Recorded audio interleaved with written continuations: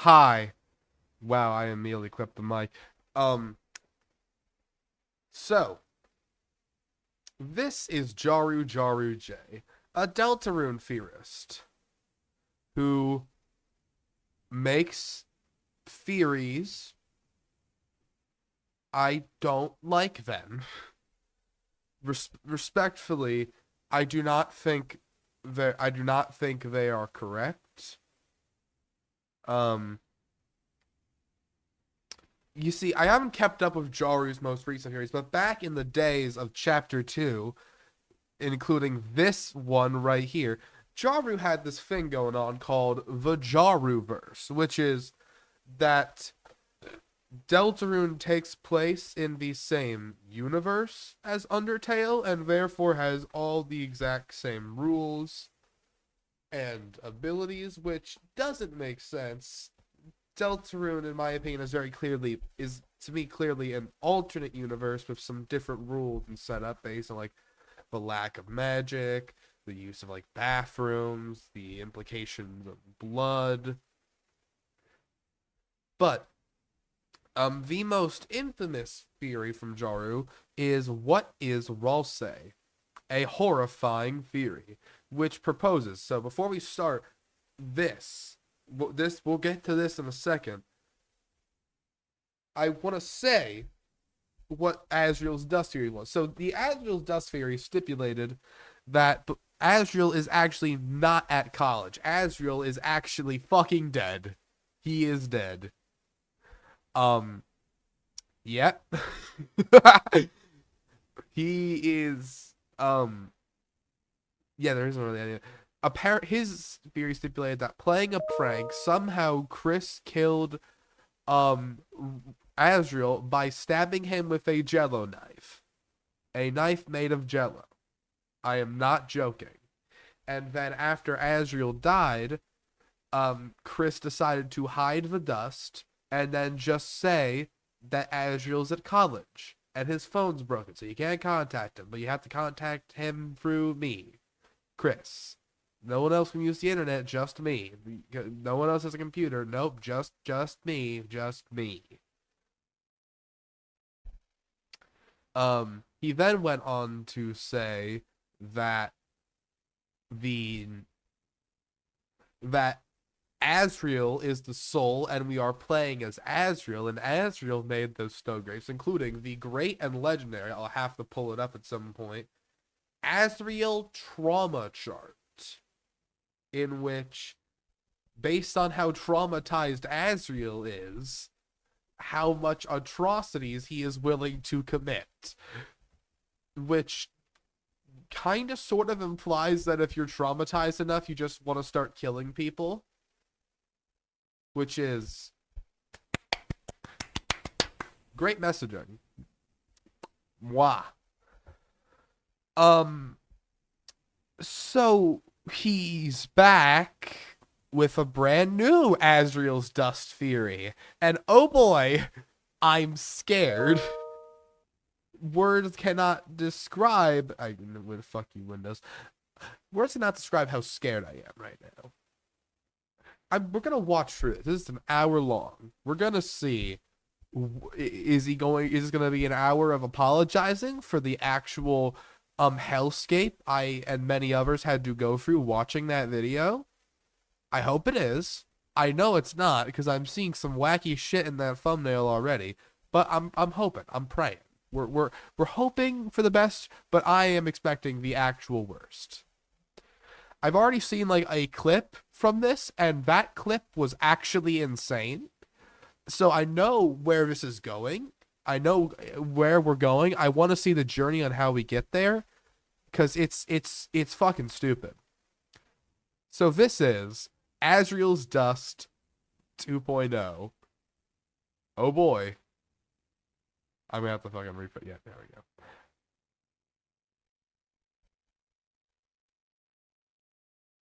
Have you ever heard of the Asriel's Dust meme? You may have Yes. seen this gif of Gaster dancing on it, or maybe you just saw an image like this. If so, then you have encountered my handiwork. I'm Listen. I know we just opened this video with a shit ton of insults, but I am actually going to try and be respectful. I am being legitimate when I say I am going to really, really try to be respectful here. And not, I know I don't want to insult. All theories are valid. I've made some dumb theories myself. And who knows? Maybe there'll be some better connecting evidence. It's been 3 years. There's been a lot of time to improve in theory crafting and how you connect story threads. I feel like the Deltarune community as a whole has really learned and grown from how we used to make theories. Like we're like going a lot less by like a formula, and we're going more like viewing it from a narrative perspective. That was my biggest issue with a lot of Deltarune theories in the past. Is a lot of them ignored the narrative perspective. And what I mean by that is this Deltarune at its whole is not a formula. It's not a math problem that we need to solve and get a consistent answer every time. It's a story, and stories have twists and turns and elements and red herring and foreshadowing. And we were kind of viewing Deltarune's story as like a formula that we were trying to get as close as possible. We use season a lot chapter for each chapter for fan takes and some fan fictions and whatnot, but it's not quite that. It's a story, and you have to predict things through that lens. What makes sense on a thematic and narrative perspective. Papyrus Knight doesn't make sense for that reason. Same for currently, I'd say Asriel Knight or like Chris Knight. If we know now with our current information what would make sense from a story perspective, because like if you encountered that in Deltarune, it wouldn't make sense. I'm rambling. I'm rambling. Let's let the man talk. You see, it was my What is Rouse theory video that was the inspiration for the Asriel's Dust meme, as a big part of that theory was about how Deltarune's Asriel is secretly dead and his dust was used to create Rouse.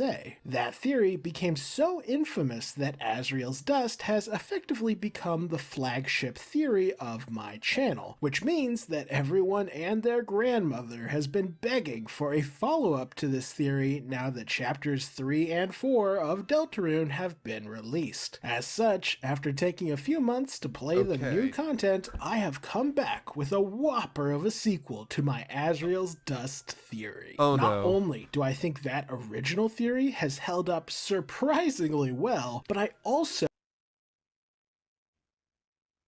Uh. Uh. uh what? I. I'm. Oh God. This is gonna. Try not to be an actual dick challenge. Oh, what do you mean it held up surprisingly well? What about it held up surprisingly well? It didn't hold up when you released it. It didn't. Your theory stipulated that Asriel wanted to murder Chris's friends because he's traumatized. Like that was a core stipulation. Your theory, a core stipulation of your theory was also like the meta narrative didn't exist.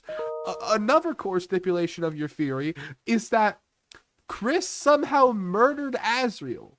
I need to fucking turn down the gain on my mic. Yeah, let's try that. So how did it hold up? Also, what about Des? No, before we continue, I saw Des in the thumbnail. I saw a Des sprite in that thumbnail, so I want to talk about this for a second. Another failing of the original Asriel's Dust series is it just doesn't acknowledge like the ongoing plot, and it doesn't acknowledge that like the things proposed in that theory had the entire game would have to be based around that, and even from the opening 2 chapters it can confidently say it's not centering around that. Like Des was ignored, Noel was ignored, the entirety of Hometown and the prophecy ignored. Like I the bet I know I've been playing a bunch of Silent Hill, so maybe I'm a bit biased on this, but it feels like that theory was Jaru desperately trying to give Deltarune a Silent Hill 2-esque twist. with like you were a murderer the whole you murder the person the whole time sort of thing. And I just don't agree with that on many levels. Also, I don't think he said this yet. I think we paused it too soon, but I'm reading the subtitles. What do you mean even how does it get crazier? So now think that the truth is even crazier and more complex than anyone is expecting. That's not a good thing. That's that's not a good thing. If your theory is really complex, that's not a good thing. Like Occam's razor is an often misused term because people will use it to like say that like the actual theory is bad because Occam's razor is the simplest explanation is often the correct one, and that is true. It's just when you know the rules, the simplest explanation in those rules is the correct one. So I feel like by making a complex theory, using the rules that we've established in Deltrune, which they're not actually working in, I don't think. I think they're still working in the Jaru verse. Um, so I need to stop reading the subtitles. What do you mean? I'm talking death, souls, cover ups, foreshadowing, and a plot that was set in motion all the way back in Undertale. Not again. Not again. No. Stop using Undertale like Jesus Christ. No, stop. God, I'm really failing at this being respectful thing. I'm immediately jumping into this, but dear God, no, stop. Which is not what I want to do. I really actually want to engage with this, but I keep getting what. Hold on, my noise suppression might suppress this, but I feel like I'm being slapped in the face every sentence, which is a genuinely crazy thing to me. We are a minute into the video. Oh my God. I don't want to be a shit reactor who just doesn't like engage with the video and lets it play. But I'm gonna be here for hours, aren't I? Oh Lord. Alright. All the way back in Undertale, what do you mean? You're gonna do the thing again. You're gonna do the thing that doesn't make sense because we know that's not the case. But So, strap in and get a snack, as today we will be diving back into the world of Deltarune to find out how Asriel's dust has become more relevant than ever before. the road so far. First, we Okay, need to let's see. talk about the original Asriel's dust theory, as understanding what I was thinking when I made that theory is important for understanding where my mind has gone since. The primary goal of that video was to explain what the heck Rouse even was, and it seemed pretty clear at the time that he had some sort of connection. Okay, so let's dive into that. I feel I don't want to. It's very clear. Okay, so this is gonna be mentioned. I have a feeling because Rolse explicitly says he is a Darkner.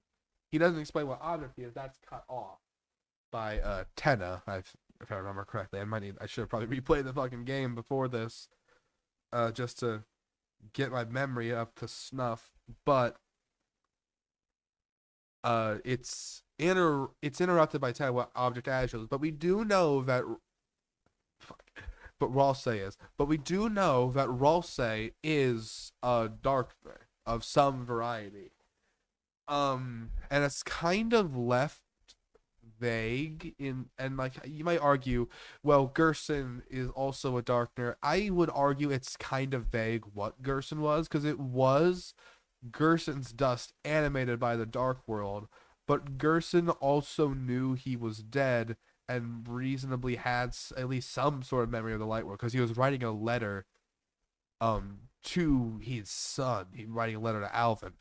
So I'd argue it's an in between, and I feel like Ralsei wouldn't hide that. I mean, he's hidden a lot of things, but we sort of had a whole scene. I'm doing the thing again. Okay, let's listen to what the man has to say.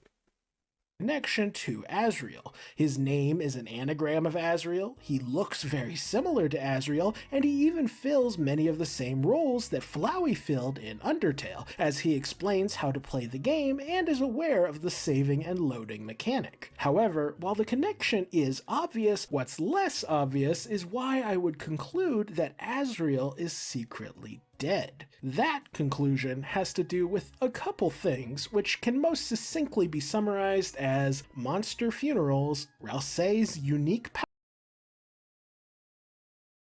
Oh, okay, here we go.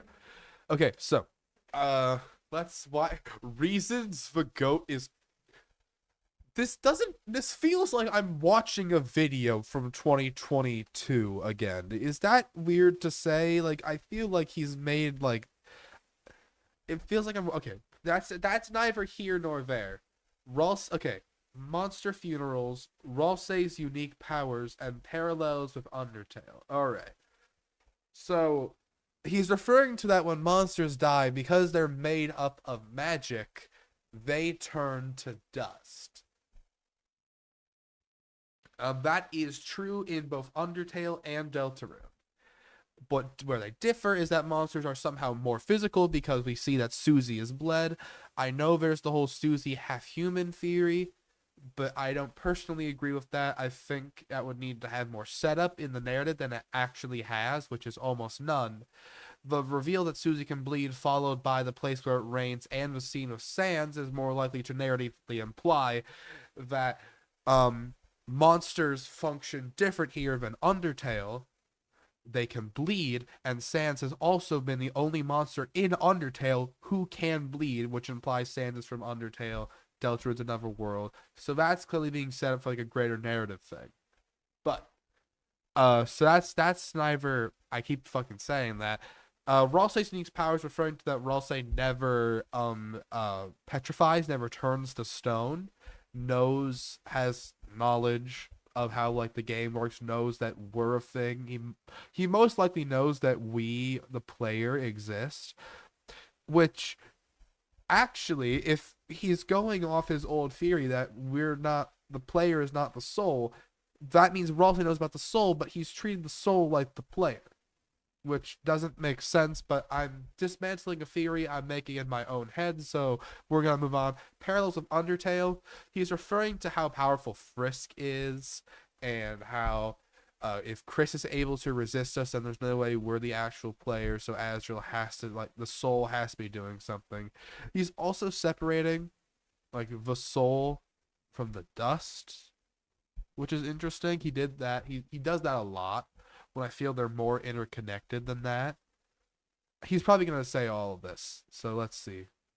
Powers and parallels with Undertale. The monster funerals that we learned about in Undertale establish that when monsters die, they turn into dust, and that dust is then put on an object which inherits the essence of that monster. This was how Flowey inherited the memories and personality of Asriel, and given that Deltarune is all about mundane objects being brought to life, it seemed pretty likely that we would encounter a Darkner created from one of these objects imbued with a monster's essence. Furthermore, it seemed likely that such an entity would have powers and abilities that ordinary Darkners do not have, which brings us to Ralsei's unique powers. There's quite a Okay, I get what he's implying here. He's implying that Ralsei's unique powers, the dark, I'm going to call them Dustners because that's more succinct than monster's dust reincarnated. A Dustner coming back that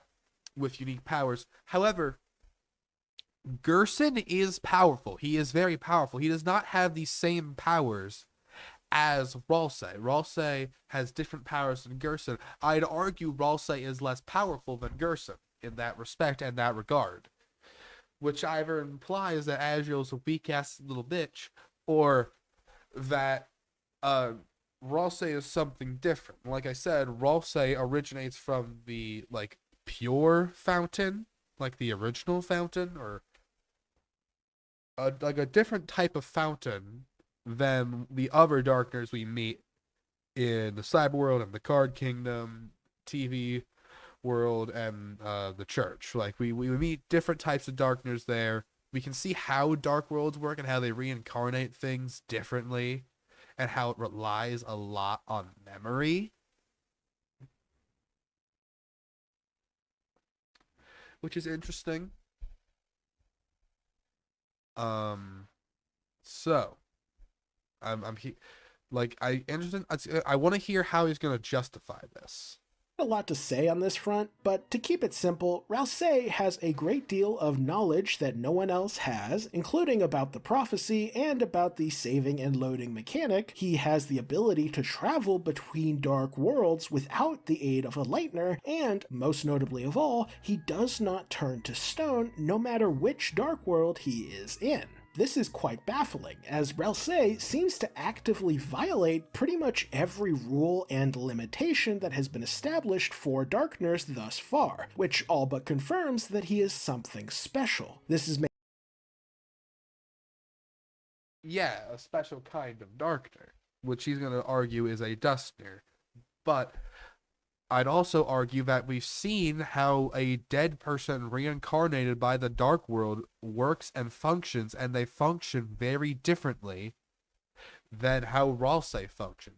How are you going to justify that? made even more likely when you Okay. consider the parallels with Undertale. For those who aren't aware, Deltarune has been outright stated to be a parallel story to Undertale, which I Yes. have taken Which to mean that they will have both narrative and thematic parallels to one another. Now, that doesn't mean they are going to follow the exact same plot beats, but it does mean that we will likely see remixes of okay. Another thing that Jaru ranted on in his previous video was that Deltarune is Undertale again. And he acted like this was the great Toby trick, that this was the best ever done, that like nothing else has ever been done like this. Um, and I disagree. Um, I disagree a lot on that regard because why? It doesn't like it's a parallel story. I take that to imply it's in a parallel universe. The story Deltarune has been telling compared to Undertale is extremely different. Not they don't really share that many parallels. Hold on, let me just pull up Undertale here. Oh, what the fuck did I just do? Oh, sorry. Pause that. Let's pull that up here. Uh, Undertale is a very it's a different game. It's about the player's relationship with the game in itself and how we act towards the game. Um like for example, saving and loading. That's a big aspect of Undertale. In Undertale, we can save and load using determination. Our as the players ability to continue to push forward, making us the most determined entity in Undertale. That allows us to keep pushing forward, to persist after death, to do it again and again and again and again. That's what the genocide ending is. Like you are pushing yourself to see everything.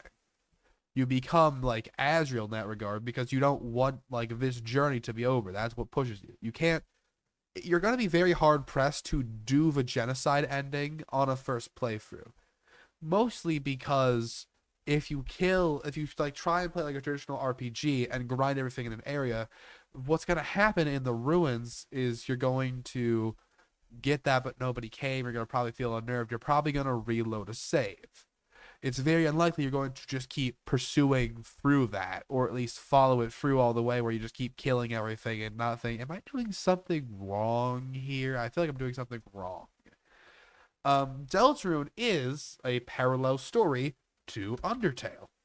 But I take that to mean it's telling a different type of meta narrative using a parallel universe. Like parallel universe, parallel narrative. Like they're similar, but they're not going to cross. And that's a key word here. They're not going to cross. Like, I don't think we can use all of Undertale's rules, which is, it's kind of explicitly confirmed we cannot use all of Undertale's rules to justify what we think can happen in Deltarune, because that's not how it works. So I just wanted to make like that clear, because I feel like that we're gonna be losing the plot in that regard.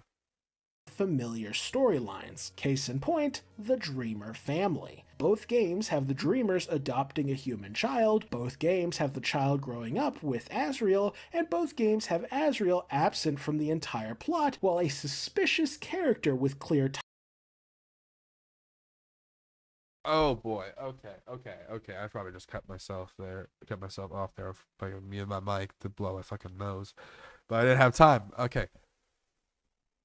I feel like I want to know what Ralsei's relationship to Asriel is, because there is something there, but I do not believe it's that Ralsei is Asriel. I feel it'd be very lazy to reuse a plot point like that.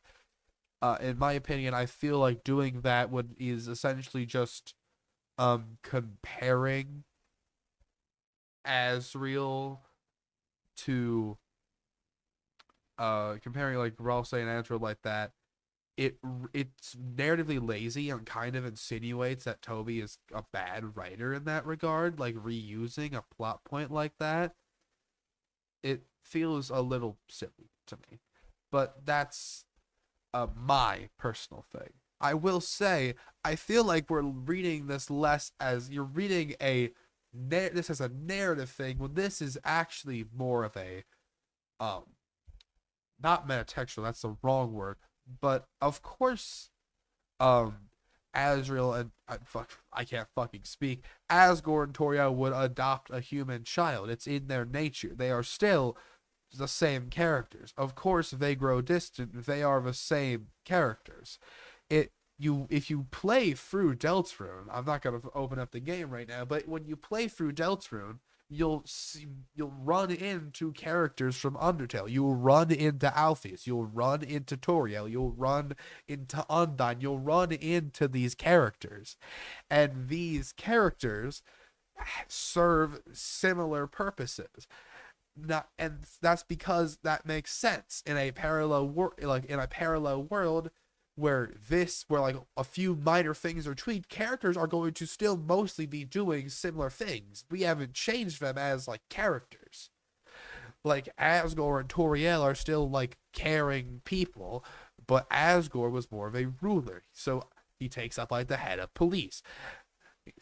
That means that Undyne would have served under him, making her a cop. And when Asgore resigned, which is a differing plot point than Undertale, I should add to counter this, Undyne took over, which, if we're doing Undertale parallels, doesn't really add up. I mean, head of the Royal Guard, police captain, but that would imply Asgore was also at one point the head of the Royal Guard, when he was always just the king. Um, Asriel's away at college because that's what you do when you go to school, but there's also new characters. We're in a different world with different things. And trying to imply that because characters who would do a similar thing in a different universe are doing a similar thing in this universe means that the same events had to happen in this universe is doesn't really equate to me in my head, because let's think about this here.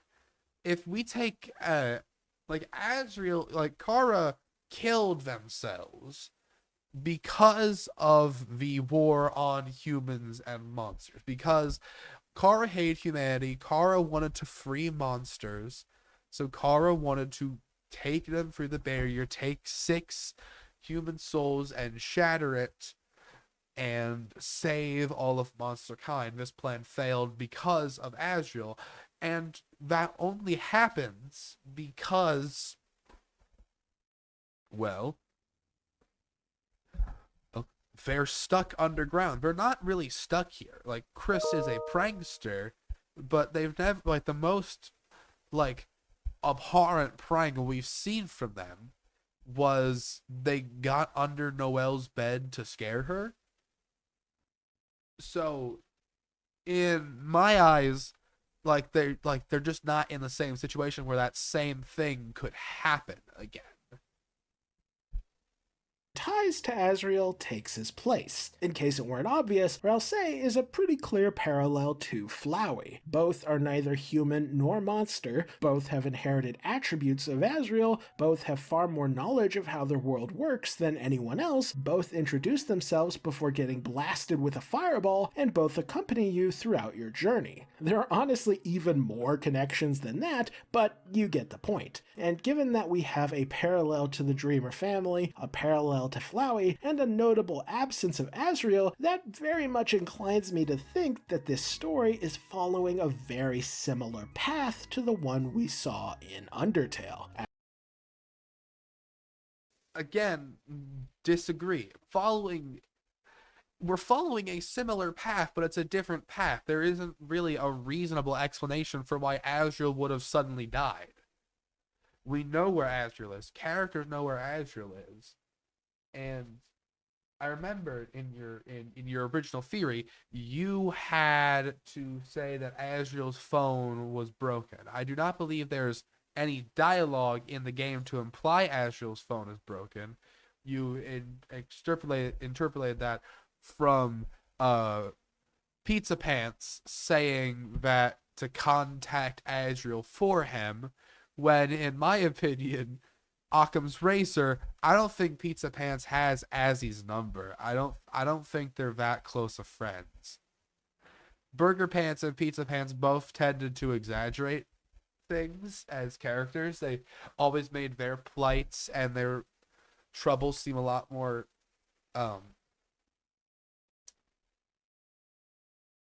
I'm trying to find the word bothersome than they really were. Like he was a relatable character because he was working a dead end job, but he's also a little bit of a prick. That's we're jumping off the rails already. But Asriel being secretly dead wouldn't make sense, especially considering it's implying that Asriel is coming home very soon. Like if we are like let's go from like Chris is trying to hide the fact that Asriel is dead. What happens when Asriel's supposed to come home? He can't be at college forever. I'm gonna shut up my mic. I'm gonna guess he's just going to use this as justification to like how this gets revealed, but I don't see it.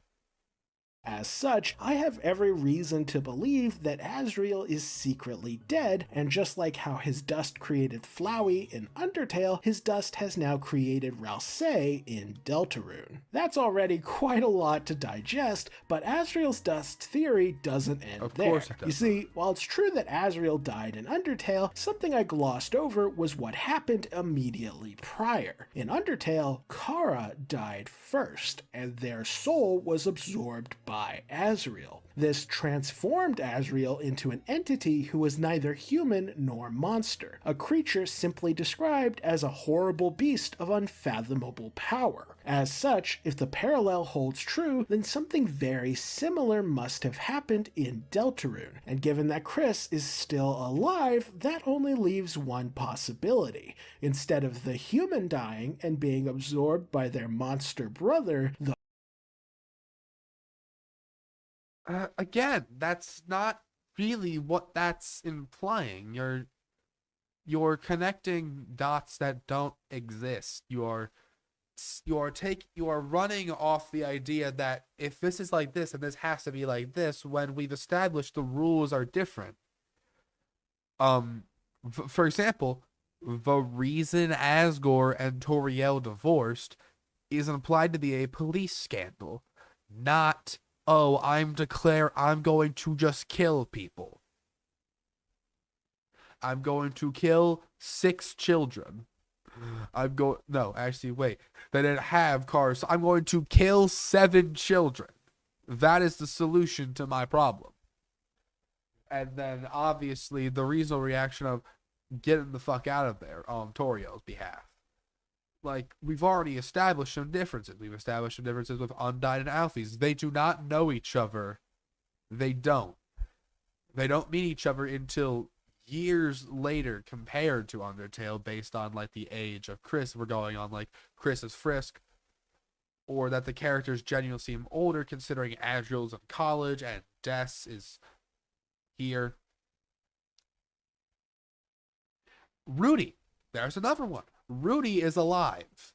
Rudy is, at least if we're going by the unused alarm clock dialogue, is dead by the time of Undertale, which implies, I keep saying implies, like Rudy is still alive. He's still sick, but he's still alive, which means like things aren't happening the exact same, and you're using this as justification to say, oh well, this time Asriel died. When I use this justification to say they didn't die.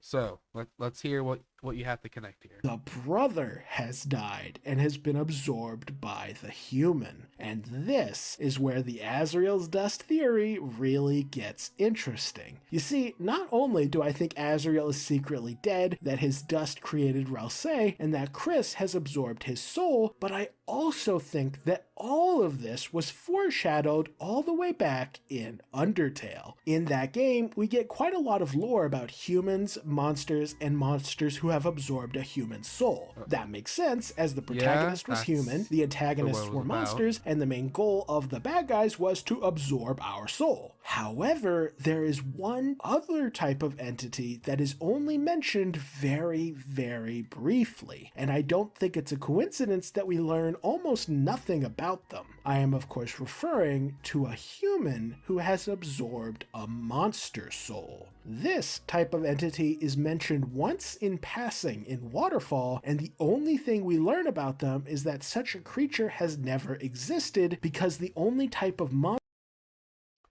But this is already foreshadowing for a different thing.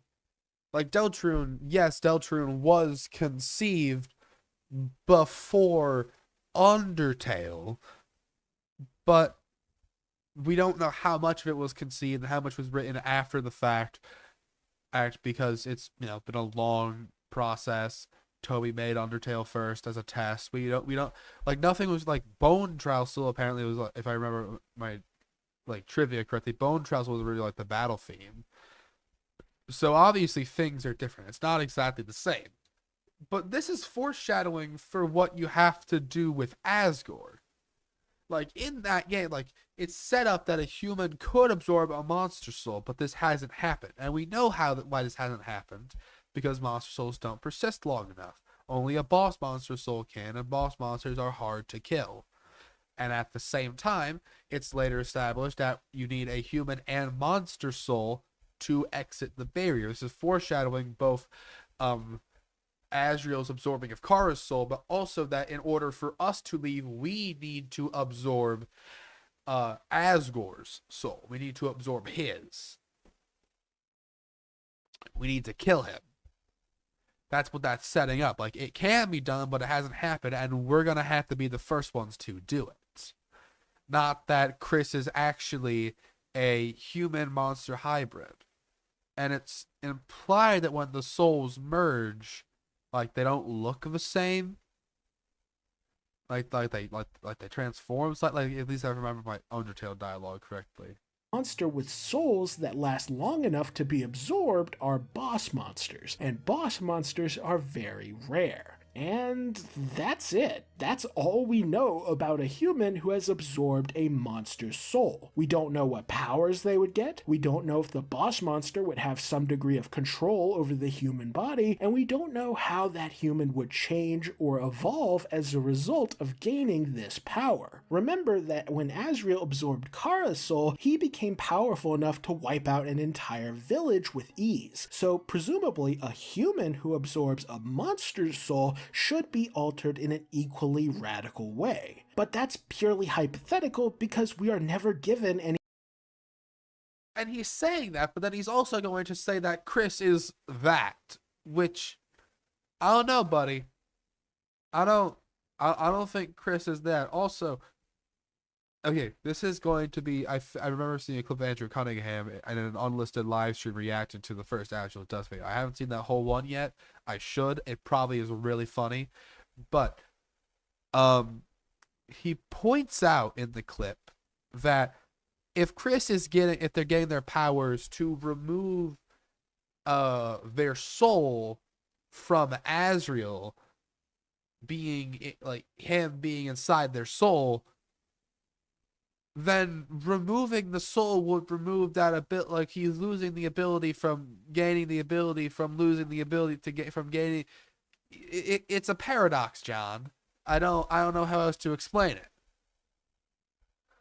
That any hard details, and I think we that haven't even was gotten to the new intentional. theory yet. I think Toby Fox knew that if he explained this type of entity in too much detail, it would become obvious that we have met such an entity with those exact attributes. I am of course talking about Chris. You see, much like Rousey, Chris has powers and abilities that no other human or monster has ever demonstrated. The most obvious of these being how Chris can completely casually rip out their own soul. They can then toss the soul aside and go off on their own. This may weaken Chris to some extent, but the fact remains that they are somehow able to survive without a soul in their body. That's pretty impressive considering how everything we know about souls.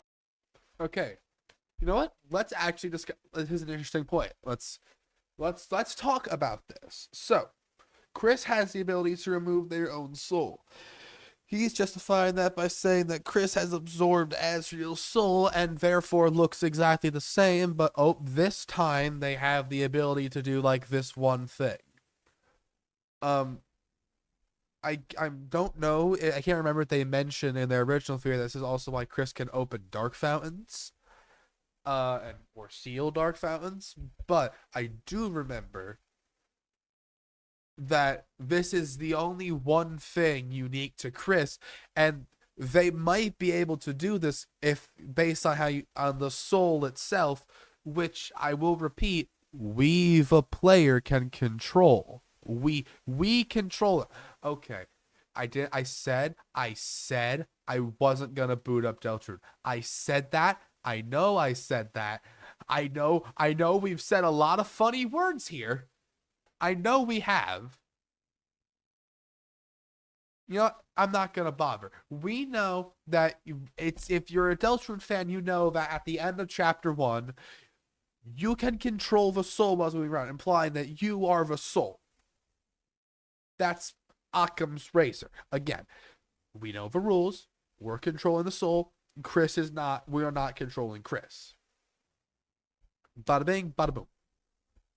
Souls says that doing this should be impossible. Back in Undertale, it was established that removing the soul of a living monster would not only require a godlike level of power, but extracting that soul would also kill the monster that it belonged to. This, of course, was foreshadowing how Flowey could only steal the souls of all the monsters in the underground after he had absorbed the 6 human souls. In other words, it took Omega Flowey's near infinite levels of power to steal the souls of monsters.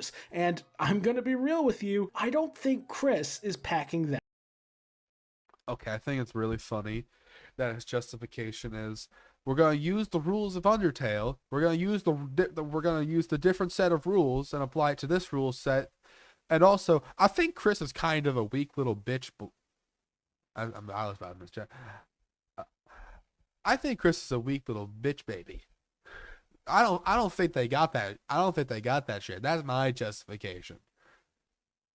I feel like we could argue that this soul is just different. It's connected to them in some way. When they damage the soul, it damages Chris in the light world, as we can observe in like the weird route, and we can also observe in the normal route too, though to a much lesser extent. They do not do that much damage. If we're going to get by Undertale rules, that implies that Chris doesn't really hate us that much, which is consolation prize. But also I don't think we're supposed to know how Chris can remove their. I don't think we have all those pieces yet. Like I think we're given like hints, and it's clearly connected to their ties with the night. And I hope this is addressed in the theory at some point. It's connected to their ties to the night and with Carol, and whatever's going on with the bunker. I guess the shelter now in the shelter, but it's also like we don't have the pieces, and it's going to be interesting to see you solve it without it. That kind of heat. Of course, you could argue that Chris can do this because maybe human souls are just easier to remove than monster souls, but I don't think that makes sense. Humans are repeatedly stated to have stronger bodies and stronger souls than monsters, which should make their souls more difficult to steal, not easier. Case in point, there's no explicit moment in either of Asriel's boss fights where he even tries to steal Frisk's soul while they are still alive, implying that it simply wasn't an option. And if not even a god with infinite power could steal Frisk's soul, then it seems somewhat dubious that an ordinary human would be able to do this so casually. Now, to be clear, it is well established that human souls can persist outside the human body, as that is the core crux of Asgore's soul-stealing plan in Undertale. However, there is no evidence that the soul can be removed without killing the human it originally belonged to. That's why Kara had to orchestrate their own death in order to grant Asriel access to their soul.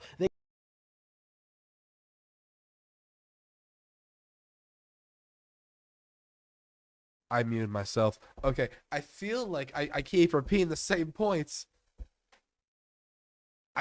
I'm not. This is my first time really discussing Deltarune theories. I'm a very light theorist. I just have a passion of uh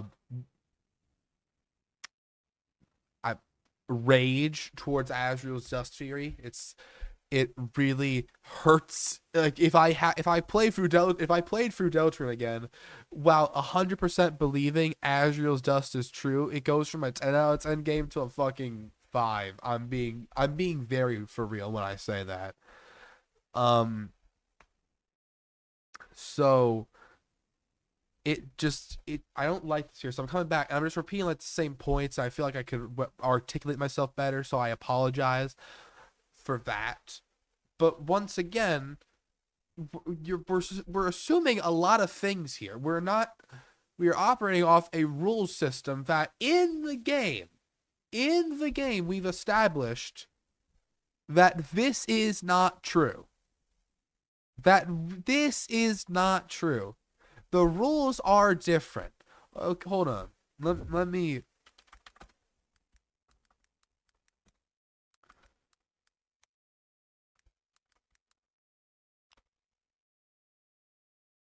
hold on. Let's find the image. There it is. Susie bleeding right there. Um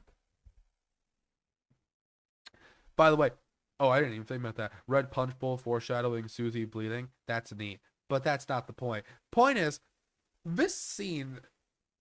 Oh, are they even gonna bring up this scene? Hold on. Let's get spoilers. Snowgrave Deaths and the Roaring Night Conspiracy, Asriel's Dust 2.0. We still have 7 minutes of explaining, of re-examining and re-debunking this theory.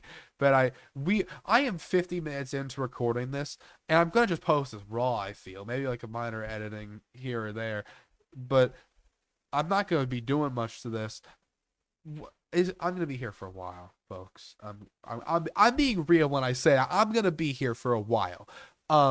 But I are they going to like address that anywhere? Like Susie bleeding? Am I gonna see that like anywhere as I'm? Oh my! What is happening here? What what is oh oh is that? Is that implying what I think it's implying? Oh no. Oh no.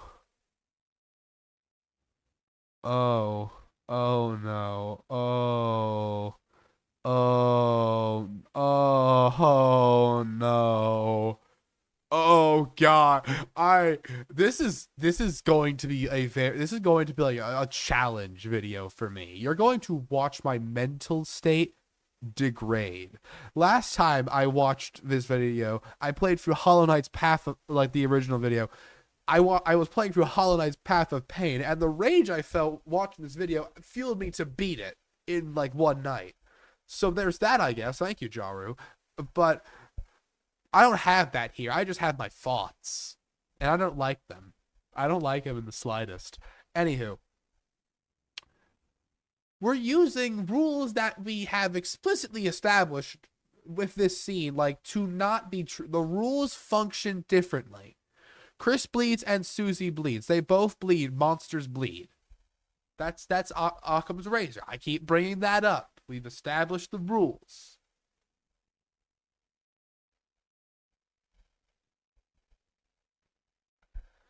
Okay, that's really funny, right? This is funny. We're getting off track. Monsters can bleed. Sands can bleed. Like the rules of Deltarune are different from the rules of Undertale, and so using these rules of Undertale to justify the unrevealed rules of Deltarune doesn't actually make a theory. They couldn't simply pop it out of their chest and hand it over the way Chris does. In short, given what we know, neither humans nor monsters should be able to remove their souls without extreme levels of power, and even if they managed it, they definitely shouldn't be able to survive without a soul in their body. That means Chris can't be a normal human. That means Chris must be more than a human. That means Chris must have absorbed a boss monster's soul. But that doesn't make sense, because if they've absorbed the soul and they're removing the soul, then what? If they've absorbed the soul and then they remove the soul, then that doesn't fucking matter. If I'm wearing a bulletproof vest and then I remove the bulletproof vest and then I get shot, I am still going to fucking die. Do you know what I mean? If the power to remove the soul is linked to the soul, then removing the soul removes that power and you fucking die anyway. What are you on? But wait, there's even more. Jesus Christ! In addition to providing a convenient explanation for Chris and Rousseau's strange powers while simultaneously paying... Convenient? I've been watching you do fucking triple backflip somersaults to get here, buddy. You're fucking... You're turning yourself into a circle here. You might as well be in fucking Signalis, the way you have fucking body horror going on here with the amount of stretching you're doing. What the fuck? You mean convenient? I'm trying. You need to calm down. I'm trying to be respectful. I'm genuinely trying. Like I said, I respect Jaru as a person, and I believe everyone's entitled to make theories. I'm also entitled to not like a theory. I am also entitled to despise a theory because acknowledging the theory actively inhibits my enjoyment of existence. So I'm trying. And once the road so far is over, I feel I'm going to be back to analyzing points, because now we're going to be getting to new stuff and new points instead of regurgitating the old points from the video, which hopefully means this won't be going on for so long or longer, because I'll have more to engage with and I'll be less mean-spirited. I don't want to be mean-spirited while going through the new stuff, but does Jaru realize that the reason Asriel's dust became a meme is because that theory is extremely fucking stupid and not good? Does he realize that? I don't think he realizes that. And maybe this is the ultimate rage bait. Like, I crafted rage bait that was really good. Like a joke, like fucking potential manage, like a few days ago. Shit ton of people fell for it. They didn't realize it was a joke. I should have clarified. That's a different story. Am I falling for this? I feel like I'm falling for the same thing. I feel like I feel like I'm being duped in some way because I feel like I'm watching the exact same. I mean, I am watching the exact same theory again. I feel like his video have not changed since 2022. Is what I'm trying to say, I guess. Off a bunch of foreshadowing from Undertale, this theory also answers a question that has been plaguing the Deltarune community for years. Ever since Chris created that dark fountain, we have been asking ourselves, why? Why would Chris, who clearly cares a great deal about their friends and family, risk the destruction of the world? Well, we have that answer now. We have that with us. And the answer is because they're working with the Knight in some capacity, some regard. They're working with the Knight, or they are working with Carol, who is working with the Knight. They are in some proximity with the Knight. If you in chapter 4, especially, if you try to get Chris to do something with the Knight, they will outright refuse us in that regard. Like they will outright, I like if you manage to survive the running up to the night mini game and get to the end, Chris will just stand there like they think they're being real funny. Chris, you think you're being funny by just standing there? Do something. And they don't do anything because they are alive with the Knight. If you beat the Knight will slash. By the way, that slash is like how a baseball bat would swing, cut through the air. We'll get to that later, I have a feeling, considering Des has brought up a shit ton of this theory. We got like a decent 10 minutes to that in itself. But we know that. We know the reason Chris did that. It's because as like they already knew what dark fountains were, and they're working for the Knight, and therefore making dark fountains and at least progressing the prophecy in that regard is part of their agenda. So like obviously like they're conflicted. We can see that in chapter 4 too. So that's an interesting like bit of character. But whatever character work's been going on is much more interesting than whatever they're about to say. They were there for Rousey's speech. They know that dark fountains can cause an apocalypse. So why are they doing this? What is Chris's motivation for teaming up with the mayor and the Roaring Knight? The answer, I think, is Asriel. The Ah, ha ha! Oh, oh, oh, oh boy! Oh boy! How? How? Oh no. Okay, so I've already mentioned in this recording that I saw a clip, so I'm just looking at how he get. His conclusion to this theory was actually let's not go to Twitter. Let's stay away from that hellscape. I'll just regurgitate it to you because we're gonna see it eventually. I promise you. But their conclusion was that both Asriel and Des are dead, caused by Chris because Chris just needs to commit a moida. They're a little moiter guy, little moiterer. And following that, Asriel became the Knight, and Des is the monster soul inside of Chris. The Asriel is both simultaneously the Knight and simultaneously Ralsei for some fucking reason. Dess's dust doesn't fucking matter. Dess's soul we're playing as for some fucking reason. And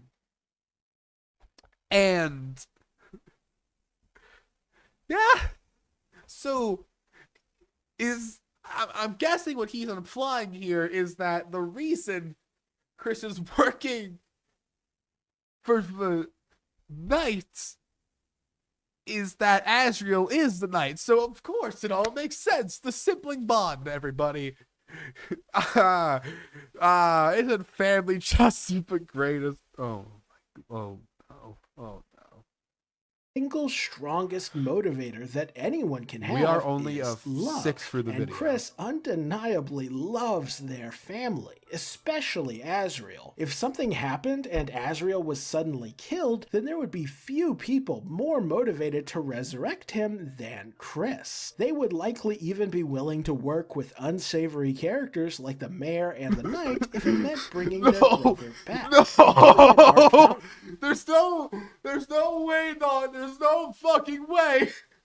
There's no way, dog. Say, say, put that. Say you swear to God. No. Oh no. Oh no. Okay. This is going to make me so mad. This is gonna make me so upset. Oh God. Okay. So what they are implying here, what they I can't fucking speak. What they are implying, I believe here. What because I know we know how this is gonna end, is that they are going to use every single justification for why Des is most likely the knight to say why Asriel is actually the knight, ignoring the glaring baseball bat and antlers sized hole in that theory. On top of just saying Asriel is dead because Undertale. Like, on top of that, like, using that one thing really to justify Asriel being dead and not being accounted for at college.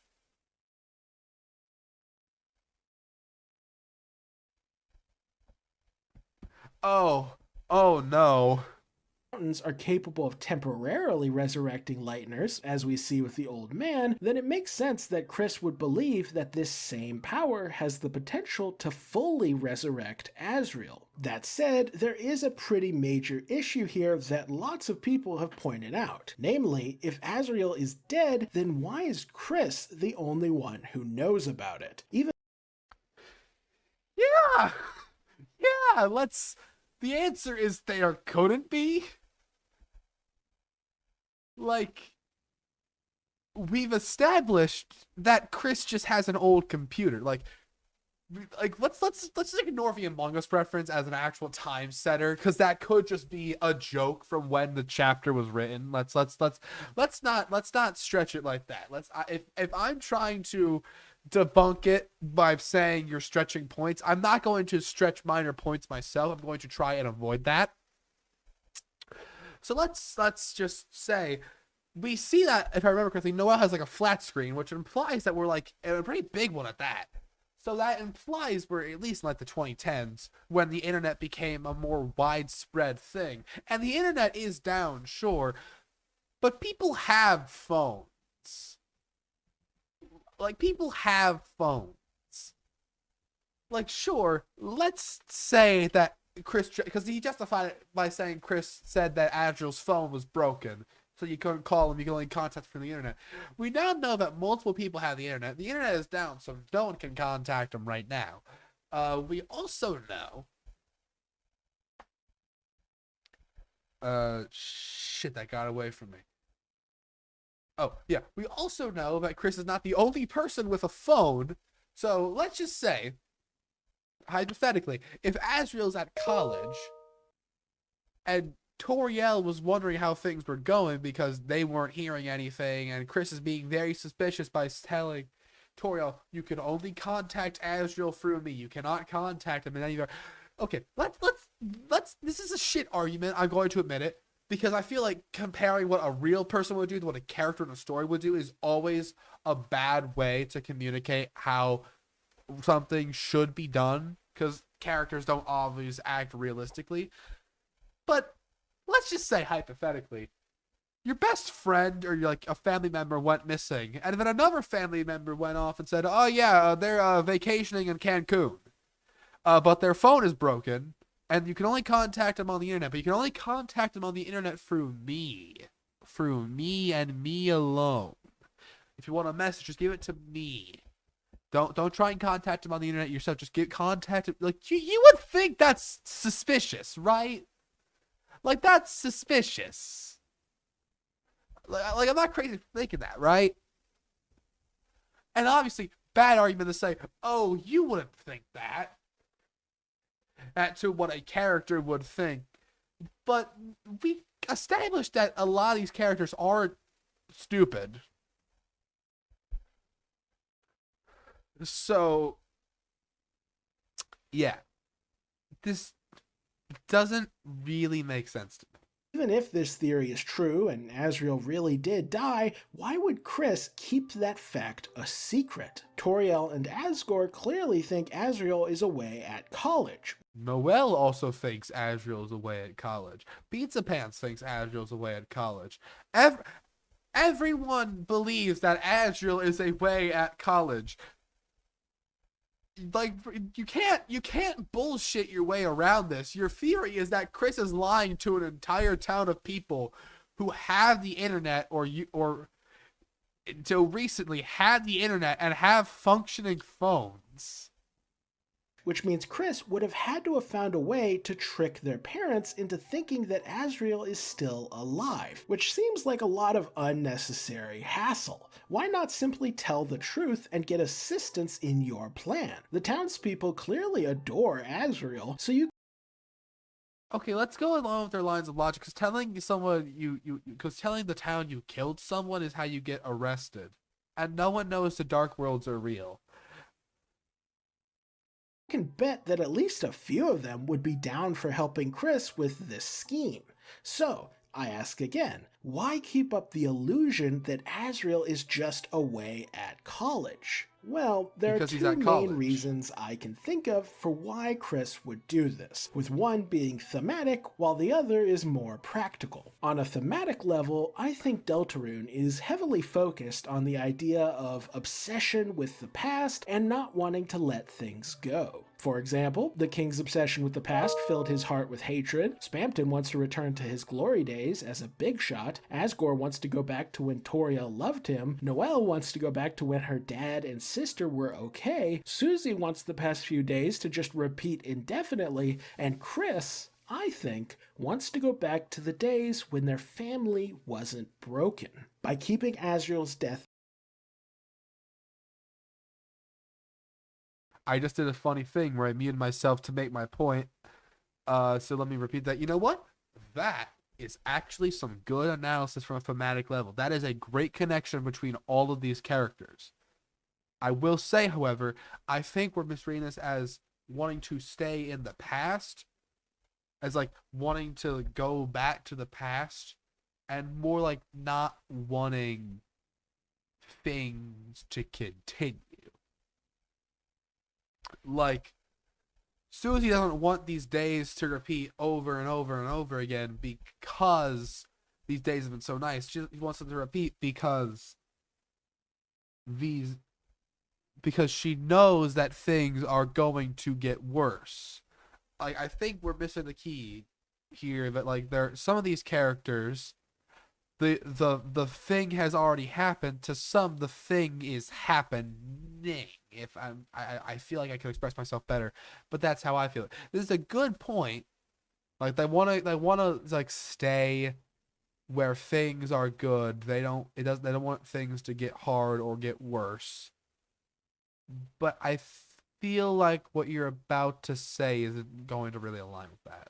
a secret, Chris can maintain their delusional dream of restoring things to how they once were. Jesus. As for the practical reason for hiding Asriel's fate, I think Chris blames themselves for their brother's death. Whether it really was their fault or not, if Chris believes Asriel died because of something Chris did, then that would heavily discourage them from telling their friends and family the truth. Remember that Chris has spent their whole we're we're sort of just making stuff up here. Uh whole life living in Asriel's shadow. Asriel was the popular firstborn child of the Dreamer household, while Chris was weird, quiet, and the only human in a town of monsters. I don't think it's a stretch to say that Chris has developed some pretty major insecurities regarding their identity, their place in the hometown, and even their place in the Dreamer family. No, And that's some good because of all back that analysis, self-doubt, okay. I think Chris has convinced themselves that they can never let anyone know what they did. In Chris's mind, if it ever came to light that they had a hand in Asriel's death, then everyone, including their parents, would I we just keep moving to Asriel being dead, and it's like nothing you're saying really justifies that Asriel is definitely dead aside from just trust me, bro. Like you're taking thematic like you're taking the pretty like so decent thematic analysis on characters and their motivations, and then slapping it to something that we really just cannot verify as true. And I feel like now that we're 4 chapters in, like we can't just drop this on people. Oh, okay. would hate them forever. This mindset also explains why Chris insists on keeping their activities hidden from their own soul. Why Not like in the Jaru verse, it does. I guess, but in like what most people believe happening in Dotru, of course, Chris doesn't want us to know everything. Like we need to play our part in the play, and Chris needs to play their part in theirs. We cannot know that, especially like early on in like the chapters. Like Chris needs to do their own thing, and they need to, like this is less like they need to hide their activities, and we're like Chris needs to do their own thing. They cannot let us go. That's why we're in the cage. Chris wanted to like just stuff us in a couch cushion, stuff us in a cabinet. They just need to make sure we're not going anywhere while they need to do their things that they can't rely on us to do. But that's going off what is probably correct compared to what Jaru thinks is happening. Why would they do this unless they knew that the soul would object to whatever Chris was planning? If the soul just represented the player, then this wouldn't make sense, as Chris knows nothing about us. But if the soul contains Asriel, then it all clicks into place. Chris knows that Asriel would be completely opposed to them meddling with these dark fountains. Asriel may not Asriel would. Now we're really just making shit up. What? Source? Can I get a source on that, please? God, I'm being so fucking mean. I'm sorry. I'm really trying. But what? What do you mean by that? Oh my god, bro. Why would Asriel be completely opposed? In your theory, Asriel didn't even know what the Dark Worlds were. And Chris discovered the Dark World at the same time as Asriel died. And what?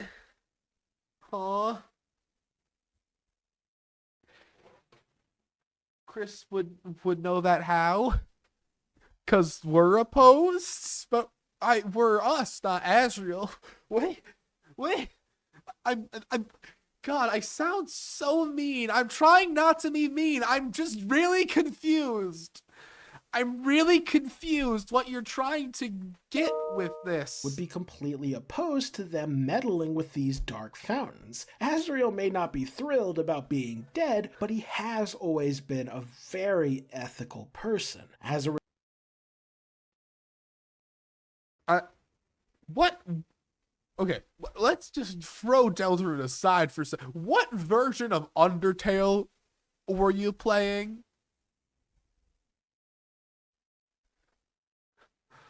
Like, what? Yes. Asriel, the person who opens the game of trying to murk us, proceeds to follow that at the end of the game by trying to murk us, and then follows that with the true end of the game by trying to murk everybody so we can't leave and have to keep doing it. Asriel the ethics, everybody. Call him Chidi Anagonye, the way he's an ethics major. What?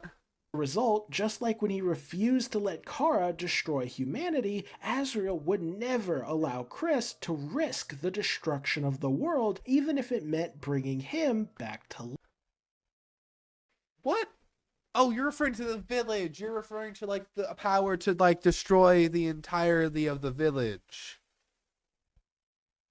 Asriel wasn't in a good headspace then. Like he already had agreed to killing 6 people, but by that point he was just too sad to actually like go through with the plan from like a character analyzation standpoint.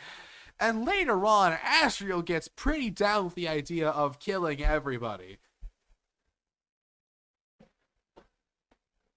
When Asriel gets very down with the idea of just killing all monsters because he hasn't quite done that yet, and Kara is here and now it's fun. He only turns back on that idea when he realizes that Kara has the ability to save and load, not him, which means Kara can kill him and he can actually die, which scares him.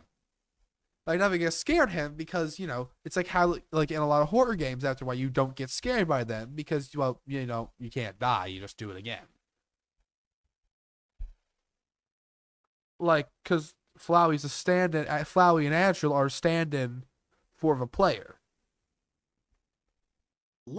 That, I think, is why Chris does their best to keep the soul in the dark. They won't let anyone, not even Asriel, stand in the way of the restoration of their family. Also, that doesn't make sense because how would bringing Asriel back restore the family? Because, like, say Asriel's dead and, like, the parents know that could be a reason for divorce. Sure, let's go with that. But let's follow that up with saying, well, like if they think like your child leaving for college is not a reason to divorce. Like Asriel's back and back from the dead, great. Your parents are still like, is Chris just stupid? Is Chris just stupid? This scenario, I keep saying this, but I don't understand. And that is more or less the entirety of my original theory. To briefly summarize, Asriel being dead and their soul being absorbed by Chris provides a payoff for Undertale's foreshadowing, an explanation of how Ralsei and Chris came to. But we know what the foreshadowing in Undertale was, and it wasn't that. We're adding stuff. We keep adding stuff. Why are we adding stuff? Possess such unique powers while also providing insight into why Chris would do what they do. Needless to say, I have always been quite fond of this theory, and while it has certainly received some backlash over the years, I've stood by this conclusion through thick and thin, no matter. Yeah, I can see that. I can really see that. Question: why? I have a bad feeling that when Chapter 5 comes out and Asriel is a question here. What happens if Asriel does come back? Am I gonna see like an H Bomber Guy style video from you called Deltarune is garbage, here's why? Should I be expecting that in like the near future? Because like the chapter's coming out this year. Like I don't think it's coming out. I need to learn I keep getting into the red zone on OBS. I need to learn my mic a bit more.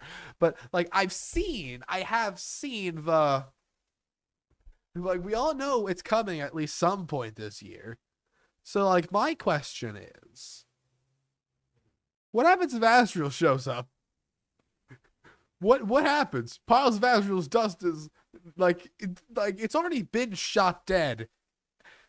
Piles of Asriel's dust eviscerated into viscera by bullets, then dissolved in acid. Is that where we're getting to? Because that feels like we have to go to at that point.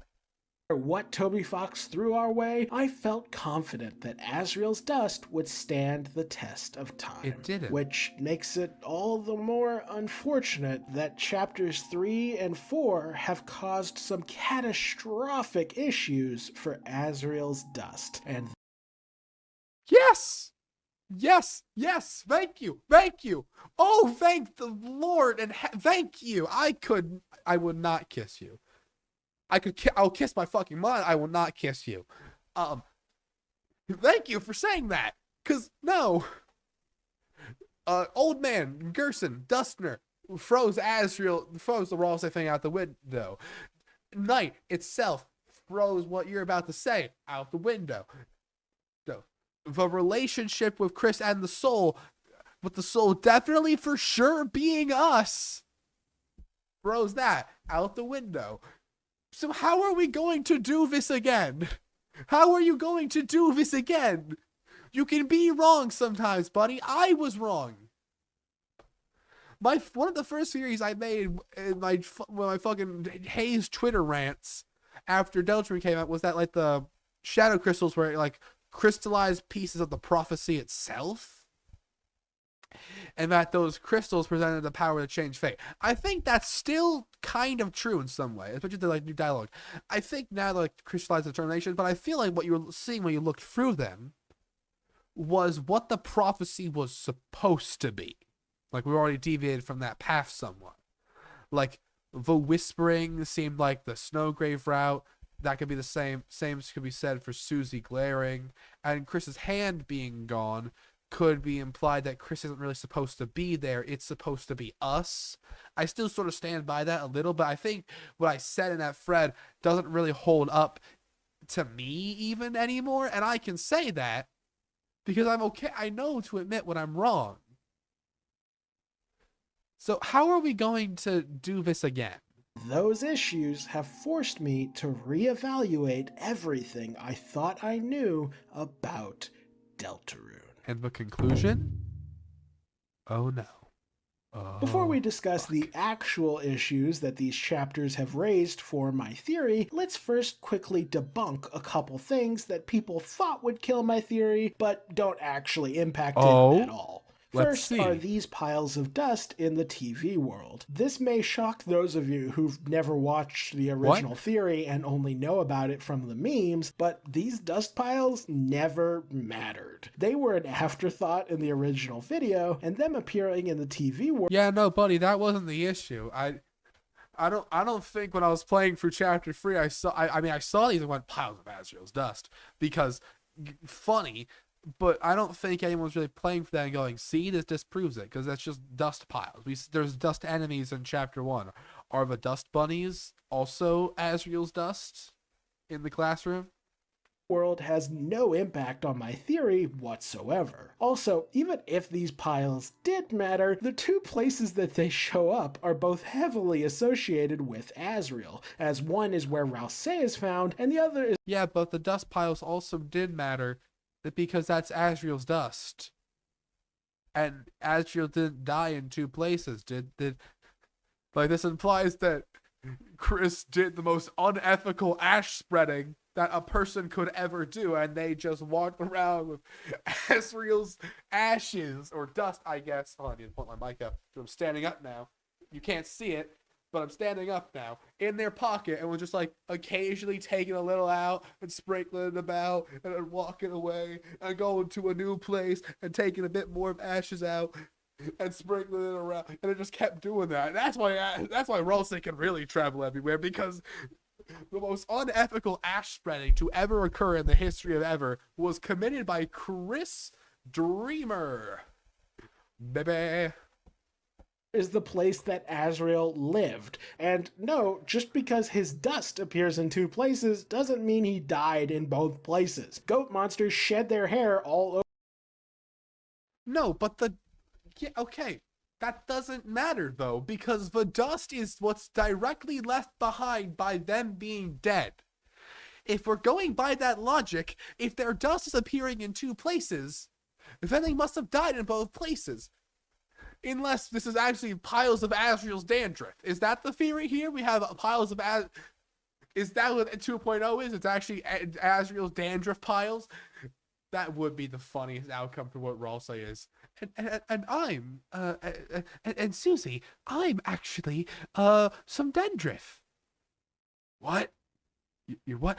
I'm actually Chris's brother's Asriel's dandruff. It just fell off one day, and I was born.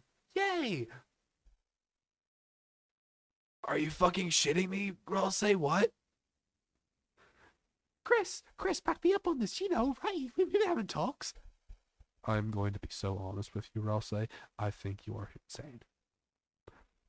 Chris, that hurts. I'm losing my mind. We are not even 20 minutes in. Oh my lord. This is going to be like 3 hours long, isn't it? Oh god. Over the place, and hair turns into dust over time. So these piles being here,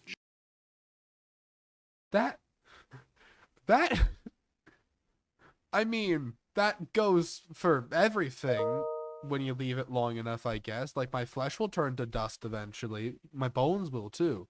This I don't have a webcam on, but this copy of Super Mario RPG remake I'm holding will also turn to dust eventually. That's kind of the way everything goes eventually. Your point? genuinely means nothing for my theory or the game in general. The second Also, you did really just say, like, when you were going through your whole Phoenix Wright testimony in your first theory, you explicitly said, and Chris finds piles of Asriel's dust in front of them, and then Ralsei. I'm paraphrasing. So your essential debunk is actually that was bullshit. Throw that out. So at least you can admit that's stupid. But not so smoking gun came in chapter 4 with this line from Ralsei. Now, this scene is notable as it's the first time that the concept of a darkener made from someone's dust has been. okay, I guess I was wrong in saying that it's unclear what Gerson was. Gerson was a darkener, but a darkener patterned off the memory of a loved one is still not Ralsei. Because we know what Asriel looked like. We know what Asriel when they were older looked like. We know what Asriel when they were younger looked like, and they look decently different. They're still goat monsters, sure.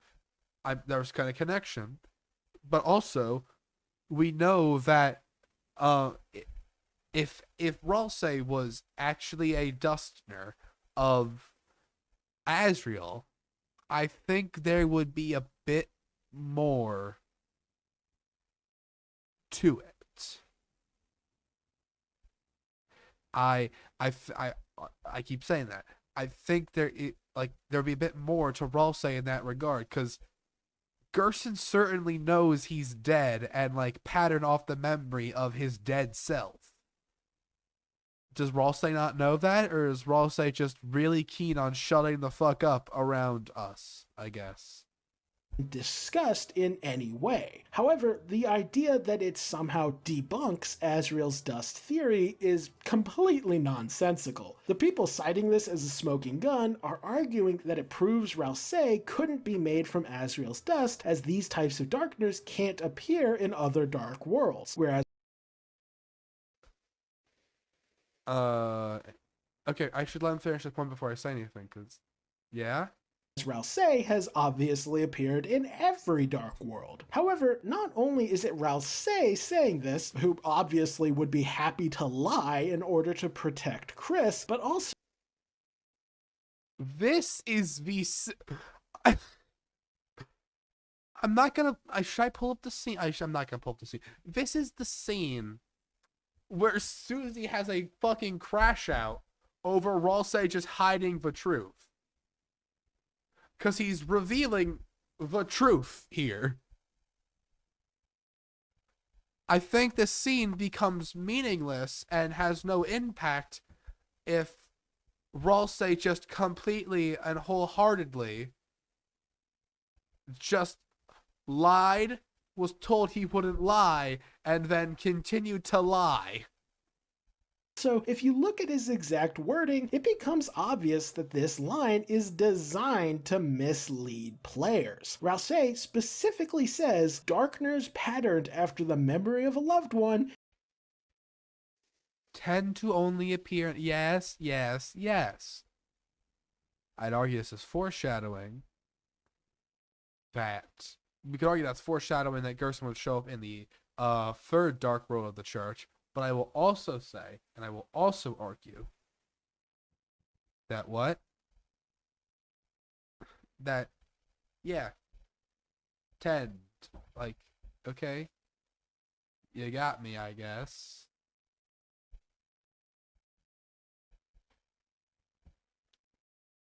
tend to only appear in very specific darknesses. Emphasis on tend. That word alone throws the entire sentiment into Because it's patterned off the memory of a loved one. For example, Gerson is able to show up in the other dark world because that dark world was made off of the same patterned memory. It's the same patterned memory of a loved one.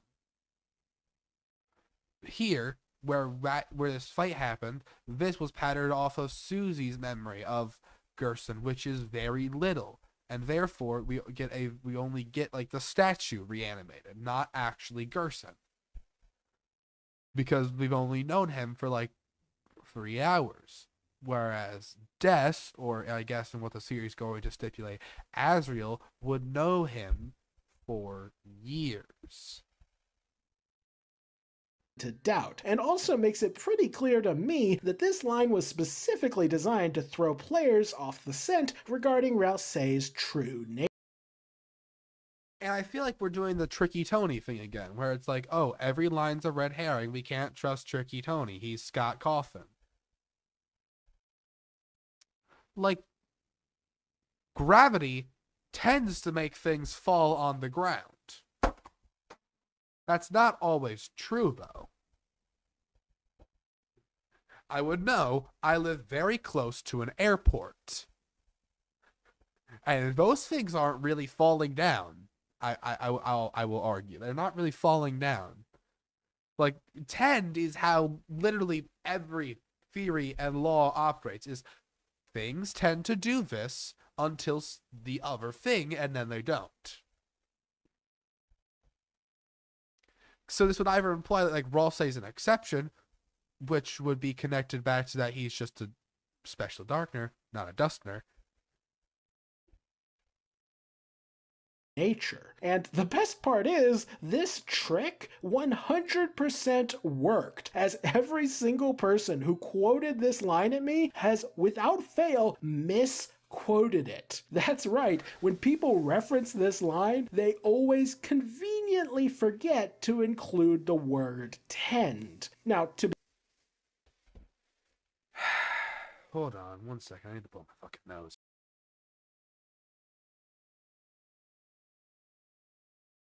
I have a small cold. I was really hoping this video wouldn't drop at all, but I was hoping it wouldn't drop when I have a cold and I have sneezes. But if we're hinging your entire point of actually this doesn't debunk me, I'm not owned on it says tend. That goes for everything. be clear, that isn't because people are trying to lie or spread misinformation. Quite the opposite. They're saying this because they think it's true. And they think it's true because they have been subtly manipulated into thinking that all darkners made from monster dust can only appear in certain dark worlds, when in reality, that isn't what Rousey is saying at all. Gotta give my kudos to Toby Fox, as he has masterfully misled the community with this line. You're doing the thing again. Does this guy think Toby Fox is just a mysterious little troll hermit who lives in a small hole, like a small little log, like a carved out log from a pine tree in Maine, who exists solely to act as a trickster god? I, I'm being hyperbolic. I'm being mean. I need to stop being mean. Hinging your entire point that you're not debunked on the word tend to say actually it's a trick line is misleading, as this hasn't really happened in other places. Like when Ralsei lies, he tends to just omit the truth. Like Ralsei never directly really lies to Susie or lies to Chris or lies to us, the player. Ralsei lies by omission. He doesn't bring up the prophecy until it's absolutely necessary. He doesn't bring up his knowledge on the Dark Worlds until it's absolutely necessary. He's bringing this up now because now it's absolutely necessary, which is because, and when this scene is then followed by Susie screaming at him for relaying this information only when it was absolutely necessary and not at any other fucking point, which is fair and valid. While also conveniently leaving the door open for my theory to remain true. I'm okay. I'm gonna allow myself one more. The way the door is open for your theory is that the door is shut and has a board over it, but you're like sticking like your pinky, you're sticking your fingers through the cracks, desperately trying to pry it open from the outside. That's it for all the false smoking guns, which means we can now talk about the stuff that actually causes issues for my theory. The first two notable problems I'd like to discuss are the Roaring Night and December Holiday. Prior to the release of chapters 3 and 4, I was able to integrate these two characters into my theories without stepping on the toes of Asriel's dust, but unfortunately, that is no longer the case. Yeah. At the time, I thought... Actually, this is going to be a bit of a tangent. I think a reason a lot of people got... I need to turn some lights. Hold on.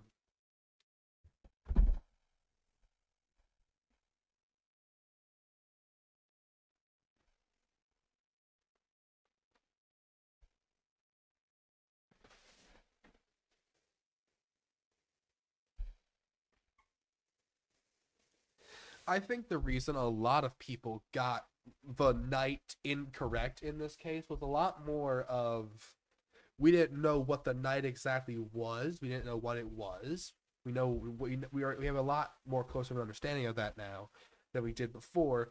And at the same time, you didn't really include, like, you made a separate theory to the night after the fact. You didn't really mention it in Asriel's Dust. You didn't really mention how it evolved into the story.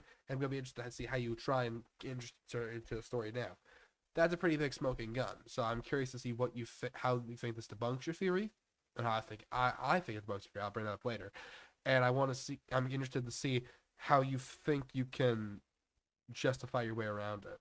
The Roaring Night was a darkener created from Gerson's dust. And while I was right that such a character existed, I was wrong that they were... I never watched his night theory. What? What? Huh? Uh, eh? I feel like I've been slapped in the face again. What? Huh? I'm sorry. Excuse-moi. Help me. I'm scared. I'm scared, lost and alone. I'm a confused little sad little boy. What? Yeah, that does throw a wrench into your night theory. It was wrong. What do you assume that summer's gonna be? I'm really finished. Night. As for December, I largely assumed that she was going to be the Gaster of Deltarune, which is to say that I thought she was going to be nothing more than a mysterious, tragic background character trapped in the code who is... I see. So you just... I feel like you were sort of ignoring some foreshadowing there in that case. But let's just move past this. You were right that, like, Gerson, a character like Gerson's Dust reincarnated into... Honestly, that's a decent pickup. But very unpopular theory, I would say. You are also sort of wrong on Des on that regard. That's a very funny sprite, by the way. That is really funny. I'm struggling to not laugh. I'm doing the fucking iShow speed thing. I'm pulling the fucking. Uh, but I will say, right now,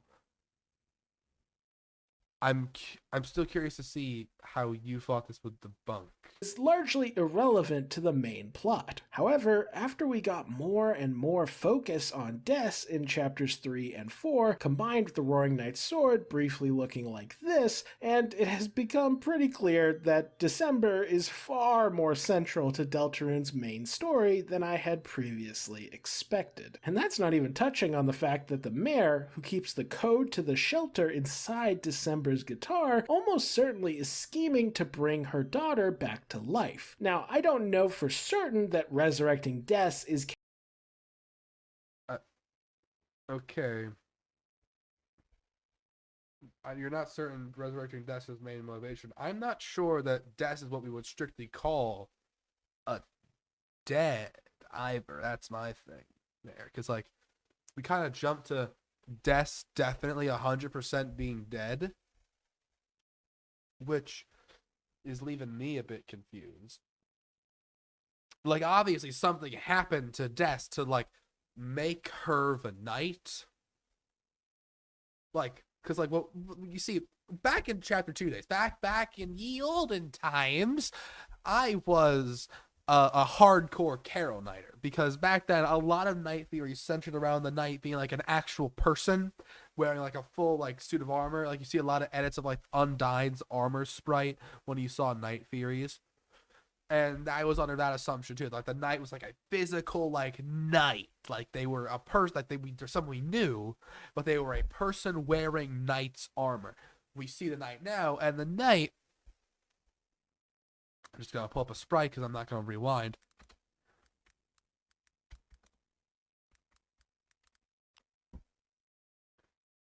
I'd argue the knight's more of a dubious little creature.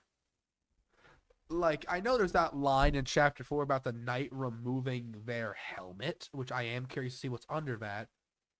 Spoiler, I think it's some version, like some part of Des, but that's not, we're not talking about my theories here. We're talking about his theory.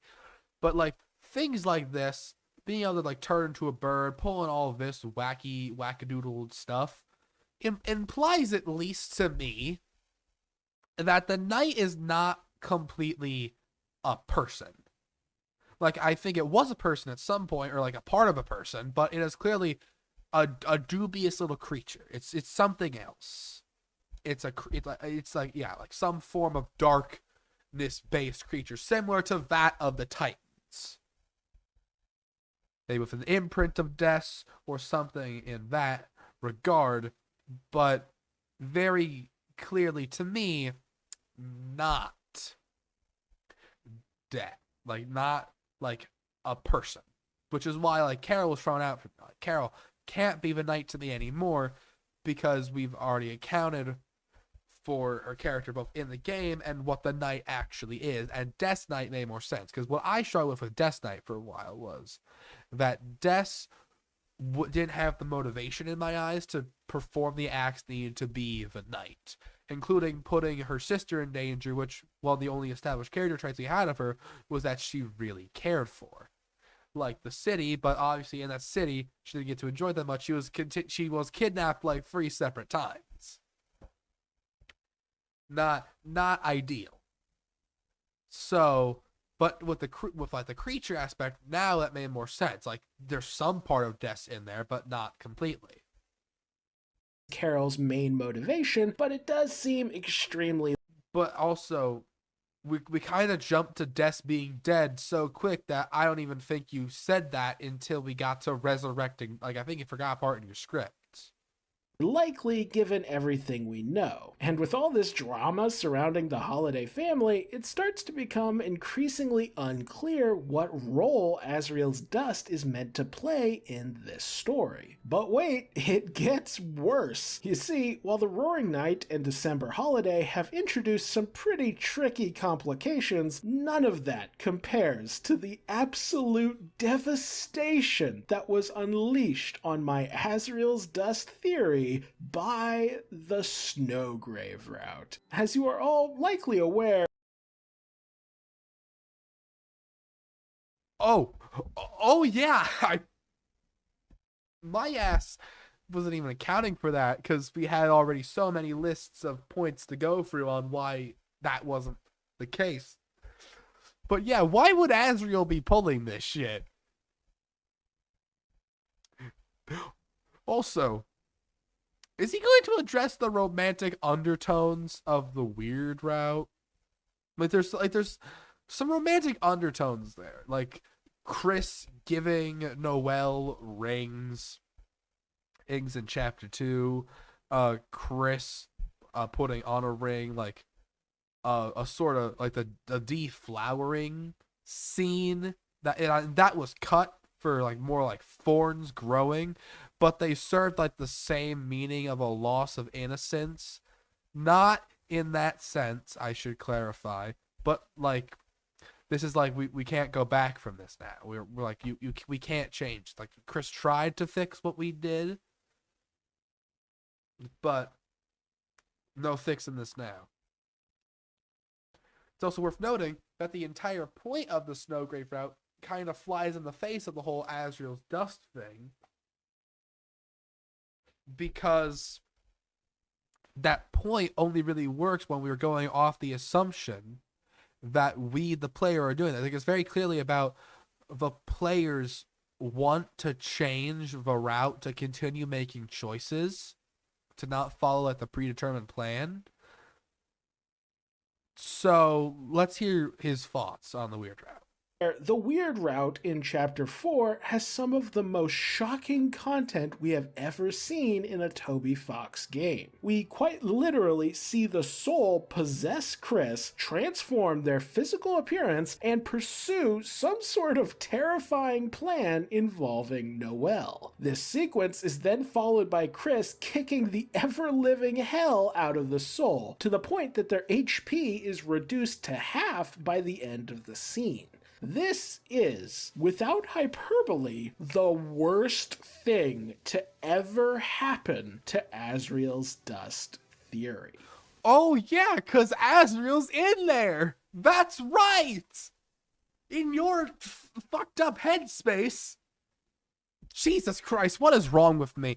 Asriel is in there, so why in God's green name would Asriel do that to Noelle for no fucking reason? Let's throw Burley aside for a second. Fuck that blue ass motherfucker. Let's just talk about why would Asriel do all that to Noelle, followed by why would Chris do all that to their brother? Why?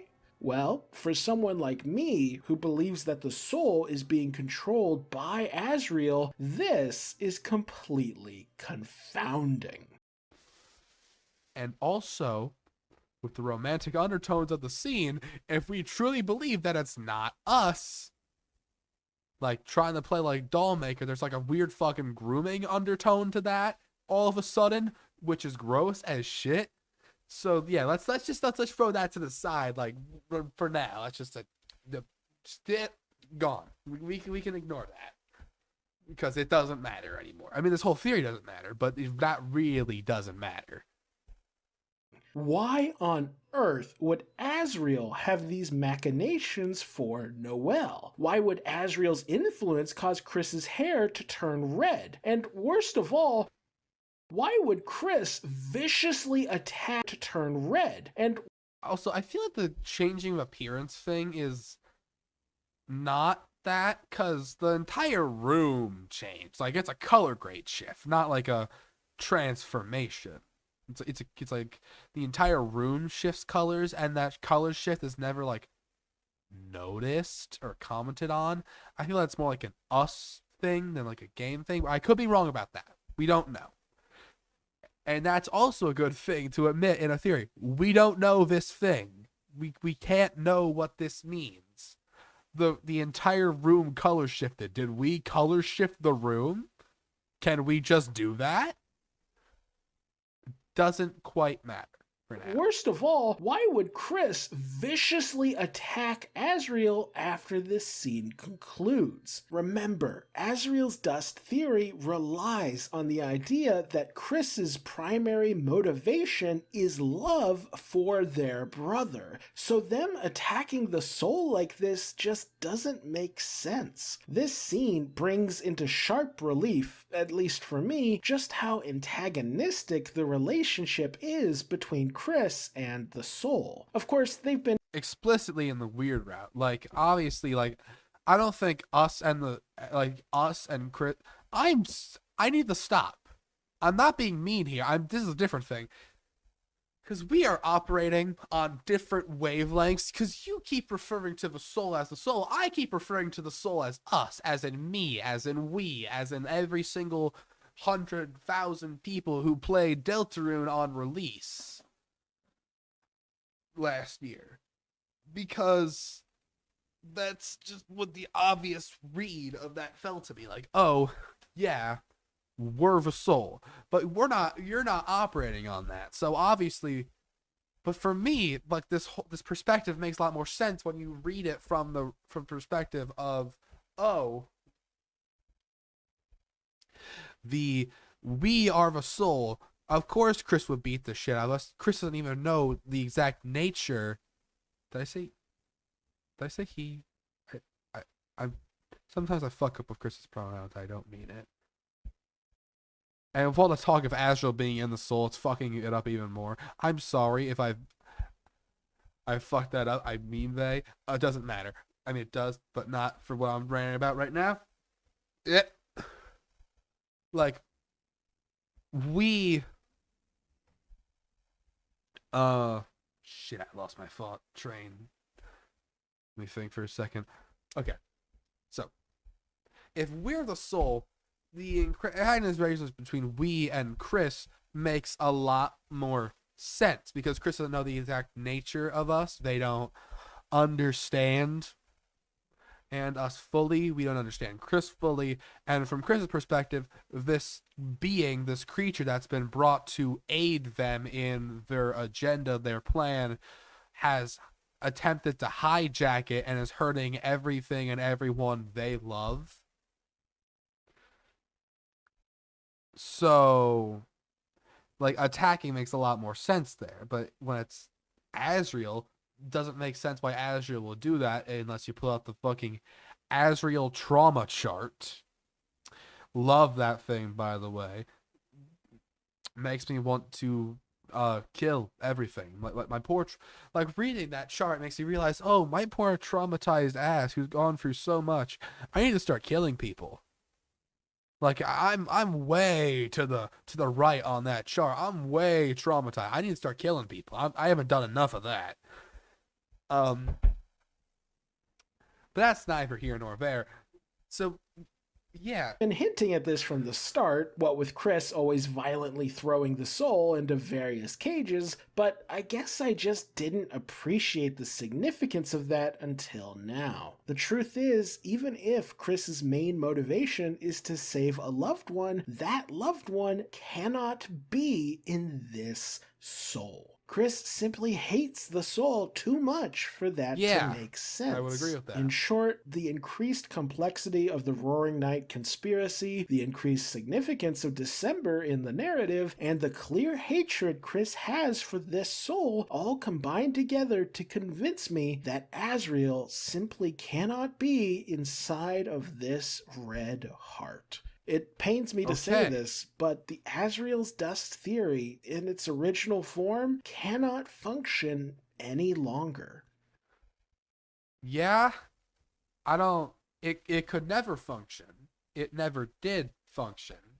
But okay, Asriel's dust is dead. Hallelujah. Goodbye. Please don't come back. It's coming back. We're watching Asriel's Dust 2.0. This isn't an apology video. This is a you thought I was sorry fuckers video. So, yeah. Asriel's Dust theory in that regard is dead. Do not call that thing beautiful. And I think that's going to go for the rest of your theories if you continue to try and string every single plot element. Like, as a play, like, even though we have a lot more to work with in 2 additional chapters, like, we still haven't reached the climax of the story yet. We still don't have all the pieces to put together. We still haven't reached the final reveal of this story.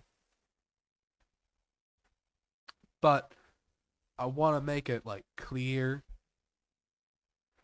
Like, so I feel like a better way to, like, go about theory making is not to make these big overarching theories on the entirety of Deltarune's plot, because even, like, arguing something in, like, the thematic context would only get us so far. I feel it'd be better to focus on smaller things, like more microcosms of the plot, which is what the What is Rouse theory was supposed to be, I assume, originally, before we got hit with the piles of Asriel's dust. The soul is Asriel also. So Rouse is Asriel's dust. Like, we got hit with, got slapped that a shit ton of times. So I would go as far to say, I'm okay. I need to shut up. I'm ranting. I'm not getting. I feel like I've made the point I was trying to make by saying that. I feel like I'm not getting any further. So we're 2 hours in. We're nearly halfway through the video. I need to shut up and listen. Rest in peace, Asriel's dust. You were too beautiful for this world. Wait a second. What's this? The power of the Dark Fountain. It's bringing the theory back to life. Could it be? Oh, no. It no. is. It's no. 2.0. No. Oh my god. God, please, no. That's right. I'm not giving up that easily. Did you really think I would abandon my beloved Asriel's dust without a fight? Hell no. Please. We may have taken a licking, but we're gonna keep on ticking. As any good theory crafter would. What happens if Asriel is alive? I brought this up many a time. What happens if Asriel's alive? Like, it's implied. It's like it's been implied he might show up for the festival. Like, if Asriel eventually just shows up, what are you gonna? Are you just gonna stop posting? Are you just gonna, like, die randomly in the street? Like, of a heart attack? Like you'll send a disturbance in the force and now just kick you in? Like, punch your ticket? I don't. You're putting a lot of stake into a theory that's already hanging by, like less, like a fraction of a piece of silk. Would do. I saw the flaws in my theory and I adapted. I went back to the drawing board, looked at all the evidence, and formulated a new version of Asriel's dust that is bigger, better, and stronger than ever before. This new Asriel's dust theory not only explains Chris and Rouse, but also explains the Roaring Night, December holiday, and most importantly of all, the true identity of the entity inside of this soul. It's not us. You're still not gonna back down that point, are you? It's still not us. Oh God. Oh Christ. Oh no. Ladies and gentlemen, we are still 3 minutes and 30 seconds off from being about halfway through this video. And it has been nearly 2 hours of recording and me slowly slipping into madness. Without further ado, let's dive in. God help me. First off, let's cover everything that I think is still true from the original Asriel's What do you dust think theory. is still true? I still think Asriel is dead. There's still no evidence for that. Still think his dust created Rouse. There's also still no evidence that Asriel is dead. You still don't have evidence that Asriel is dead. Like, we had evidence that something had happened to Des, and we still had evidence that something was going on with the night. We had a lot of evidence for a lot of things that ended up being halfway true or true in. We had evidence for these things. There is no evidence that Asriel is dead. There has been no foreshadowing that Asriel is dead. There has been none of that.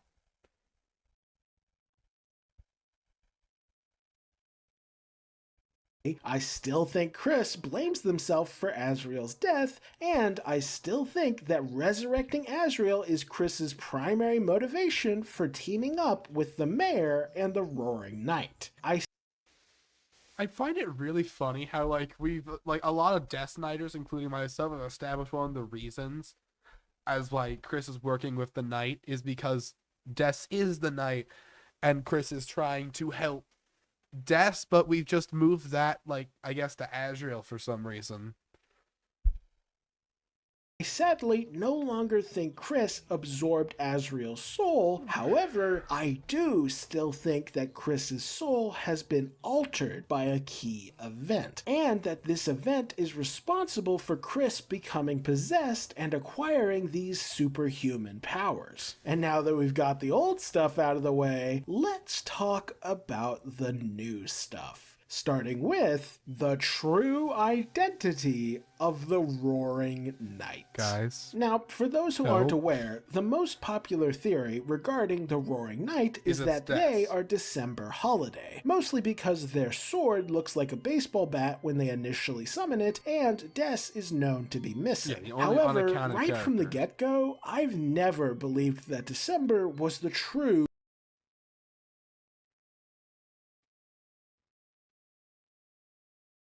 Oh boy. What's your reasons for this? Roaring Knight. After all, just because a theory is popular doesn't mean it's true, as evidenced by the fact that Chris being the Roaring Knight was the previous most popular theory. I didn't Honestly, was it? Like I know there were a decent amount of Chris Knighters. Like there were a lot of people who thought that they were the Knight. But at least my time on Deltarune Twitter, I joined a little late to the party. But my time on Deltarune Twitter, in my experience at least, there were a lot. It was a very varied field. Like there was a lot that were more popular than others, but it was a much more spread pie chart than what it currently is now, I'd say. Like there were people who thought there were multiple knights, which I leaned towards Carol Knight, but I was also a bit of a multi-knighter myself. That's objectively not true. That one got shot dead in the Bronx. But okay. didn't think Chris was the Roaring Knight then, and I don't think Des is the Roaring Knight now. No, instead, I have a much juicier idea that parallels Undertale in a far more convincing way. Okay. Now we're finally to the new stuff, so I am really gonna try. Guys, I know I've said this like fucking 4 times now. I am really going to try and take these new points as seriously as possible and address them in a very respectful way. I respectfully disagree with that idea. I think I know what you're going to say here. I think you're going to say like Asriel being transformed into something that's not quite monster or human and into something that doesn't quite feel emotions parallels Undertale very well. And I'd respond with thematically that kind of sucks ass. From a storytelling perspective, that's just the same story, but again. And Deltarune so far has not been Undertale, but again. It's been a very different story being told here. There's like there wasn't even really a prophecy. Like the opening of Undertale. Hold on.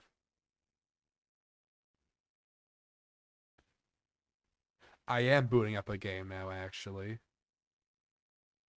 Let me just pull that up here. This right here is not really a prophecy. This is just like a recap of events, like a history book, more accurately. Like it's not telling us what's going to happen, like in Deltarune. It's telling us what has happened, like the long battle, the humans being sealed away. I'm speaking too fast for this to keep going on, so I'm gonna close this now. But you get my point.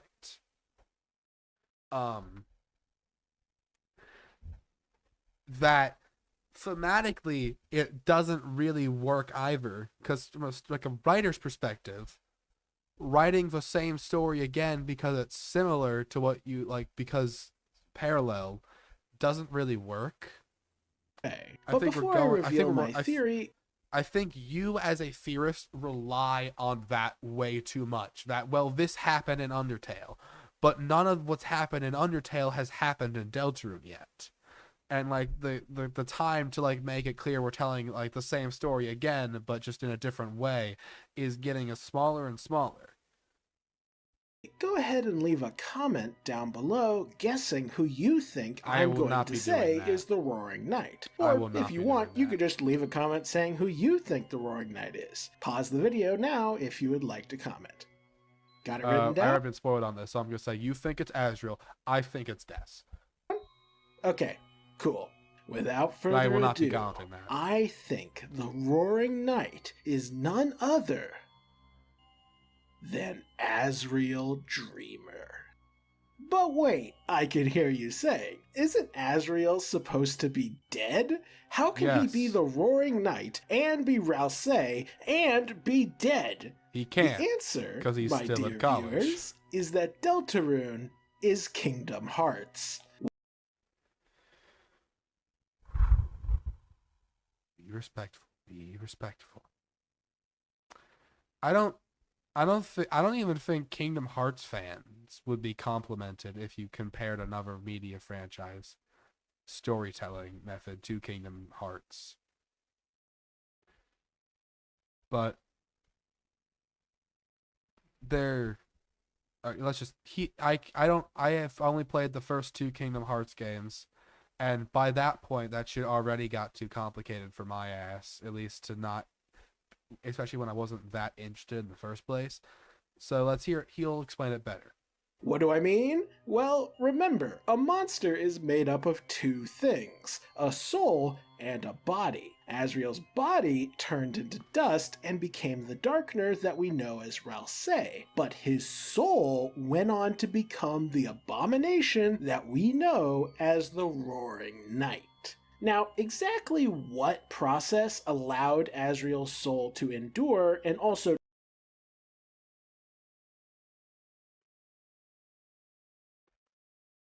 You don't know because no one knows. We do, like, the thing is, I feel like, in at least in my eyes, I might be wrong. Maybe I'll be coming back to this in a few months, and I'll be pointing and laughing at my ass and saying, "Look at this pathetic little weeb, little worm, little dubious little fucking dumbass. He thought Des was the knight, Lamau. What a stupid idiot."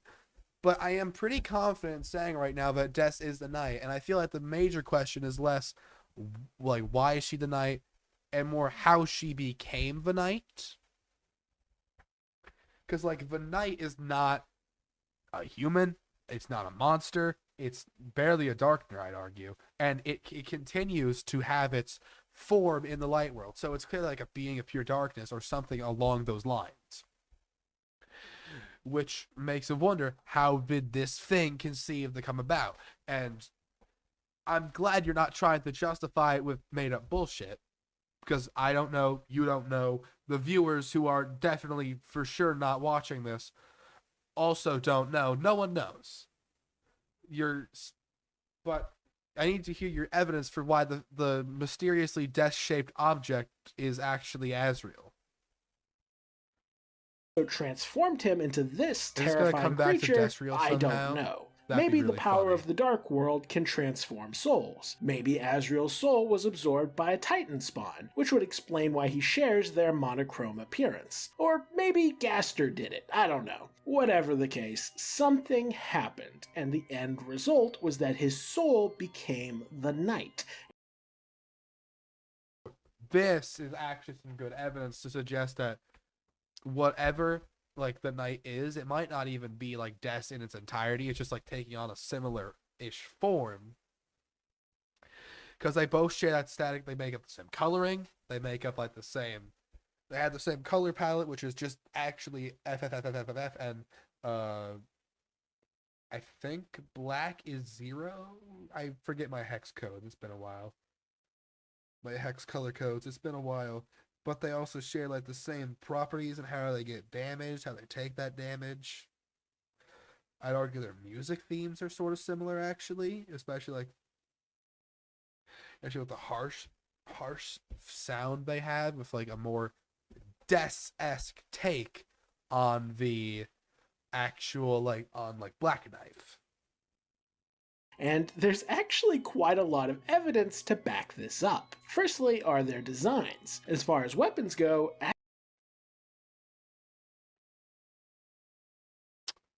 Okay, okay, kids. We're gonna play a game of spot the difference. God, I'm still being mean, but I'm gonna disagree because their designs have horns, I guess. They possess, I guess, in the battle box similar colors, but the holes on the hands, the bat-like appearance. Actually, this is probably not gonna be brought up because it's a more recent finding. I didn't find it; someone else did. Um, uh, Let me look up Roaring Knight slash. Or I could just type in slash afterwards. I'm fucking dumb. Maybe I shouldn't be making this video. The slash. It's backwards. It's backwards like that. And okay, I'm not gonna stand up for this one because I now have actually no. I'm not gonna fucking show my face right now. I don't really care about that. But let's look up. Look up how a baseball cuts through the air. Baseball swing arc.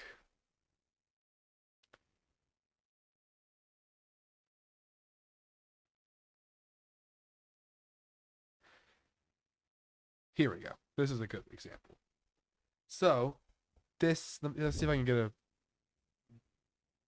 Give me a second, folks. We're going on a trip. Here we go. So there's the wind up and there's the release. So if we trace out that arc, we have the inner smaller swing followed by a much longer and wider arc like this. Very similar to this slash. Like you can almost see it. Like there's a baseball player I'm standing up again. Player standing here with their bat wound up and they swung. A lot of the initial motion would be in that early part of the swing right around here. And then as the bat extended out, so would that swing like that. That's actually very accurate how a baseball bat cuts through the air, which is more evidence towards Death Knight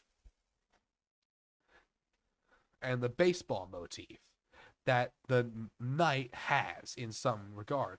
Not to mention, actually, right here, you can see the knight taking on a baseball like shape. I actually have a baseball nearby. I don't remember exactly where I put it. And I also don't have my camera on, so no point in grabbing it. But that's very simple. I have Google Images. I can just look up a baseball. What am I doing? That is actually very similar appearance to how baseball stitches look. When you like the two lever pieces that make up a baseball, that look is the stitch line that you see. So that's even more evidence towards the baseball motif.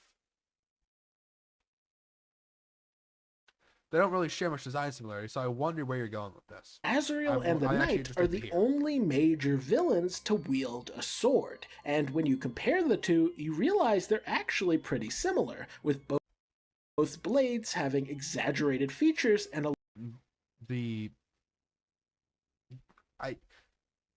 this really doesn't apply because like the wrist guard that we see here is a very different shape than this one, and the pommel is also different. The blade is a very different shape. Like both wielding an exaggerated blade, not to mention that is clearly taking on the form of a saber, while this is, I know my bladed weaponry a bit more. This is more accurate to like an ornate dagger, like an antique, like something like if you'd find this, you'd more likely to find this like Resident Evil 1 than you were to like find that like a saber like that, like a guitar, like a cutlass. Would be a more accurate way to describe this sword. It's a one-handed with a short wrist guard, with a long curved blade, whereas this has a wider handguard and a straighter pointed blade like that, with a pointed tip, which is more similar to a dagger. Like they're both blades, sure, but they have different anatomy. They have very different anatomies. Like pointing out that they have exaggerated features doesn't really help when a lot of features and a lot of weapons in Undertale are exaggerated. We can pull out Undyne's spear and point that out too. A large eye or gem in the middle. Eye or gem, those are two different things. They're like one doesn't have an eye really. There's a hole at the start of the wrist guard, which could be like a slot for a gem, but that's an eye, and that is there because it matches the motif of the Titan's darkness. Like there's a lot of eyes in like the Titan and dark beings like designs. It's also worth noting the different placement. Like one is like neither like I was gonna say the pommel. The pommel is this upper bit here. That it's in the wrist guard. Like there's an indentation in the wrist guard. There's an actual like indentation in the steel. Well, it's not steel, but you get what I mean. Like an actual indentation in the blade itself. They're in different places. And I guess you could argue there's this grill, but you have to keep in mind these are very different design elements. Like a lot of what Asriel's attacks are in the final fight are very related to what Asriel thought looked cool as a kid. Because when Asriel died, he was like at most like 12. And, 12-year-olds have silly ideas of what they think is cool and what they think is not cool. And like a lot of the attack names are very silly, like things you'd like an 8-year-old say while playing on the playground, like I cast Chaos Buster. Like a very badly made D&D campaign along those lines. Exaggerated features and a large So I eye disagree or on that gem respect. in the middle.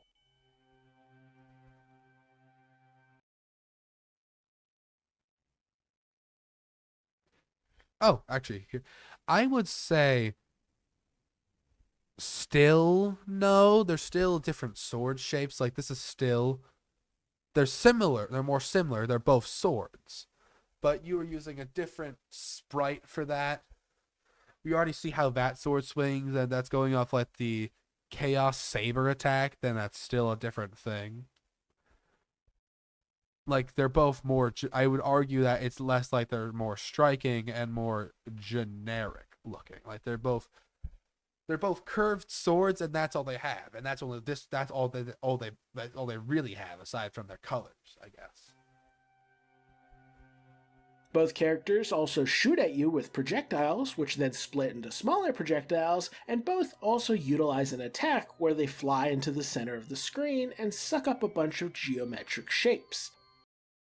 Actually, I wonder if he's going to point this out. This is more evidence towards Death. Is this going to be the entire thing where like he's going to list out his evidence for Asriel Knight, and I'm going to point out as evidence towards Death Knight? Is this what the entire rest of this video is going to be? Okay. But both that and that are in reference to Earthbound, and is it?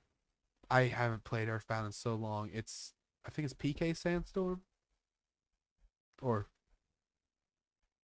something. God, you know what? I'm willing to admit where I'm less knowledgeable. I heard about this from other people, but it's based off. Let's see. I'm just gonna look it up because I don't want to. I'm talking. I don't look up the things that I'm more confident talking about. I am not confident talking about this. I remember this, but I don't remember it fully. Roaring Knight attack Earthbound. PK Starstorm, not Sandstorm. I'm silly. But yeah, it's a very similar attack to PK Starstorm, which is in reference to Earthbound, in which Ness wields a bat. I need to play Earthbound. I've yet to play Earthbound. I should play Earthbound. If you, I don't, people don't watch this channel. Like I made like one good voice acting video, and that was it. Maybe two more. But if anyone's interested in seeing that, fucking comment, I guess. But that's not important. Also, take a close look at these two projectiles. They both have this white diamond in the center and are then surrounded by a larger shape. The only difference is that Asriel as a god had these clean outer diamonds, whereas Asriel as the knight has these harsh, jagged shapes. Once again, let's look back on sort of Death's aesthetic, and we know they like a lot of punk rock. They had like one unopened ska CD. They smoked weed. probably. It was an unspecified leaf, but I don't know spoken that doobie. Um, so going back to this, we could also argue that we know that Des and Asriel were friends, at least in a lot of capacity. In Deltarune Chapter 4, we can actually see Asriel's sweater in the closet. So we could also make the argument that they're similar attacks, not and similar looking, not because they're actually the same person, but just because they were close and like did these sorts of things together. In fact, on Asriel's computer, we can actually, if you go to Asriel's computer, and I believe maybe it's chapter 1 or chapter 2, I can't remember which chapter it exactly is, but we can see that on the computer there's an old art file for a drawing, which sounds very similar to Asriel, uh, like like Asriel in his final form. almost as if the original diamond has been warped and distorted. You could also argue that they have a star-like shape, which would be yet another connection between them, as they both shoot stars. Then there's their physical design. Oh, he says they're literally called stars in the code. Okay, that's fair. That's true. But also, hold on, let me look up PK Starstorm. Let me actually look at that attack because like I said, I have not played Earthbound. I have not played. I should play. I should play the Mother series. I have not. But that's not Starbound. What the fuck is wrong with me? Starstorm.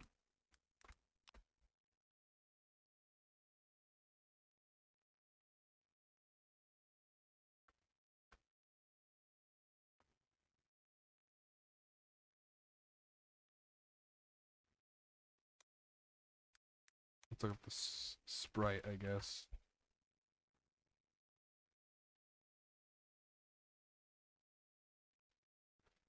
Here we go.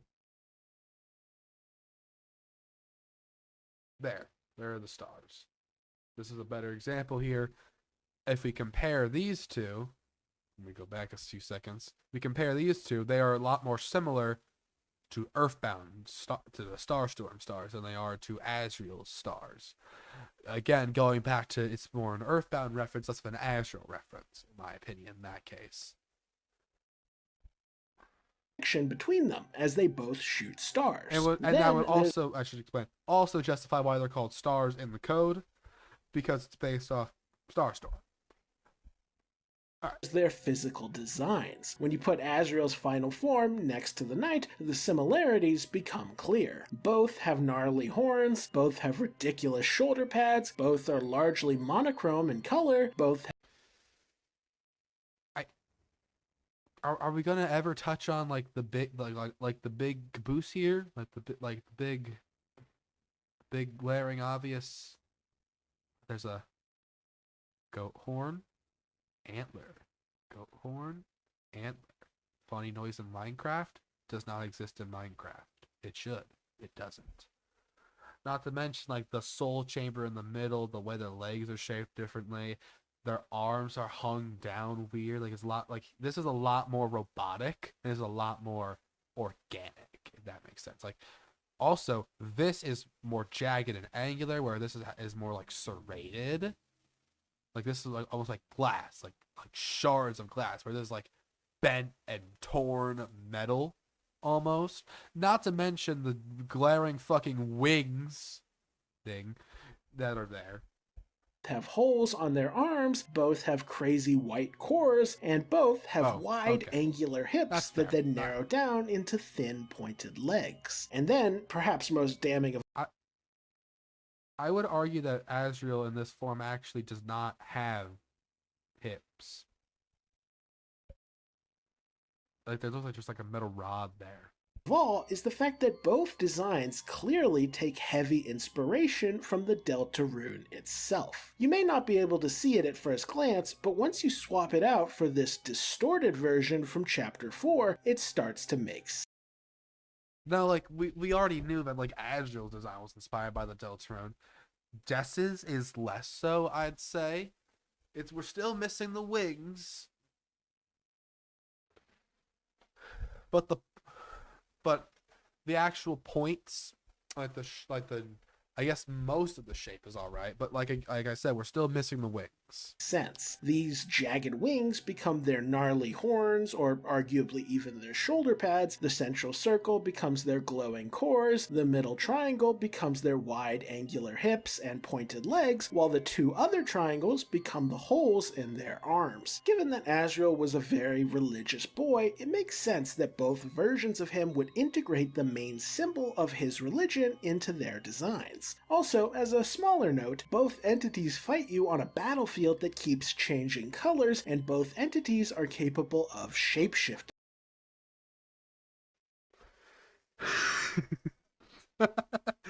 I'm not laughing at this comparison. I will say one feels a lot more natural than the other. Like Asriel here is just getting wide. I found this funny in Undertale, and I will always find it funny when I see an image of it. The transformation like the knight does to take Undyne away is very different than what Asriel does. Like, they're very different types of transformations. Like one's more like a final form, one's more like a animorphs, I guess would be a more accurate term. Similar to that. Beyond their physical appearance, I also want to touch on their behavior. Namely, I want to talk about the core dynamic that defines Asriel in both games. I am of course referring to their relationship with their sibling. In Undertale, Asriel is so distraught at the loss of Kara that he's willing to rewrite reality in order to keep them around. And while the Roaring Knight has yet to What? I don't. Hold on. What? in Undertale, Asriel is so distraught at the loss of Kara that he's willing to rewrite reality in order to keep them around. And Okay. I'm trying. My. You're not gonna be able to hear it. Like the gears are turning in my. I'm trying to think of what he's talking about. Cause like they absorbed the soul. Kara was buried out on the flowers that Frisk landed on. They're, I mean, he would like Flowey slash Azure was very be willing to like destroy reality to keep what he believed was Kara, and maybe in a partial sense it was, if you believe like Nara Kara and whatnot. Um, I do, but that's really not important to this and the slightest. Um, like Astro wanted like to stay with Kara forever, but they never like brought. You worded that very strangely, but I think you were trying to communicate. while the Roaring Knight has yet to speak or show much in the way of emotion, we do get a glimpse at this sibling dynamic. When the Knight overpowers our heroes and downs them all in brutal fashion, they don't do this to Chris. Chris still takes a shit ton of damage here. I'm not. I could do a night fight to like show this in reality. I might do this in post. I'm not going to. I already know it. I don't want to do that fight right now. But if I remember correctly, like Chris still like is on very low health here. Afterwards, like the Knights still like beat them, and I would argue that's not really a sibling dynamic. That's more just like a working with dynamic. Like make it look real, but don't do me in like the rest. Not to mention this sort of knighting technique that the knight is doing on onto Chris is a lot more similar to what a king or a royal would do to a subservient, which is not a sibling bond. Now, you could argue that this is simply because they're in an alliance, but I would argue that it's hinting at something deeper. This is most plainly demonstrated by the way Chris behaves in the Knight's presence. In their first battle, it's clear that Chris has no desire to fight the Knight, as shown by the fact that their heart gets more and more twisted the longer the fight goes on. That makes perfect sense if the Knight is Asriel, as nothing would be more painful to Chris than being forced to fight the living, breathing personification of their greatest sin. Furthermore, I feel like that isn't. maybe we can dismiss that from Death's theory in that case too, because I feel like that argues for both, really. Like, if Chris feels bad about hurting Des, and like, let's keep in mind, Des, Asriel, Chris, and Noel, they were all like tight, like close friends, tight knit in like some capacity. So like I feel like regardless of the identity being Asriel or Des, like Chris, who is working with the Knight for personal reasons, not just because they think it's funny, um, would feel bad. Like I guarantee, if like the Knight was Noel, it's not. But let's throw that dumb hypothetical out there. The reaction would be the same because Chris really cares for Noel. The same would for Asriel. Same could be said for Des. In Chapter 4, Doesn't Chris really gets the apply. opportunity to attack the Knight, but refuses. This is just the same ally thing here. Same argument. Same argument I presented, same argument you presented. Doesn't really matter. Plus, Chris is exact same thing. Like for each of them. Like Chris will open the door. Chris, if you think about the Knight, will think of Jockington extremely desperately. So on and so forth. That could be used to they're protecting the Knight because they're trying to protect the Knight from us specifically. This is Not really particularly because odd given that we know how durable the Knight is. If Chris really wanted to keep their alliance with the Knight a secret, then they should have just made a show of launching an attack that the Knight could easily tank. But they didn't. They just stood there super suspiciously, refusing to do anything. This implies to me that Chris isn't just avoiding conflict with the Knight because they're on the same side, they're avoiding conflict with the Knight because they genuinely cannot bring themselves. I'd also argue that considering the Knight still beat the ever living shit out of Chris, like even though like it's not negative 999 need a revivement to bring that guy back, I'd still argue like negative 80 is still the lowest Chris's HP will go into the negatives, if my memory serves correctly, when you take like final blow damage. So to me at least, it does like Chris, like if they've it like, and the Knight's clearly not all there, not like exactly a person who can be reasoned with. So like if Chris attacked it, it would just beat the shit out of it would just beat the shit out of them. To hurt their brother. This also explains why Chris makes such a concerted effort to hide the true identity of the Roaring Knight when we try to think about them in Chapter 4. If the Roaring Knight really was December Holiday, then what harm would come to Chris's plan as a result of the Soul knowing that fact? We as the player don't know or care about December at this stage of the story. I I do. Don't you put words in my mouth. Des has been brought up a lot. The player is explicitly thinking about Des and the relationship, not only because of the antlered appearance of the Knight, but also because of the explicit effort going into Des's room looking for Des's guitar and be able to connect those dots with this mysterious Des character. Like from a casual player's perspective, like even though we don't know it's Des from like a casual viewpoint, we can still view it as like it's getting the gears turning, it's setting it up, it's putting things in motion. Story. So this revelation really wouldn't have much of an effect, making Chris's choice to hide this fact particularly odd. On the other hand, if the Knight is actually Asriel, then Chris would obviously do anything and everything in their power to bury this secret as deeply as humanly possible. If my theory is correct, then they don't want. Okay, let me read this. Also, in the normal version of the Night Battle, Toriel is described as sleeping peacefully, but in the version where we win the fight, the battle becomes a drawn-out slugfest where we do some real damage to the Knight, and Toriel is now described as having a nightmare. Toriel is subconsciously distressed by harm coming to the Knight, heavily implying a connection between the two, and who our boss monster is connected to on a spiritual level.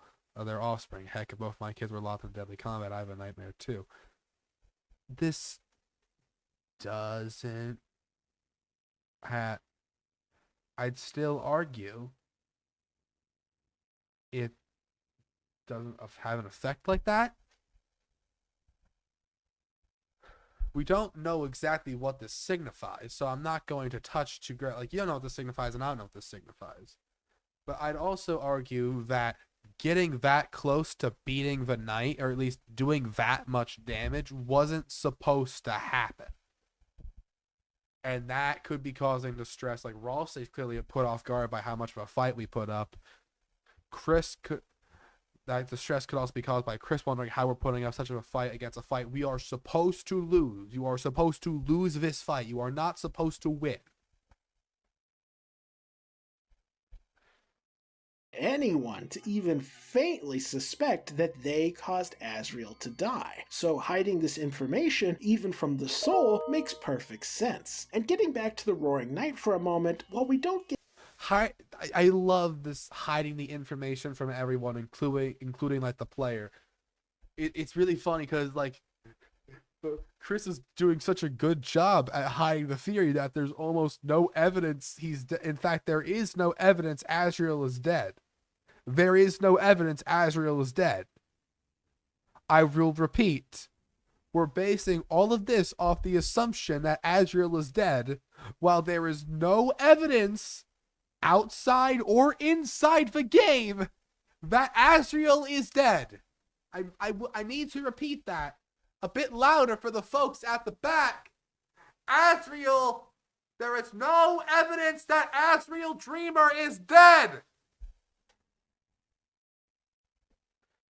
Get a ton of personality from them. The way that they laugh in Susie's face and manipulate characters like the king. I'd actually argue this is evidence against that, considering we know where that laugh comes from, and it comes from Friend. And the laugh that Flowey gives, well, we also know where that comes from because of a McDonald's commercial, but that's not the thing. They're different laughs. Like, a character laughing isn't a connection. Flowey's sadistic, the knight's sadistic. Okay, that's connection made. However, the more strong connection is that the laugh is the exact same laugh as Friends. Hold on, let me go to the Spamton sweepstakes.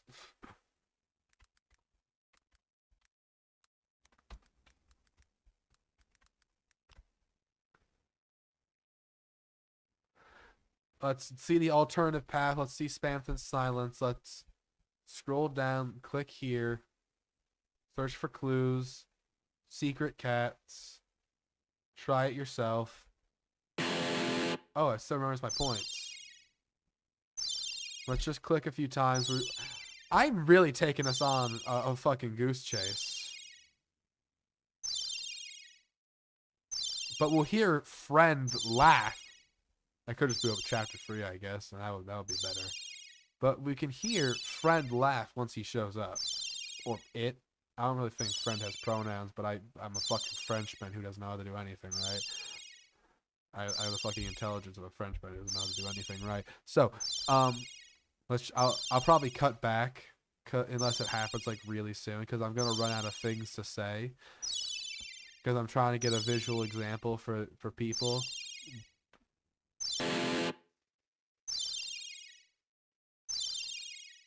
There it is. Fuck, that scared the shit out of me. That still gets me. But there it is. Found him. Found that fucker. There he is.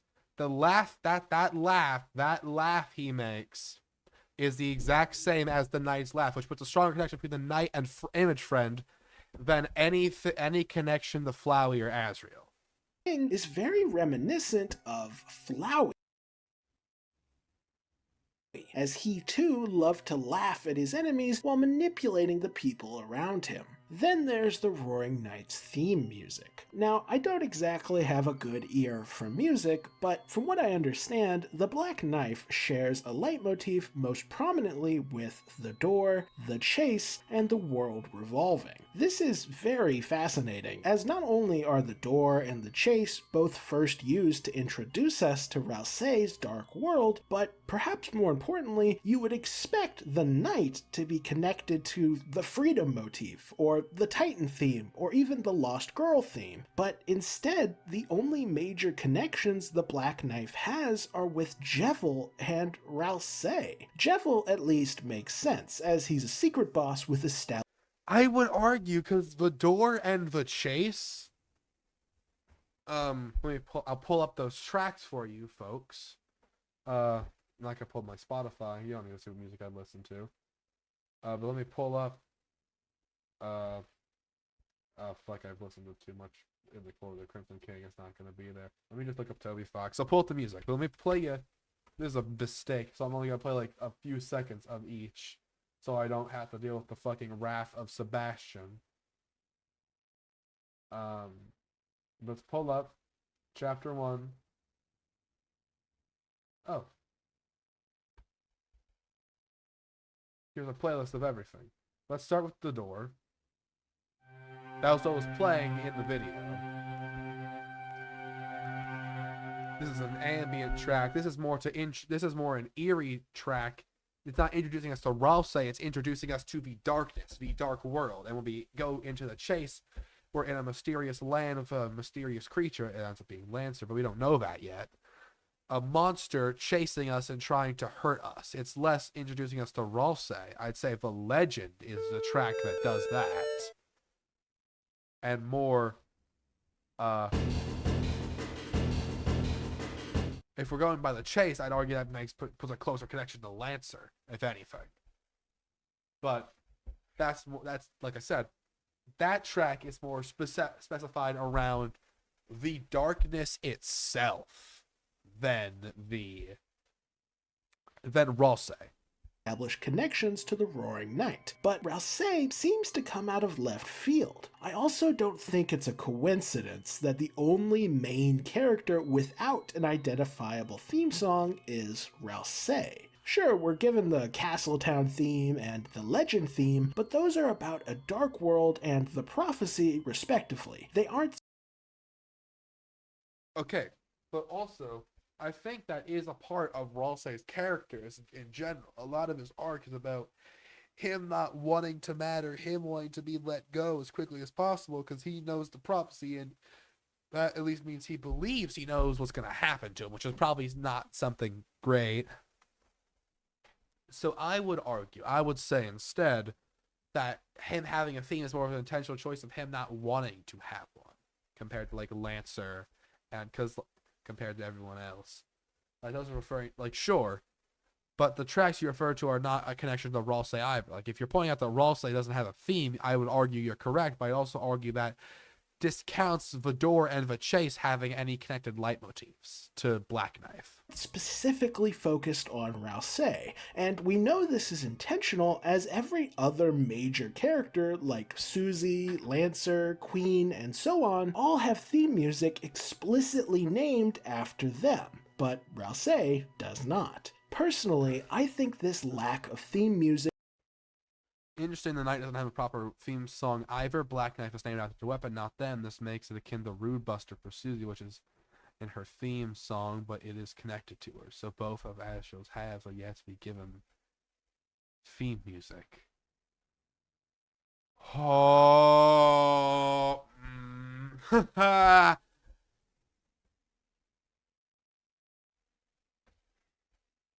I'm not gonna.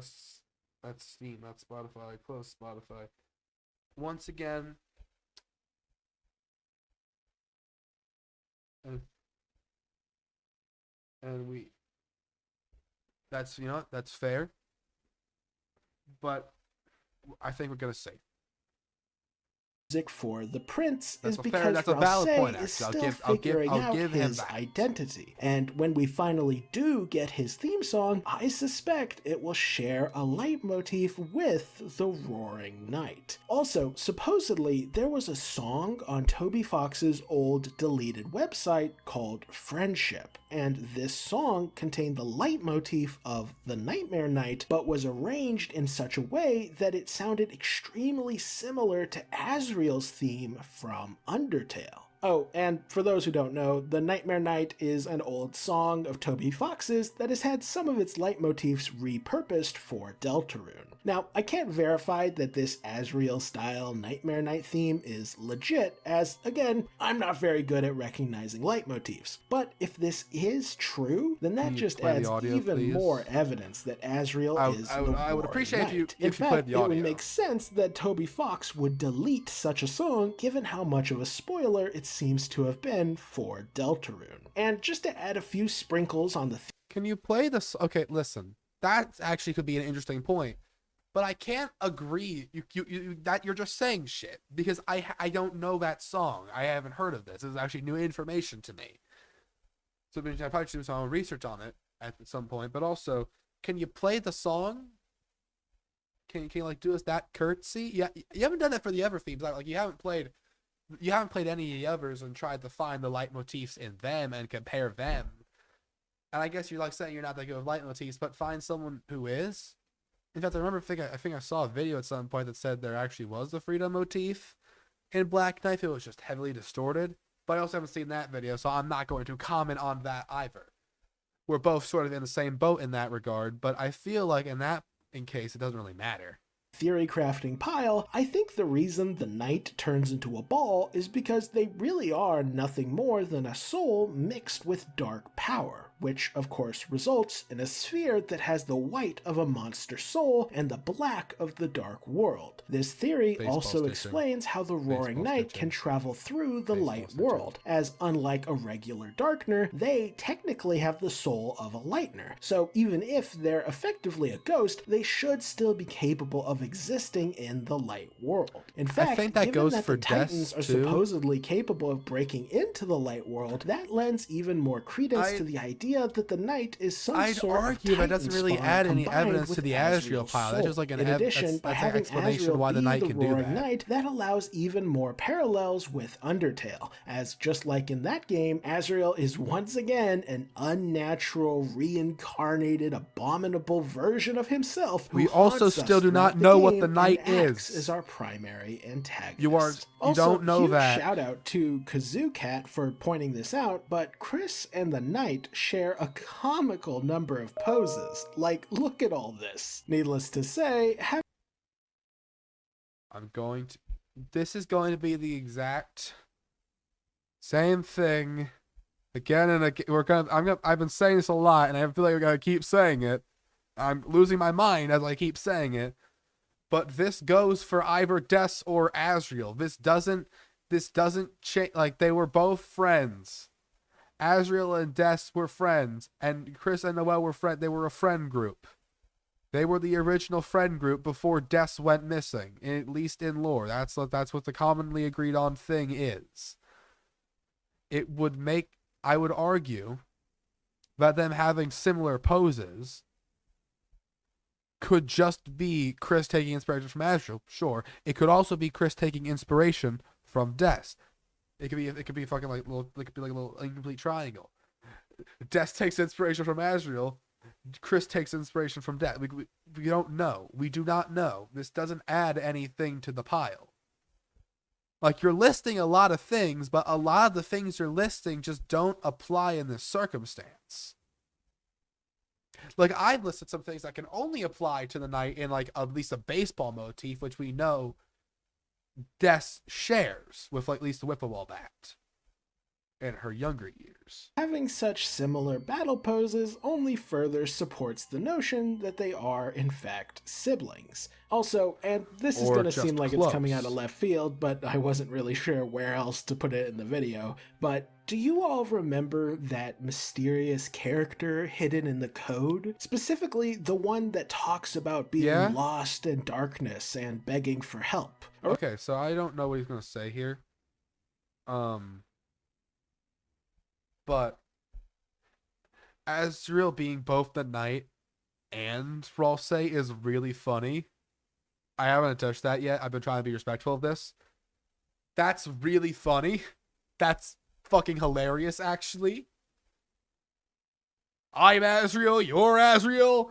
Anyone else that you know who's Asriel? No, he's not gonna no. Like we have two candidates for like person lost in code. It's either like our vessel or Des at some point in time. He's not gonna say it's Asriel. I did just. We're not gonna about to complete the fucking that fucking Squidward meme with. Originally, we all thought that this was December, as she was the I would only agree with person that that statement. we knew was missing. But now everyone's Yes. jumped on the bandwagon that December is the night, which leaves the identity of this code character completely unclear. I'd argue it's either still the vessel, considering it appears at the start of chapter 1 when we read and progress through this code. I could also argue it's still Des. We don't know exactly what Des is at this point. It could. We also don't know where Des is. We don't know when Des is either. I'll also point out that. Like, I think I've seen a few people point this out, so I'm not going to be the first by saying this. I still think this is Des, primarily. I have other theories, mostly the vessel. But I still think this is Des. But I do believe that this is taking place in a point back in time. Back. But there's like some time shenanigans going on here. I could be wrong. I probably am wrong. This is something I've not fought very hard on.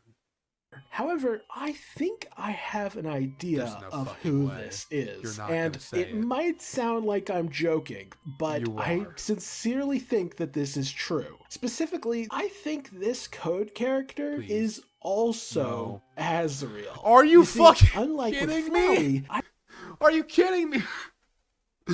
No. What? What? No, because how would Asriel end up there also? Vedustus, Ralse, the Souls Tonight. the blank is also the code. What? Huh? What? No, because what and huh and what and the huh and you what and I don't get what. I'm Asriel, you're somehow also Asriel. What?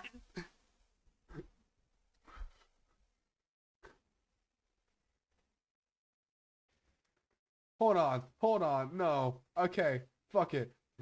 We're going wacky mode, boys.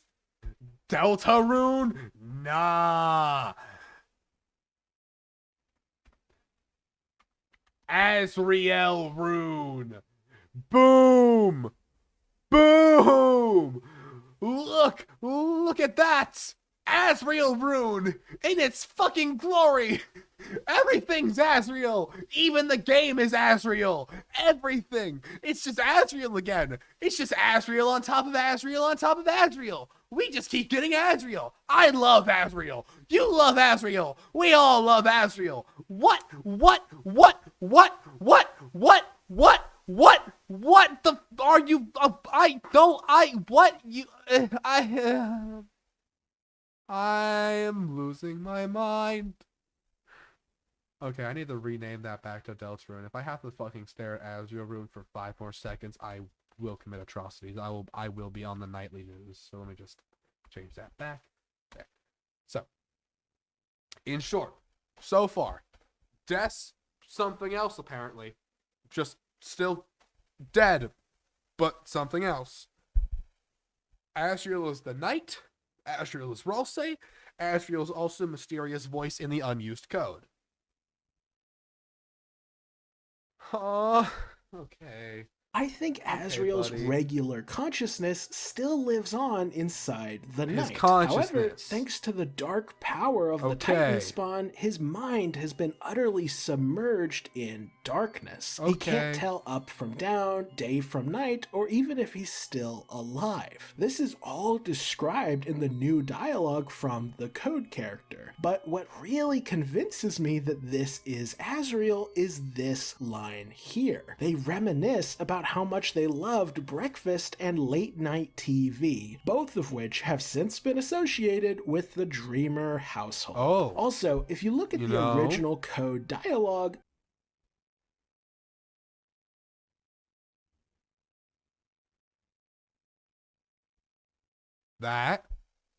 That's actually valid, but also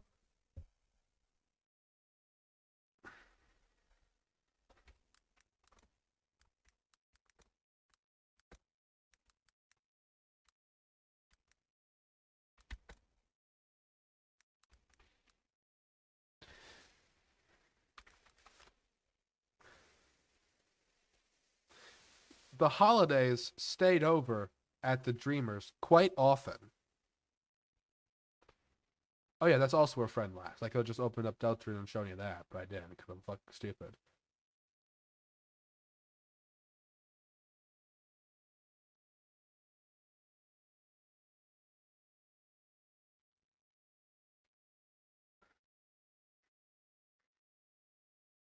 Holy shit, it's Chester. Anywho, there's this. Like the late night TV and breakfast, they stayed over often. Also, does not. The breakfast is actually another argument. It's the same thing.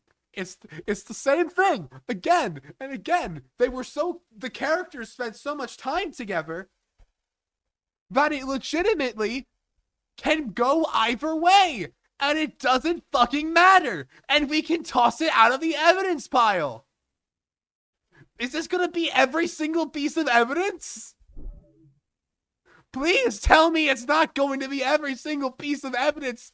I'm gonna go insane. It's been nearly 3 hours and I still have 20 minutes left on this video.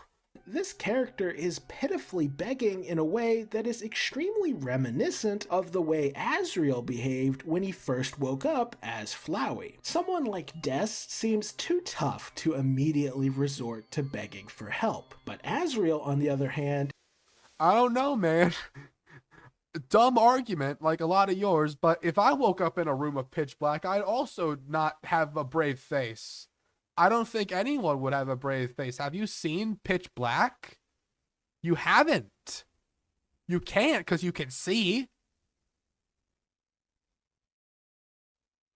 Okay, here's an interesting challenge. If you have a bathroom with no windows, turn off all the lights around the bathroom or like a closet. Go into that and just close the door and turn off the lights in there as well. It'll be extremely dark. You won't be able to see anything. Maybe not even like your hand in front of your face.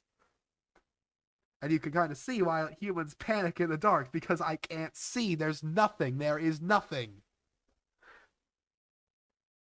is repeatedly depicted as being emotionally fragile and prone to crying. Heck, the Knight themselves is seemingly fragile and prone. Okay, well, you're showing the other. You're not helping your case because Des is lost and lost and lost. The boy is crying and crying and crying.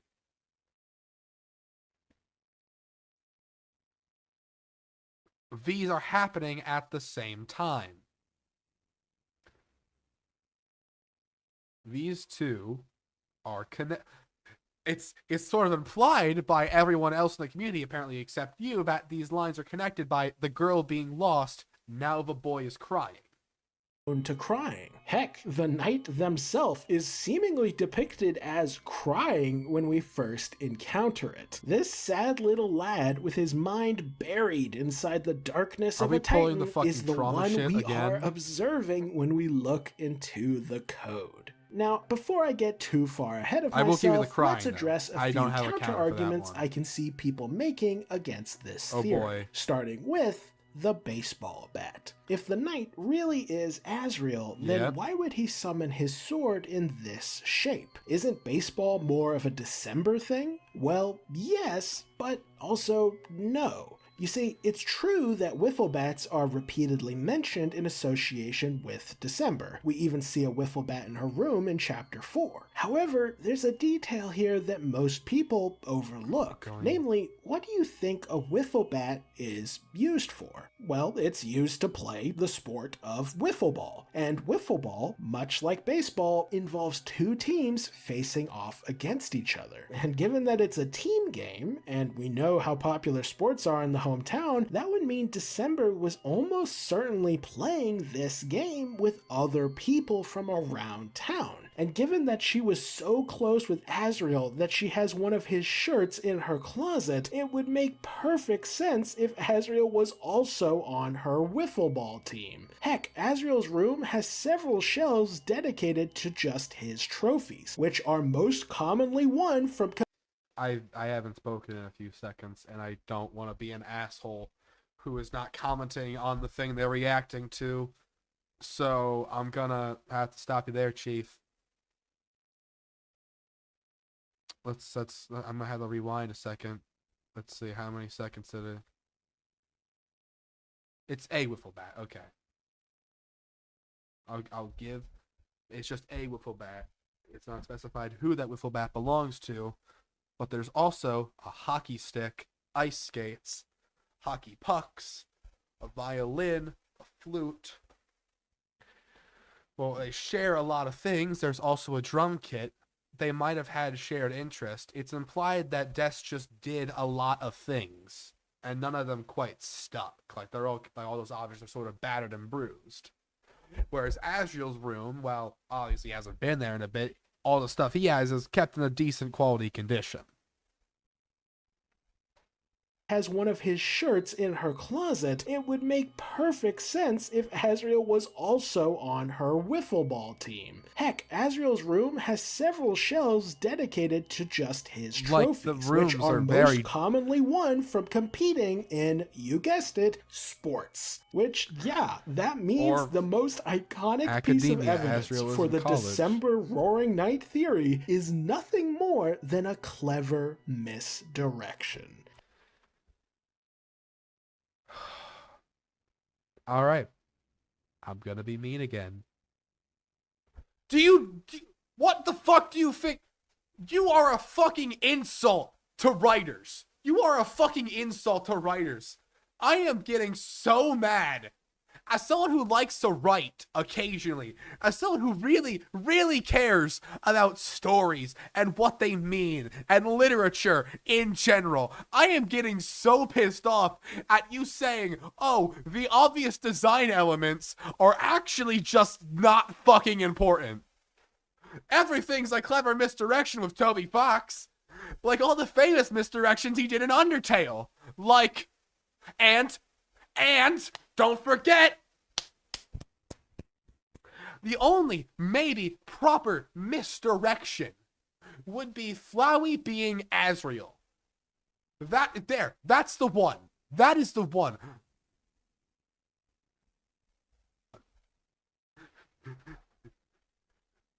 I feel like we're just acting insane, not knowing what's gonna happen next, and because of that, we're all being a bunch of stupid fucking dullards who are making shit up and saying, oh, the writer is personally tricking us.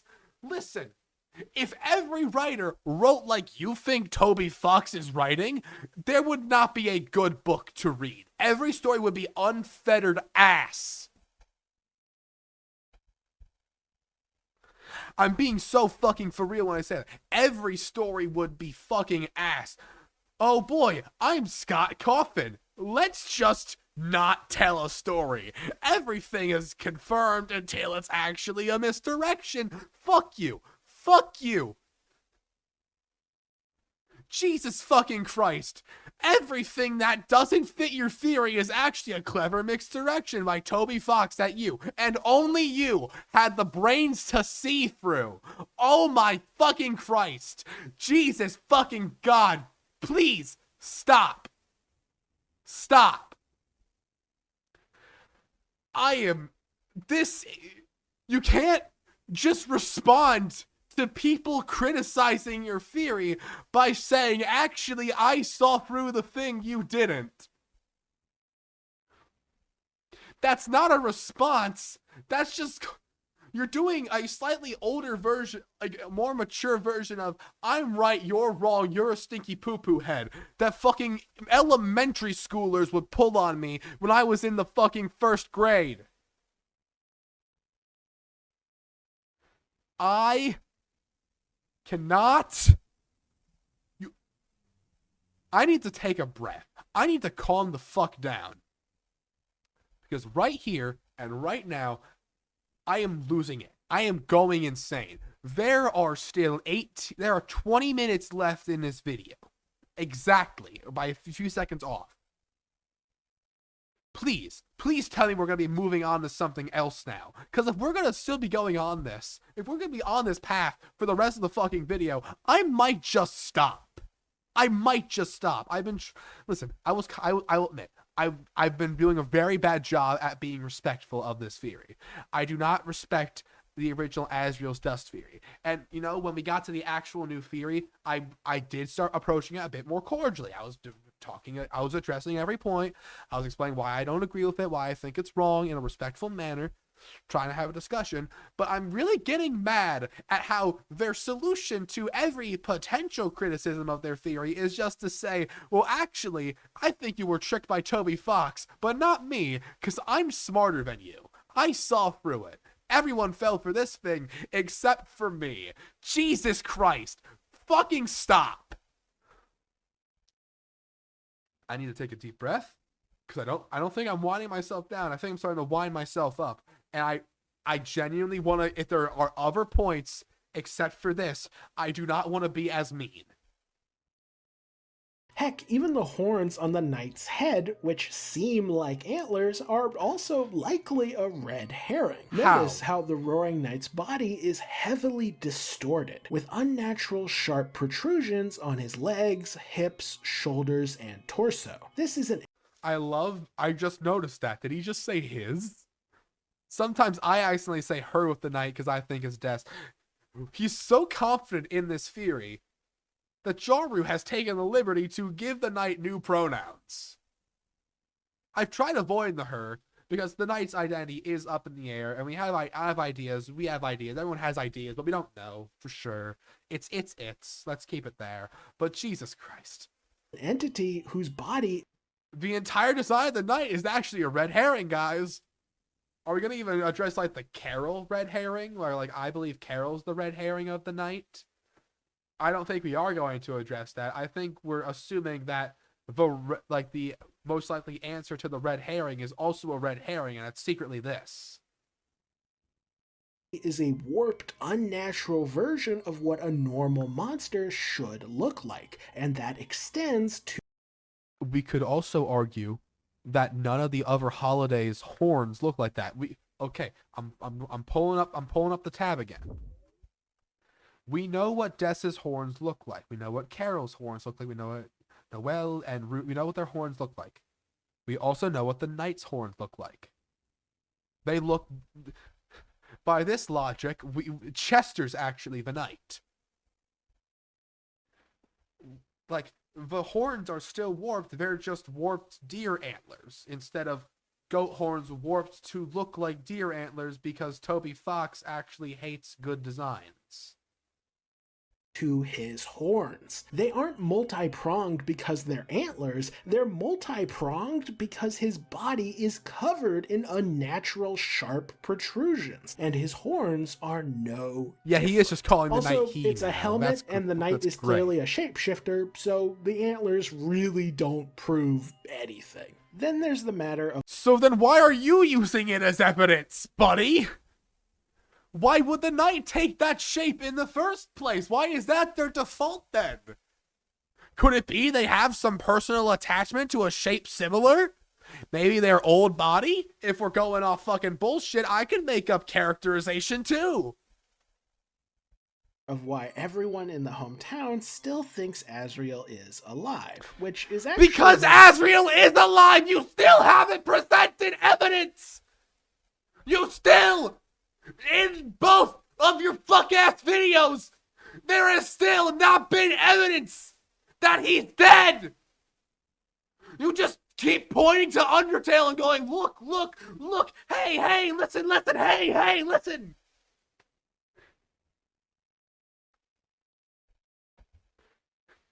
Like, that proves your point! It doesn't prove shit! Oh my fucking god! Please, can you actually give me some evidence instead of vibes? Like a line of dialogue instead of vibes and Undertale? One of the main pieces of evidence that critics use to argue against Asriel's dust. Specifically, the idea that Chris could cover up Asriel's death all on their own seemed implausible to many fans. But luckily for me, because the new chapters have made this much more feasible. Not only does Chris have access to Asriel's computer, which makes impersonating him online quite simple, but Chris is also in an alliance with the freaking mayor, and Carol is cold, methodical, and powerful. If anyone would be able and willing to cover up Asriel's death, it would be her. Throw in the assistance of the Roaring Knight, and Chris has more than enough resources to cover up just about anything, which means...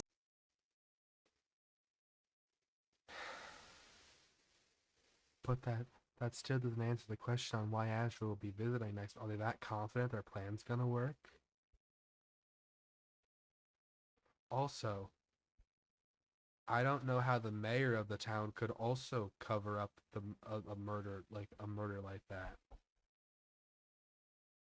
Like how can they stop that?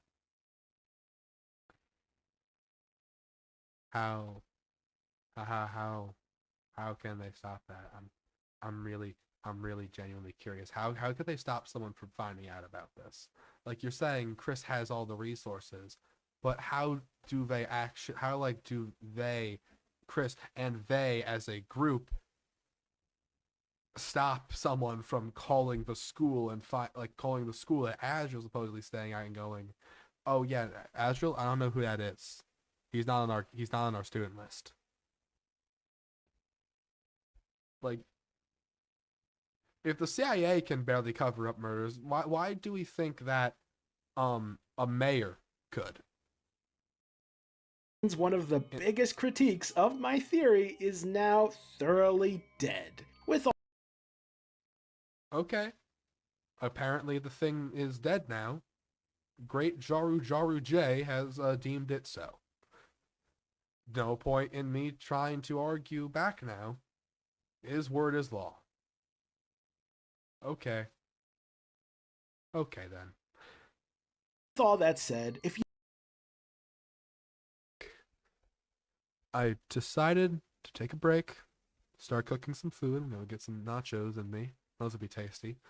And just take a break from this video, just for like a few minutes, because I feel like at the rate we're going, I'm going to lose my vocal cords.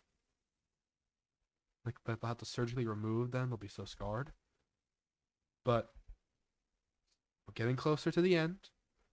I think we're finally wrapping up this. I think he's going to move on to something else now because there's still Des, and he has yet to mention her except for debunking this. So let's see. If you don't believe Asriel is the knight at this point, then I don't think anything I say is going to convince you. While I do think my arguments are fairly strong, I suspect the majority of folks will continue to believe that the Roaring Knight is December holiday. In fact, if I were to end the video right here, I'm willing to bet that the main critique in the comments section would be something along the lines of, not addressing what about Des. If she Yeah. isn't the Roaring Knight, then what the heck is her deal? How do you, Mr. Crackpot Theory Man, explain the increased focus on December if she isn't the main antagonist? And to be fair, that is a valid point. If I'm going to kick December out of the role of the Roaring Knight, then it's only right that I provide an explanation for what role she actually fills in this Yeah, and story. I'm And curious. believe it or not, if my theory is true, then December Holiday is even more important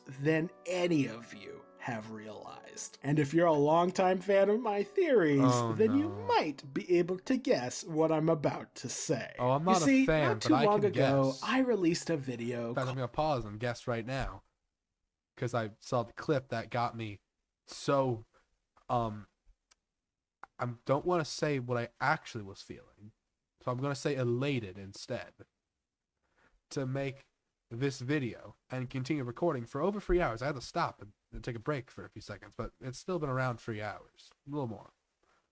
Um, I will say, I think you're gonna say that Des is the soul, because for some reason the idea of a metatextual narrative focusing on the relationship between the player and the protagonist have is actually lame and bad for reasons, and it being another character makes more sense, I guess. And I know it's going to be that. Not because like I'm a fan of yours, but because you're really desperate to have that be the case.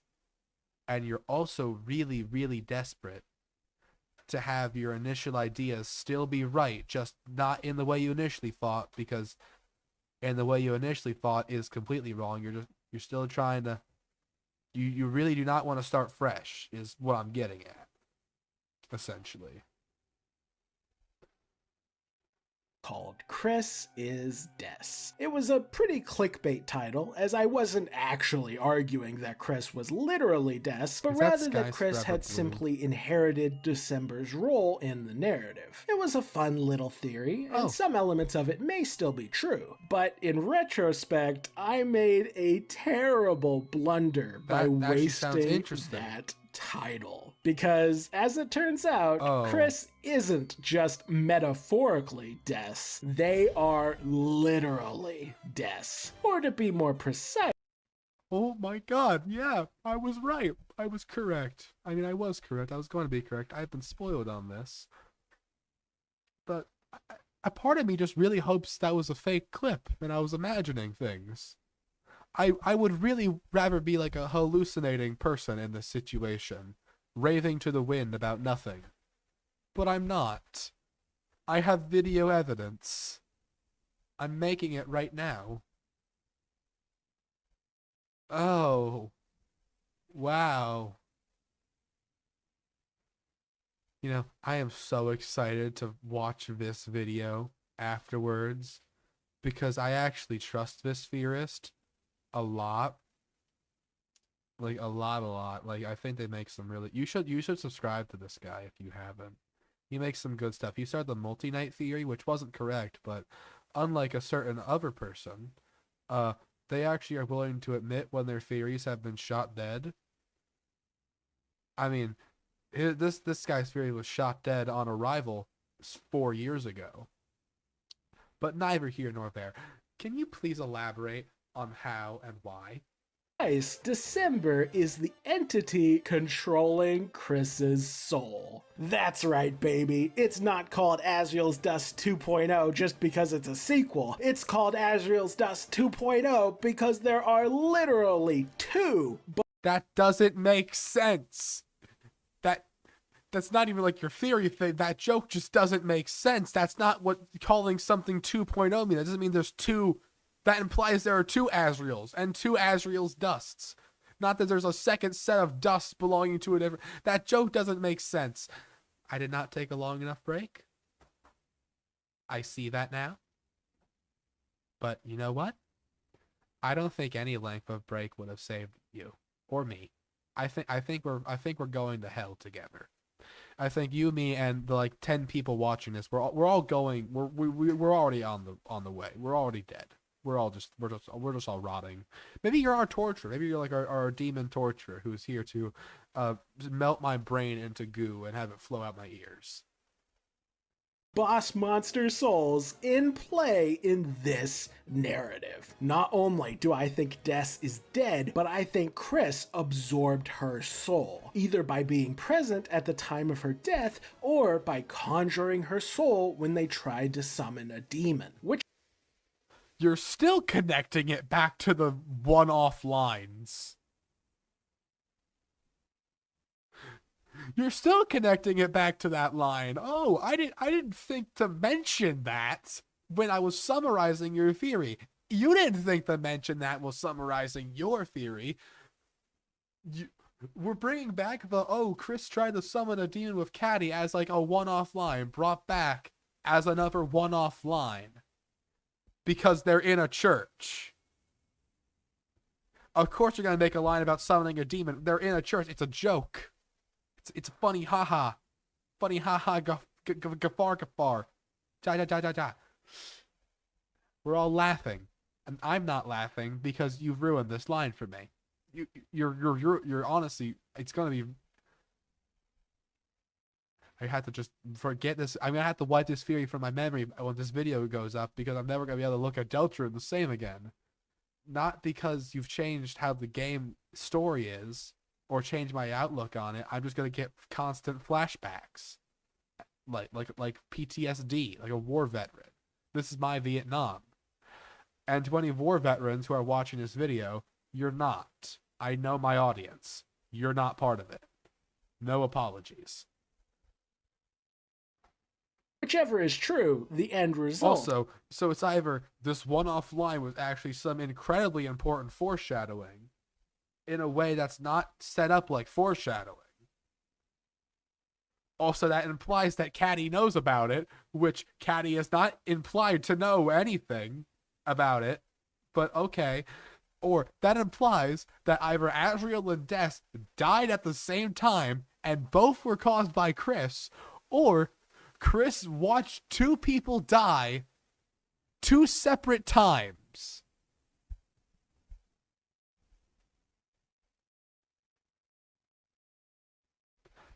And just didn't tell anyone because no one knows Des is dead. She's missing. Is the same. Chris has been transformed into a type of entity that we've never seen before. A human who has absorbed a boss monster's soul. And yes, this theory does rely on Des being a boss monster. Oh yeah, that's right. We don't know that.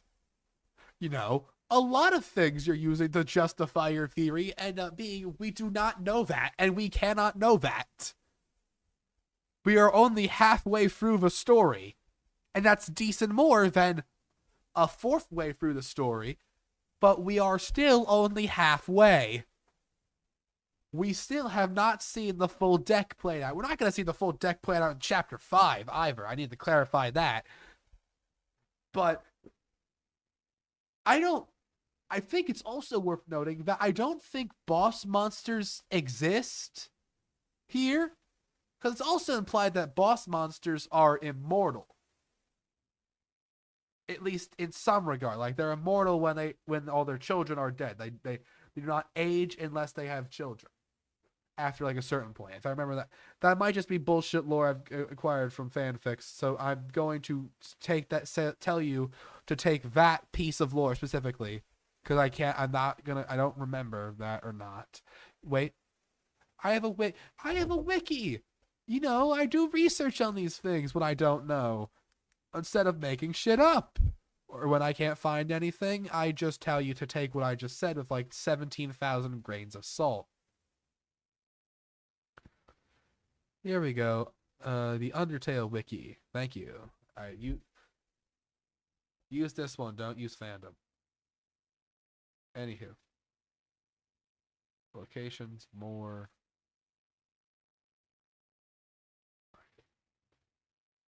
It would probably be in plot elements.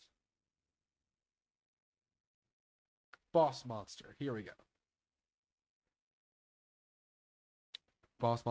Mature boss monsters only age when their offspring does. This explains that. Okay, I was correct. Where was that source from, actually?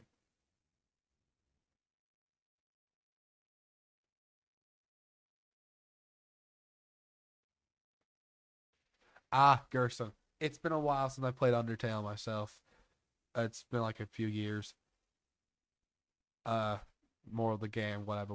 That doesn't matter. Good thing we verified that. Good thing we verified that. So we're assuming that characters who have not been established to be boss monsters, we don't keep in mind. We do not know boss monsters exist in Deltarune. That has not been ever established. Ever. We do not know that. That is not like unlike boss monsters, which were heavily foreshadowed and brought up, and there are many lines in the game telling us about them and what they were as a subdivision of the species or speciesies. I don't genus, not kingdom. I think that's still be kingdom anime. We're gonna go genus. Um, like we know that, but we do not know that exists in Deltarune. You also keep doing this. You keep bringing up Undertale to justify your. Hold on, let me just pull this down for a second. You keep using Undertale to justify Deltarune. Sure, they're both hearts. They both feature heart-shaped objects, but I feel like we can even imply that these are different types of games, different rules. By like, if we're going by like just surface level differences, like you keep doing, the logos look completely different. Like they're completely different shapes. Like it's a much higher resolution, different. It's a different take on something. So like, let's put this straight here. I haven't even mentioned this yet. This is assuming Asriel, Toriel, and Asgore, all three of them, they are all boss monsters. That's assuming they are still boss monsters. That's assuming boss monsters are still a thing. That's assuming magic is still a thing. You are assuming where's the magic? Actually, no, wait. Genuine question. If magic doesn't exist in this world, where is it? If boss monsters still exist, where's the magic? Genuine question. I'm genuinely asking here. Tapping the mic. Where is where? You're not going to answer that. I know you're not. I know how you address your theories. You address the ones you think you can debunk with bullshit, and the ones you know you can't, you just don't talk about. Monster, but why couldn't she be? The Holiday family and the Dreamer family have an awful lot in common. The two families have always been very close with one another. They're both politically very powerful, with Asgore and Carol acting as authority figures. They have opposite elemental affinities, with the Dreamers using fire magic while the Holidays use ice magic, and perhaps. I mean, what?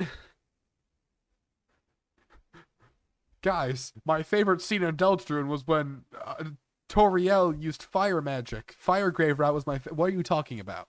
Like, I get it. The holidays, like Noel specifically, at least in the Dark World, uses ice magic. We don't know. Undyne uses her spears in the Dark World. It's most likely that they probably use fire magic in the Dark World. So elemental affinities, whatever. But this feels like you're still assuming they have magic. Is that one of your? Hold on.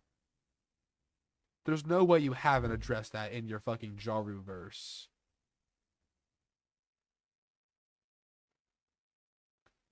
What's your oldest video? Is it? I'm not gonna scroll through all that. Let's just scroll down a few years. Oh, there it is. There's an hour-long video right before What Is Ralsei.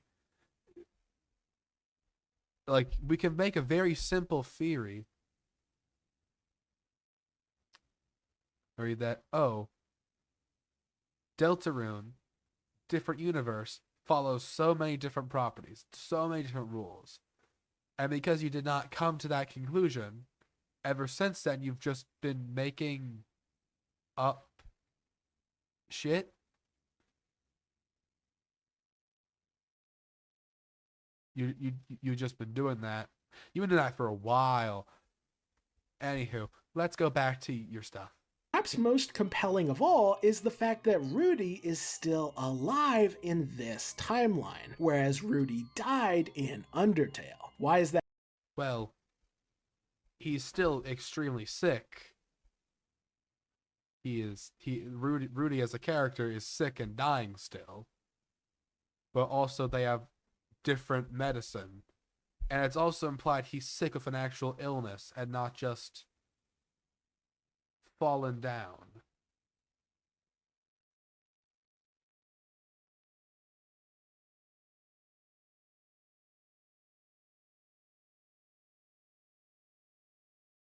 That important? Well, timeline, whereas Rudy died in Undertale. Okay, a small tech issue for a second. Sorry about that, folks. Um, it's actually kind of telling that he didn't fall down. He got sick with like a disease, a lung disease, probably cancer. I'm saying probably because we don't know. We do not know. You see, when we don't know something, we just say we don't know it instead of doing this. Why is that important? Well, it's because boss monsters don't age so long as they don't have children. Once they have kids, their life force is sapped away by those offspring. And if you're a reindeer man with a serious health condition, then having your life force sucked away by not one but two living children would only exacerbate your issues. That's okay. We're bringing back the wiki again. When they have an offspring, the soul power of the parents flows into the child, causing the child to grow as the parents age. But Asgore doesn't have a child. He's been stuck the same age. That's really, really so desperately. How did you get that? Where did you get the, oh, having children saps your life force? No, it just means they age. That's exactly what it allows. The soul power flows into them, so they both grow up at the same time. The child receives a life force. The parents lose the life. They both age. That's what it does. That's what it does. Like, it's not sapping life force. It's just aging. That's aging. How did you read this and get children are actually fucking life force vacuums that will slowly kill you? You know what? Actually, I don't agree. But you know what? When I say it like that, you have a point. You have a small point. Having children does cause you to be immortal. Not having children causes you to be immortal. Having children, you're mortal now. So I guess, yeah, you're immortal until you have children. Life force suckers, parasites, actually. But also, I don't know how to tell you this, bub. But we're not. You can't. Oh my god. They just keep doing this. They just keep doing.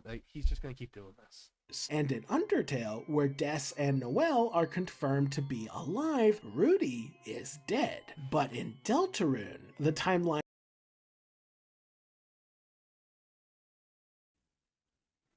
Oh my god. Well, they're still. Oh, is he argue? No fucking. Is he arguing that since Des is dead, or that we don't know what Des' status is? We just know she's missing. Probably morphed into something horrible, but we don't know that because we don't know. Is he arguing? Is he arguing that because Des is dead, he's dying slower?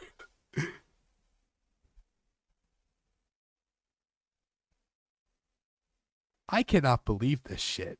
I cannot believe what I am hearing right now. God, that is an insult. where December is not alive, Rudy's life force is strong enough to fight off the illness for a little bit longer, hence why he's still kicking. As such, I would say the groundwork for December being a boss monster is pretty freaking strong. But wait, this theory has even more going on. You see, not only does Chris absorbing Des' soul allow me to continue to politely disagree with player soul theory, but it also explains. He really despises player soul theory, and I don't. What about the idea of exploring the relationship between the player and protagonist is so unappealing to you? Because that's not. You're not doing that because. Let's be real. You're not doing that because you feel that your theory, you just don't like the other one, so you're making up new shit. You're even making jokes about it right now. About by having to dub in politely disagree because he said something else. So what about that idea is so unappealing to you that it has to be this otherwise? Oh wait, a part of it is you don't like it because it conflicts with Undertale, which has a different rule system. The longer the game goes on, the more he's never going to address Susie bleeding. He's never going to address that, is he? He is never going to address that monsters bleed here, and that completely disproves everything actually. Because if the monsters bleed here, that means all the rules of Undertale are out the fucking window, and it doesn't matter. Like, everything you said here doesn't matter because it's just not. Because monsters in Undertale don't bleed, monsters in Deltarune do. That tells us that the rules of this universe are so completely different that instead that they have different biologies at a base level. You can't have a timeline shift cause that. I'm so sorry to say. Like, they have similar rule sets, things that we know are similar or have like love, XP, like love that exists, or at least some form of level. The level in the Dark Rules are a different rule too. Not to mention HP exists. So there are some rules, but when we are acknowledging that the rule sets are different because we know they are now,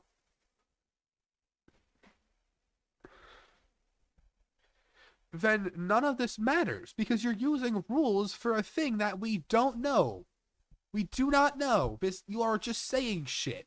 That's not true. All the unique attributes that the soul possesses. Why does Susie describe the soul as being good at flirting? Well, it's not because the player is good at flirting, because God knows that isn't true. No, the soul is good at flirting because December was good at it. What? No.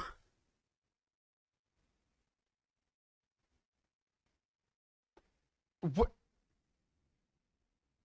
It's not commenting on us being good at flirting. It's commenting on Chris. They're good at flirting. They are good at flirting. That's like been a well established. Oh, do you? Oh wait, because there's no, because Chris is their own person still. So then why is it that Chris is always under the control of Des in this fucking scenario that you've concocted in the sick, dark recesses of your mind? Why does that have to be the case? I get this. This doesn't matter. I keep saying that, and it doesn't. I need to start being true at some point because you're that doesn't add anything. You're not adding anything. It's never been mentioned that Des is good at flirting. There's no connection there. You're just saying Des is good at flirting because Susie commented that Chris is good at flirting. When the flirt, every time Chris has flirted in the game, it is not a dialogue option we pick. It's an action we choose where Chris says something that we do not get to hear. We do not get to read what Chris said. We do not get to read their statement. We just know it was good.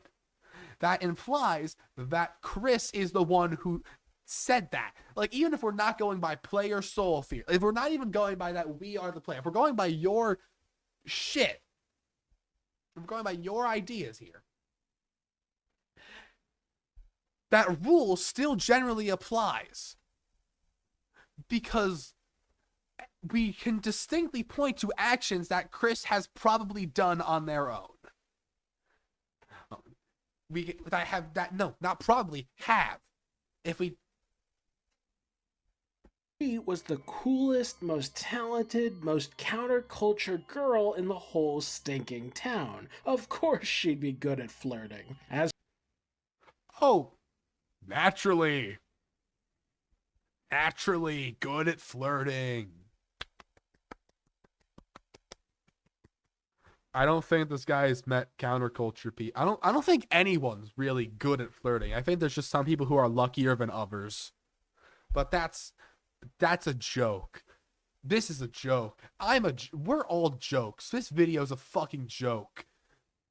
As for why the soul is opposed to Chris's plan, again, it's because December is opposed. And why is December opposed? Do you have evidence to showcase that December is opposed? In any slight? Doesn't want Chris's harebrained scheme to result in the entire world getting destroyed. This theory Okay, that's fair. I don't want the world getting destroyed either.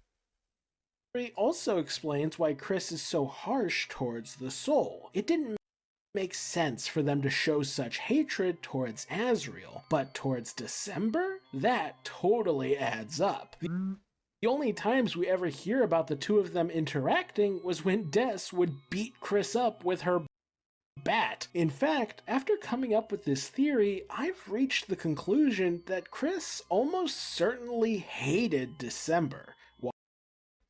I love just making shit up. You do it all the time. I'm falling in love. I'm feeling great. I'm feeling good. Feeling happy. God, they hated each other so much that they sat next to each other and watched TV together on the floor as a friend group. Oh, wow. Such pure malice and hatred in their looks.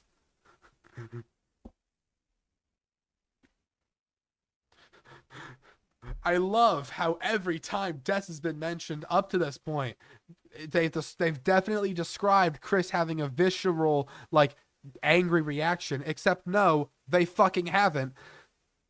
You're making up characterization because that's slightly less bad.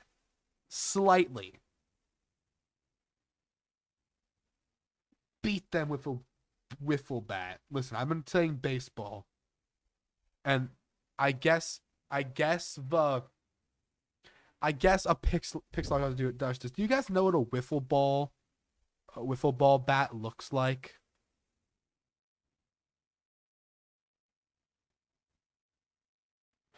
It's hollow plastic. It is hollow, cheap plastic. I don't have one on me, so I can't beat myself. But I do have a cat toy, which probably has the same amount of force resistance based off of stuff. I'm not in pain. It's minorly annoying. Hitting someone with a wiffle ball bat is also minorly annoying because I have been hit with one, and it's hollow, soft plastic because they're supposed to hit hollow, hard plastic balls. That's their point. That's why they exist. It's softer baseball. Because, you know, throwing an 80-mile-an-hour pitch at someone's head can fucking kill them. Why? Well, it's because she was the one who was always hanging out with Asriel. Think about it. There's no way, dog. There's no way, dog. There's no fucking way.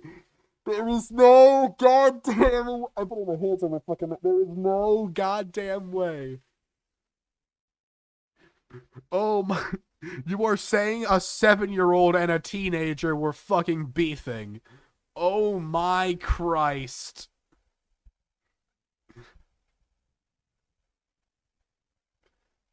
You know, I can imagine a 7-year-old having imaginary beef with someone because of someone's girlfriend because they're stealing attention from the person they like because they don't get social complexities at the ripe old age of 7. But brother, they're like 16 now. They're like 16. They are 16 years old. I mean, that's also a guess. We also don't know. That's just probably. It's all probablys here. They're teens. They're teens. I can tell you that much. We know that much. We do know that much. I will. I'm selling the things we definitely for sure know in case Jaru busts in with a we know this isn't true. Because nothing's off the table.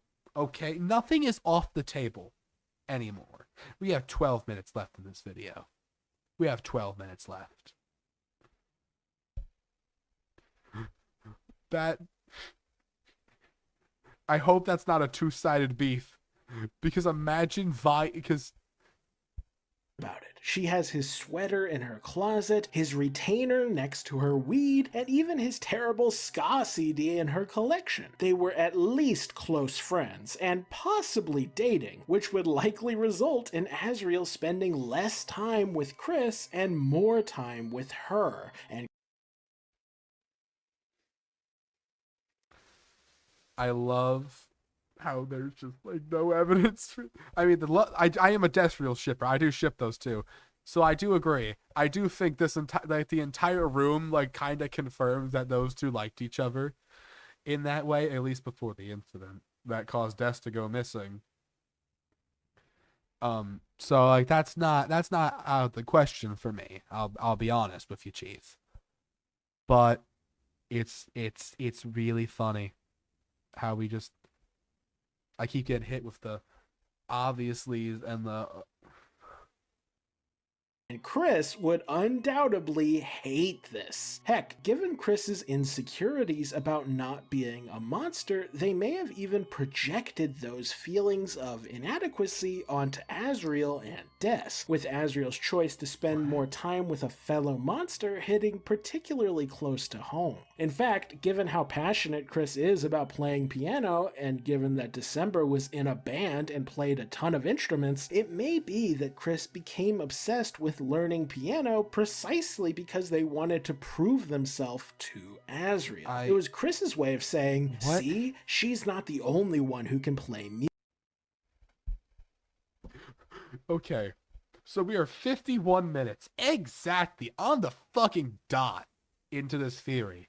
And we've gone from Asriel's the original theory and all that bullshit, followed by the cherry picked things that he can slightly disprove, that he can maybe possibly potentially disprove, that definitely prove his theory wrong. Everything else also, the existence of air probably proves it wrong too, but we won't get to that.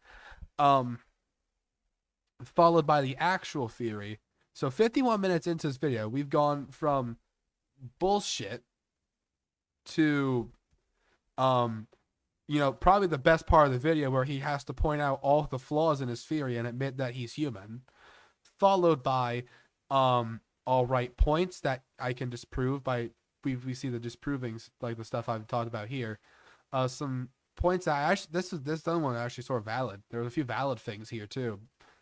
Very few, but there was a few. And then this was dumb, but he doesn't know much about life motifs. We're willing to let that slide. And now we're getting here, and now it's getting stupid, and now it's getting now we've decided that Asriel's not split in half between two separate characters who are completely opposing each other, actually split into thirds, and that one of the thirds is just in a background Easter egg that most casual players will not even know exists. Okay, buddy. So it's getting really fucking stupid now.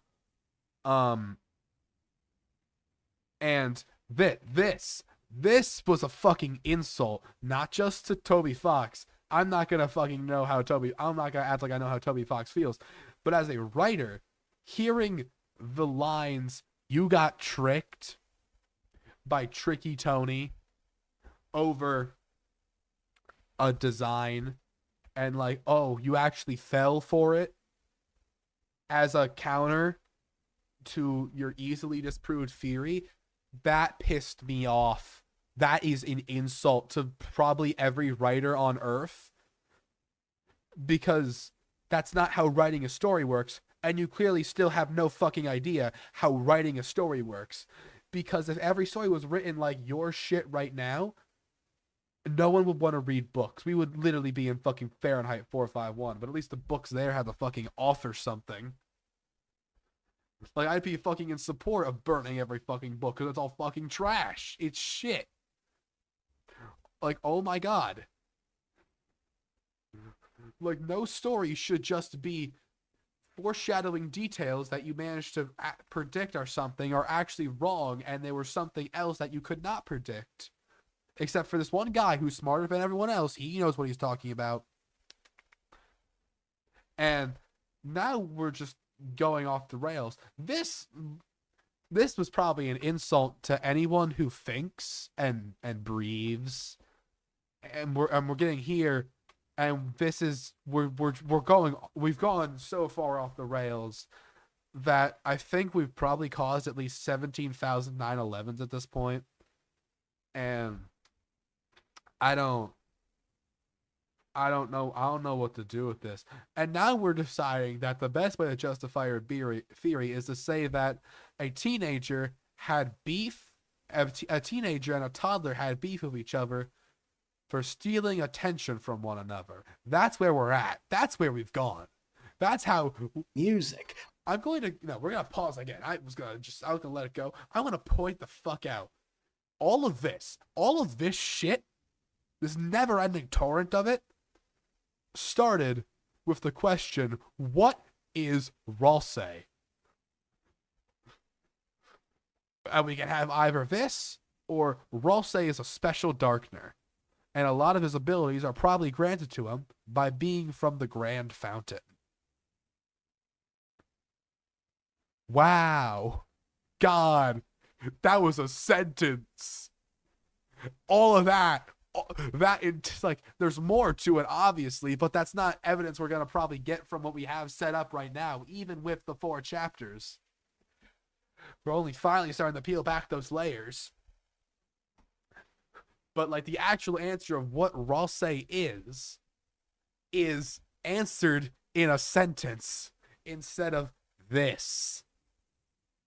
I could be in a band too. And remember those weird blog posts from Noelle that talk about Chris suddenly freezing and then going off to play piano? Well, I think that is tied up with December as well. I think when Chris was hanging out with Noelle, Asriel was upstairs hanging out with Des. I think these moments where they suddenly freeze were moments where they remembered Asriel's budding relationship with December. How did they make Desriel so fucking sauceless? Oh my god. Oh my god. This is now, you're invoking two parts of me that I now despise this. The shipper in me and the person who likes to think about things. They're very different people. You should meet them sometime. You might actually at this point. This is stupid.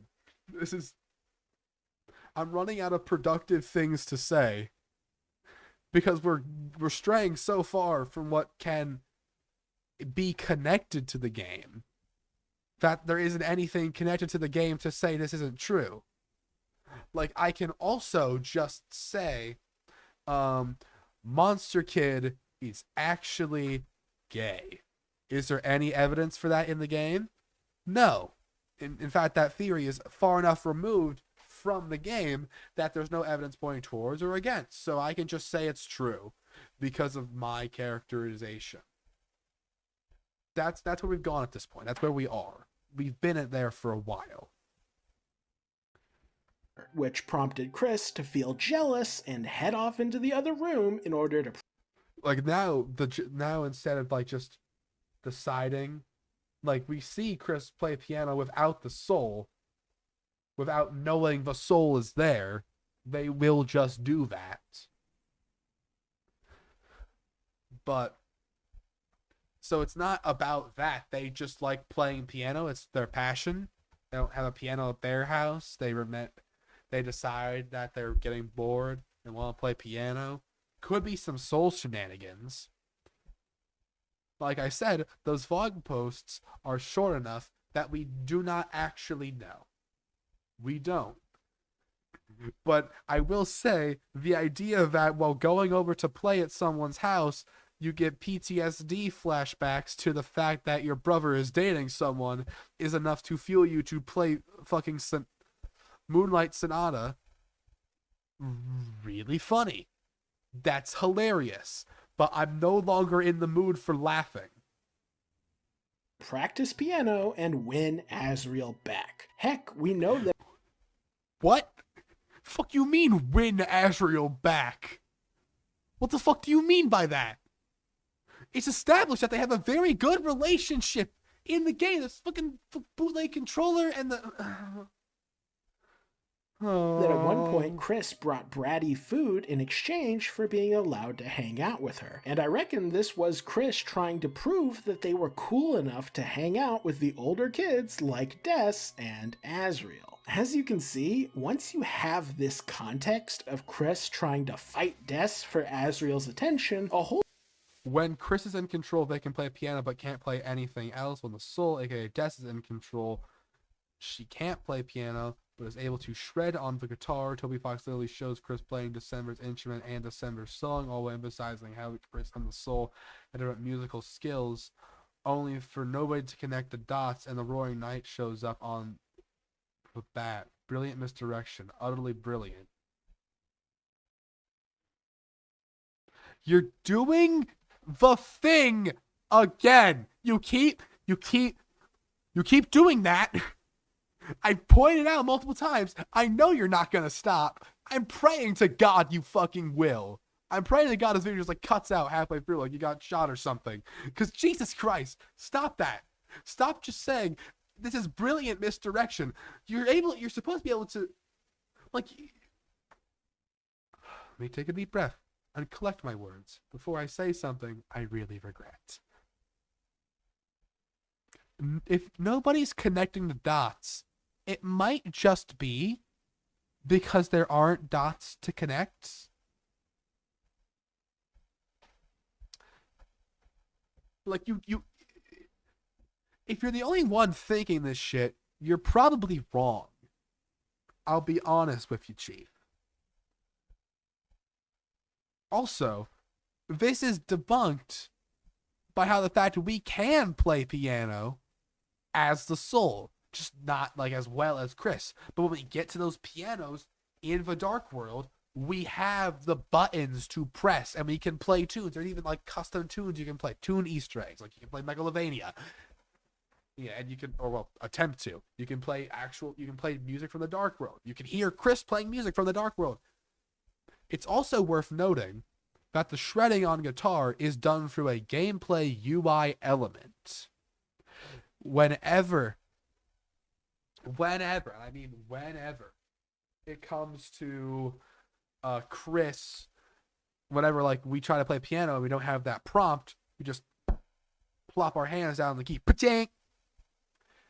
I guarantee you, if we try to talk to a like interact with guitar instead of play guitar, we might go because we don't have a way to interact with that.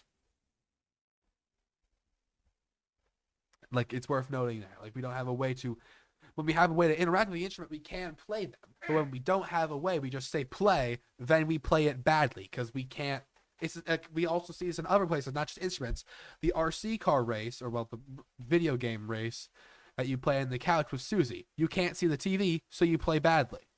Like you can win that race. You can play the race. There's an actual like invisible race UI on screen that you can race against. But most of the time, you can't see it. So you play badly. You have the way they interact, but you can't see it. That's like the whole thing. You can only interact as well as the world will allow you to. That's why we can't play the piano. And I guarantee you, if we can't play the guitar normally either. We're in a specific rhythm game section designed for us to play an instrument. We are playing the piano at the designated piano section where we are supposed to be able to play it. A whole lot of Chris's characters. This isn't misdirection, that you're just misreading shit. I think you should probably take like a literacy test or fucking. You should probably take like a test for literacy or something, because I don't think you can read.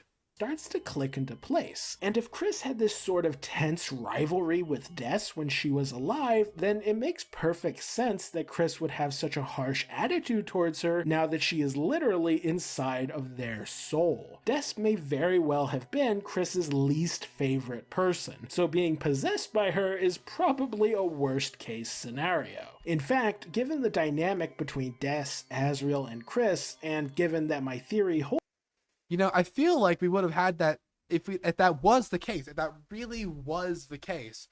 I feel like the time we were in Des's room would have been more explicit about that. Unless you think the narrator is also Des. Where it's Nera Des, and also like Chris is just like, I love how this theory also just subtly reduces Chris's character to nothing. Because whatever we do and whatever we don't do, that's just Des and Des. And not Chris. That's great. That's fucking incredible. Fucking A.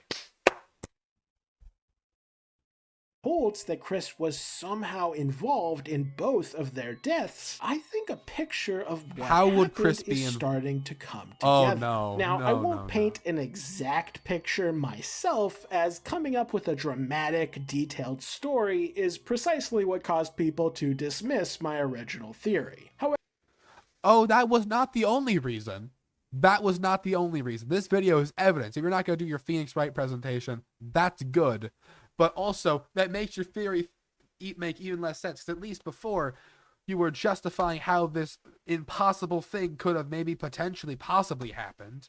Here, now we're just in fucking La La Land talking about things that have no evidence, that we know have not happened, or have no evidence to prove they have happened, and it's just saying, oh, but they might have.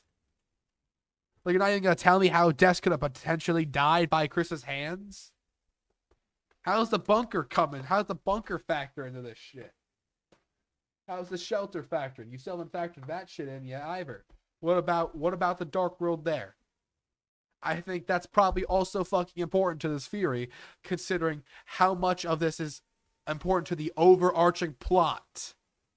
However, I will say this. There is a lot of evidence that Chris was involved with a murder, that Chris has been inside the shelter, and that December vanished under mysterious circumstances. As such, I wouldn't be surprised if Chris not only had a hand in December's death, but also took actions that accidentally resulted in Asriel's death.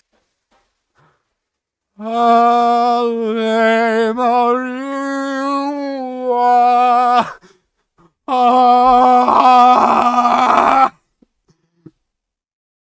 God. This person fucking hates Chris. Oh my jeez, dude. Oh my criminy crickets and fucking cheese and crackers. Oh my fucking God. I'm losing it. I'm losing my mind. I'm losing it quickly. I don't know where it's going. I think it's probably in the River Lethe at this point. I think my memory's slowly fading, and my life is being erased in front of my eyes at this point. I'm done. No more being cordial. We're done with that. I'm done with that. I'm done trying to engage with this properly, because I'm not even convinced this fucker's engaging with this shit properly. Really. This person's theories are insults to anyone who actually likes a good story, to anyone who's actually ever written a good story, and to anyone who's ever decided they wanted to code a video game. It's incredible. It's insane. It's immaculate. I love how we've gotten so far into the series that we decide that Chris actually despised Des and decided to go out of their way to murder her. Considering how you word have a hand and then actions accidentally, like you have your preferences. I see that. Also, this if okay, this makes the idea of Kralsei. Also, I just want to point this out so much weirder because it's like Des is the soul and Ralsei is infatuated with the soul in some regard, but Ralsei is also Asriel. That is fucked up. We're back to Kralsei being incest. Also, let's jump back to the weird route. Oh, they're gonna do that for me. We'll get to the weird route in a second when they do, because I know they're not leaving that shit out. Maybe the demon summoning was meant to bring back Asriel, but since he had We're still bringing up that fuck ass demon summoning. Oh my god. It's still everything's connected. Oh my fucking god. already become the night, Chris ended up summoning December's soul instead. Maybe then Chris absorbed her soul, possibly mistaking her for Asriel, only to immensely... Okay, so we're still connecting it to that. Oh, wow. You like some of this, something of that. I'm gonna fucking... Hold on. Okay, hold on.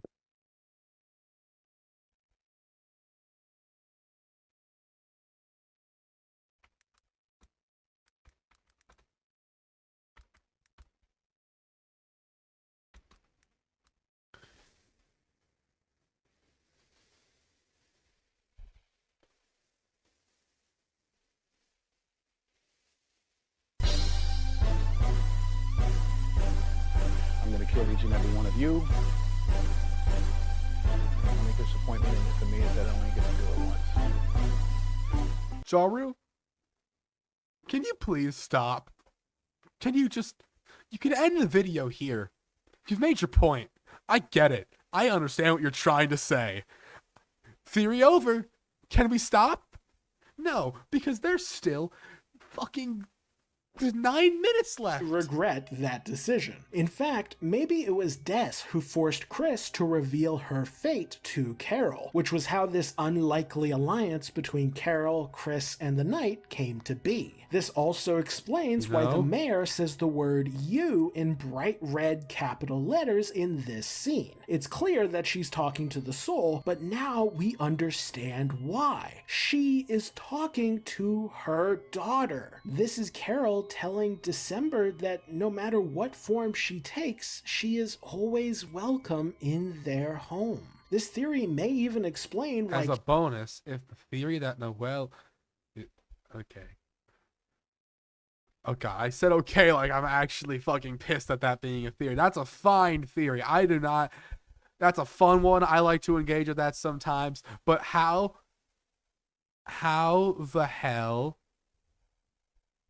is this going to connect?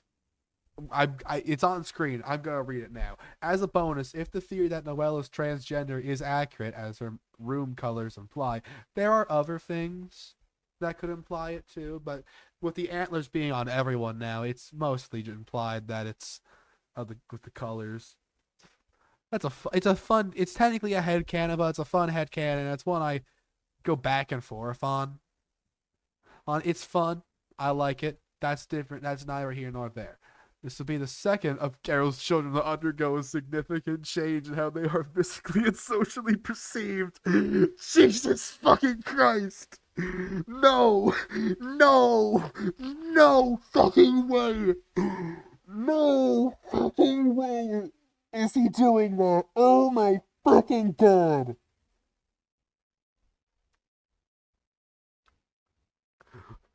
While still being loved and accepted by their mother. I don't know about you, Chief. I don't know what version you've been playing, but Carol was extremely cold and kind of a fucking bitch to her own daughter.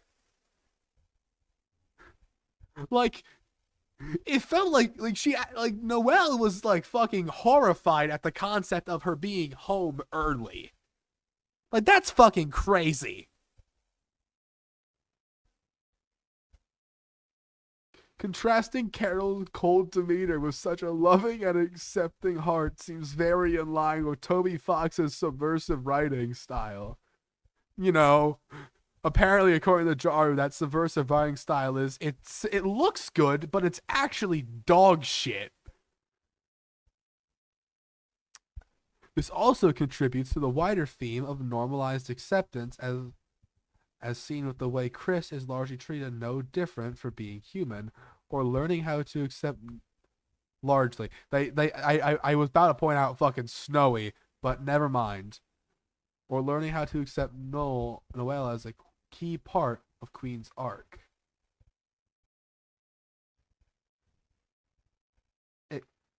Okay.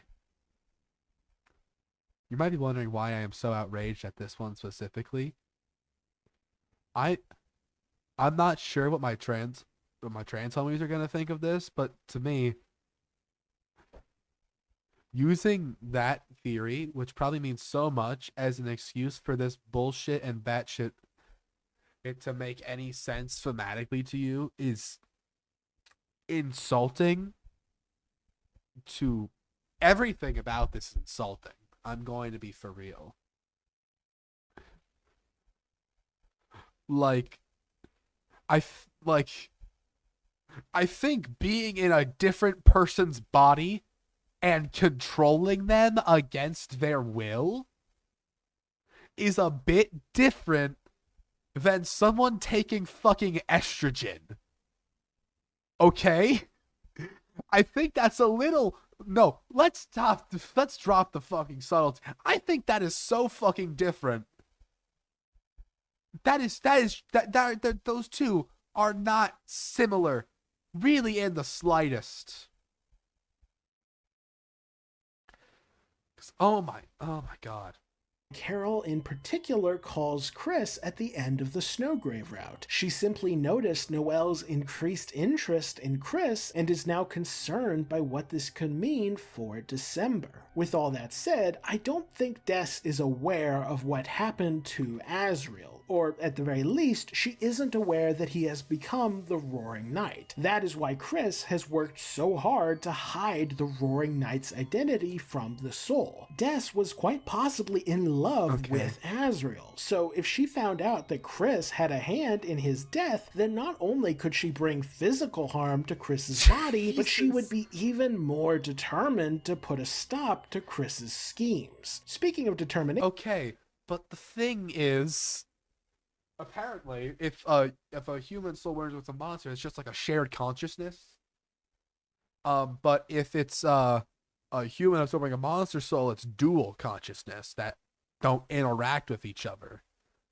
Because, yeah, that's the reason. That's the reason for a lot of things on this video. Because that's the case. Because that is what it has to be. That's what it's equal to. Jesus Christ. Jesus fucking Christ. I'm done. I'm done with this. I'm not done. I can't be done. I still have 7 minutes left, but we're getting to the end. We're nearly there. We're getting to the finish line. It's been 4 fucking hours. Given that I theorized that December was the original controller of the timeline in my Chris is Des video, I reckon it is quite feasible that Chris specifically inherited their ability to save and load from December, which is why their save points are gray instead of yellow. With all that... Or it could... We haven't even addressed the fucking Eggman. We haven't addressed the Forgotten Man. We haven't addressed him. How does he connect to this? Have you ever addressed him? Ever? Hold on. Let's scroll through here. Has this ever been addressed? No, it hasn't. There's been no deep dive analysis. Okay.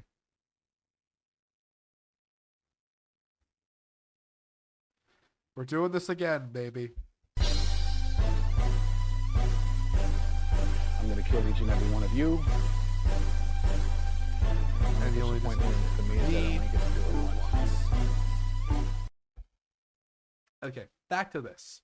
That said, there is still a rather large elephant in the room that I've Yes, yet to the discuss. weird I am, route. of course, talking about the weird route. It's Yes. one thing to say that Des is trying to stop Chris in the normal route, but it's a whole other thing to say that Des is responsible for tormenting Noelle in the weird route.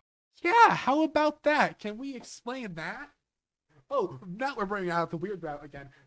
We've also made Crisel incestuous, by the way. We've also done that. We've made Desriel, Krolse, and Crisel. We've made all 3 of those ships incestuous at once. That's a fucking... Wow, that's impressive. That is actually magical how you've managed to do that. Like, disgusting, but also magical. Because what about, like, the romantic undertones of this scene? Because they are there. They are there.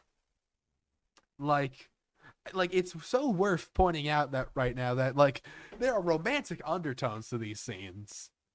There's an entire romantic undertone to the weird route. One of the themes that's constantly discussed is how, like, it forces Chris and Noelle into, like, the heteronormative roles of, like, the knight in shining armor and the weak and helpless princess, and like forcing them together in that way, in a way that they don't like buying a sisterly activities, buying a ring, grooming. Yay! My name is Ashley Lele Graves from the incestuous RPG Maker game that I fucking despise. It's the coffin of Andy and Lele, and December Holiday is my favorite character, and this is my theory. Go fuck yourself. No, this is an insult to fucking everything to ever fucking exist. The weird route of fucking loan should have debunked this. How are you going to justify this? Are you going to address the romantic undertones? Or, like everything else you can't disprove, you're just going to fucking ignore it? So, how do I explain December's behavior in this sequence? Well, there's How about you 2 explain all of primary it? reasons that I can think of for December acting in this way. The first is the player. While the soul is not a simple representation of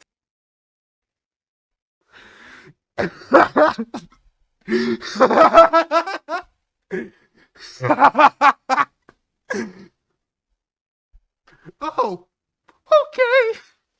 Alrighty then, bucko boy. Okay then. Alright. We did all that just to end up with the fucking soul as the player.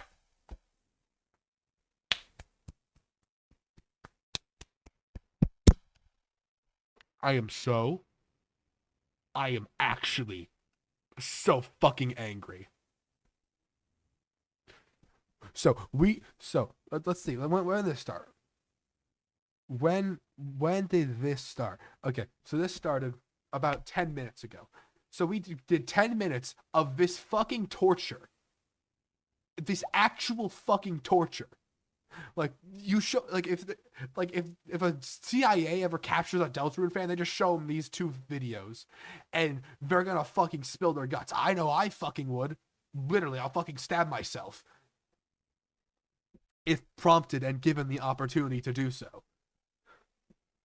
But we did all that just to end up back at, oh, the player is the soul, but in a really roundabout and stupid way that hasn't been seen or done before in, you know what, let's fucking go by your logic, in fucking Undertale.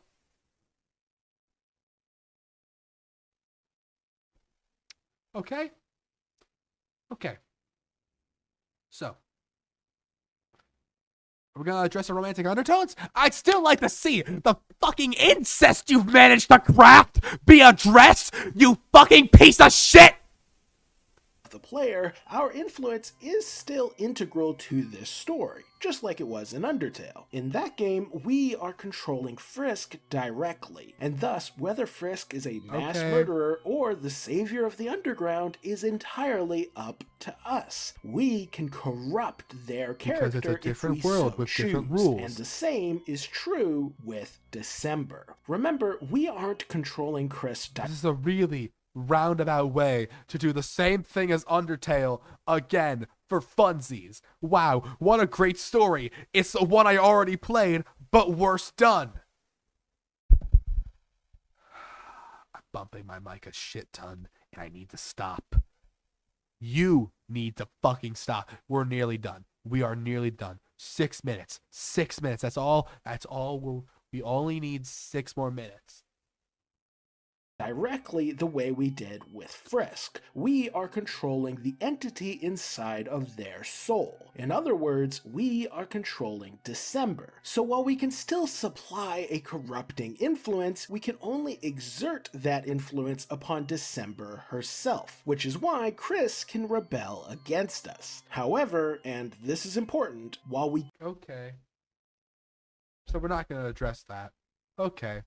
Okay. Fuck you. Jaru, go actually fuck yourself. Delete your channel. Please delete your channel. I really tried. I know I'm being a fucking mean asshole, and don't harass this guy. I'm being genuine. Do not harass him. I'm being a dick. I know that. I'm being an actual piece of shit right now over a Deltarune theory. But this is getting actually gross and kind of disgusting. Like, I don't know how, like I wasn't getting this mad. I was getting mad like the way you're like undermining works and writing, but that's sort of different than this. This is genuinely making me kind of feel sick. Like, I'm genuinely kind of feeling sick here, and he's just like not acknowledging what he's created, and it's making me really fucking mad. And I really genuinely hope this guy stops making theories if this is the shit he's still producing. Because it's not, I'm not saying shit like just a noun for an object of nutritivity like I normally do. This is shit. This is actual steaming piles of garbage. And I just cannot, in good conscience or faith, encourage like watching this guy's content if this is the stuff he makes, because to get to here, this is actually disgusting to me, and I don't know how else to describe that.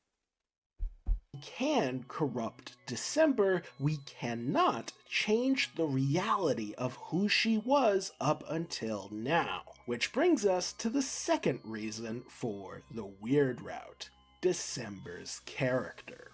You see, we may have turned December to the dark side, but all that does is force us to explore the darkness within her own psyche. This route is all about Noelle because that's what December wants it to be about. And while it may seem like our actions are too harsh or too cruel for Des to inflict on her sister, just remember that our main goal throughout the weird route is to make Noelle stronger. And while we end up pursuing that goal through some extremely we're kind of ignoring methods, the main plot of the fucking game to do this.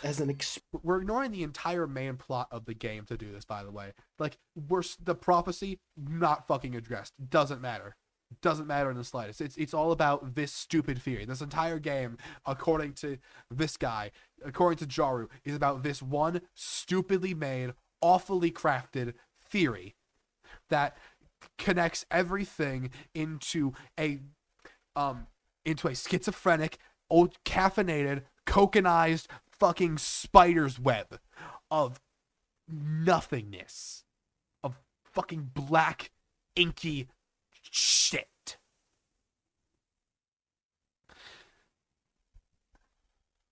Expression of tough love. Keep in mind that December is tough love and literal love. Apparently, we're going to ignore the undertones of the entire weird route because it would look bad. And if you think about those, don't think about them too hard, because then everything up to here feels really disgusting and gross and makes you want to stop watching. Like, actually, like, this was kind of fun. It was kind of like I was having fun, like, debunking and doing like an exercise. I'm actually disgusted with this shit now. Is Carol's daughter, and Carol is all about expressing love through the most cold and controlling methods available to her. That's called abuse. She's abusive. This theory is that we're pushing December to be abusive. This isn't tough love. This is abuse. Abusing. Let's call it like it fucking is. This is assault and abuse. Like, we've turned this from like a bad like a toxic like a toxic like forcing characters into roles that they don't like to try and meet something. That's one of the tones of the weird route. We've gone from that, and now we've gone all the way to this shit. Like, what? This is so disconnected from the game that you know what? I apologize for telling you to go fuck yourself. I apologize sincerely. I do. I really do. You know what I think you should do? I think you should make your own game or write your own novel. I think you should write something. Because I'm genuinely curious to see what people would think about your writing. Because it is a sight to behold. Okay? Okay. This concept is really hammered home when you look at the symbolism of the thorn ring.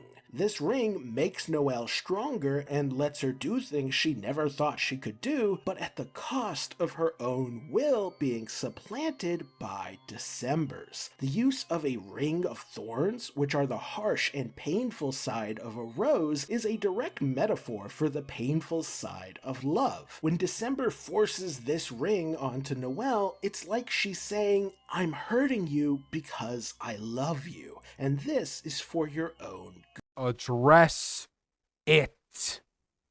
Fucking address it. This just, not only does this just not make sense, like, you know why I didn't believe in Death Knight during chapter 2? We're looping back now. We're going all the way back. You know why? Because I thought it's shown that Des is very protective of her sister and doesn't want her getting her feelings hurt or physically hurt or anything like that. He was very protective of her. And that's why I didn't think December was the knight, because initially the motivations just didn't make sense to me. Like, oh, of course this doesn't make sense. Like, it doesn't make sense. Like, look at this.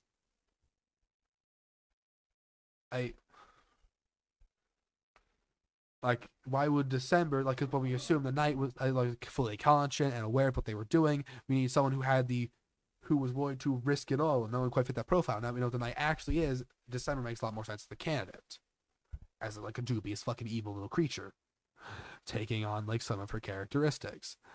This doesn't make sense, because why would the person who's so completely protective of her sister decide the best way to protect them is to hurt them? How do we end up here? What character motivations led us to ending up here? I don't get it. I don't know.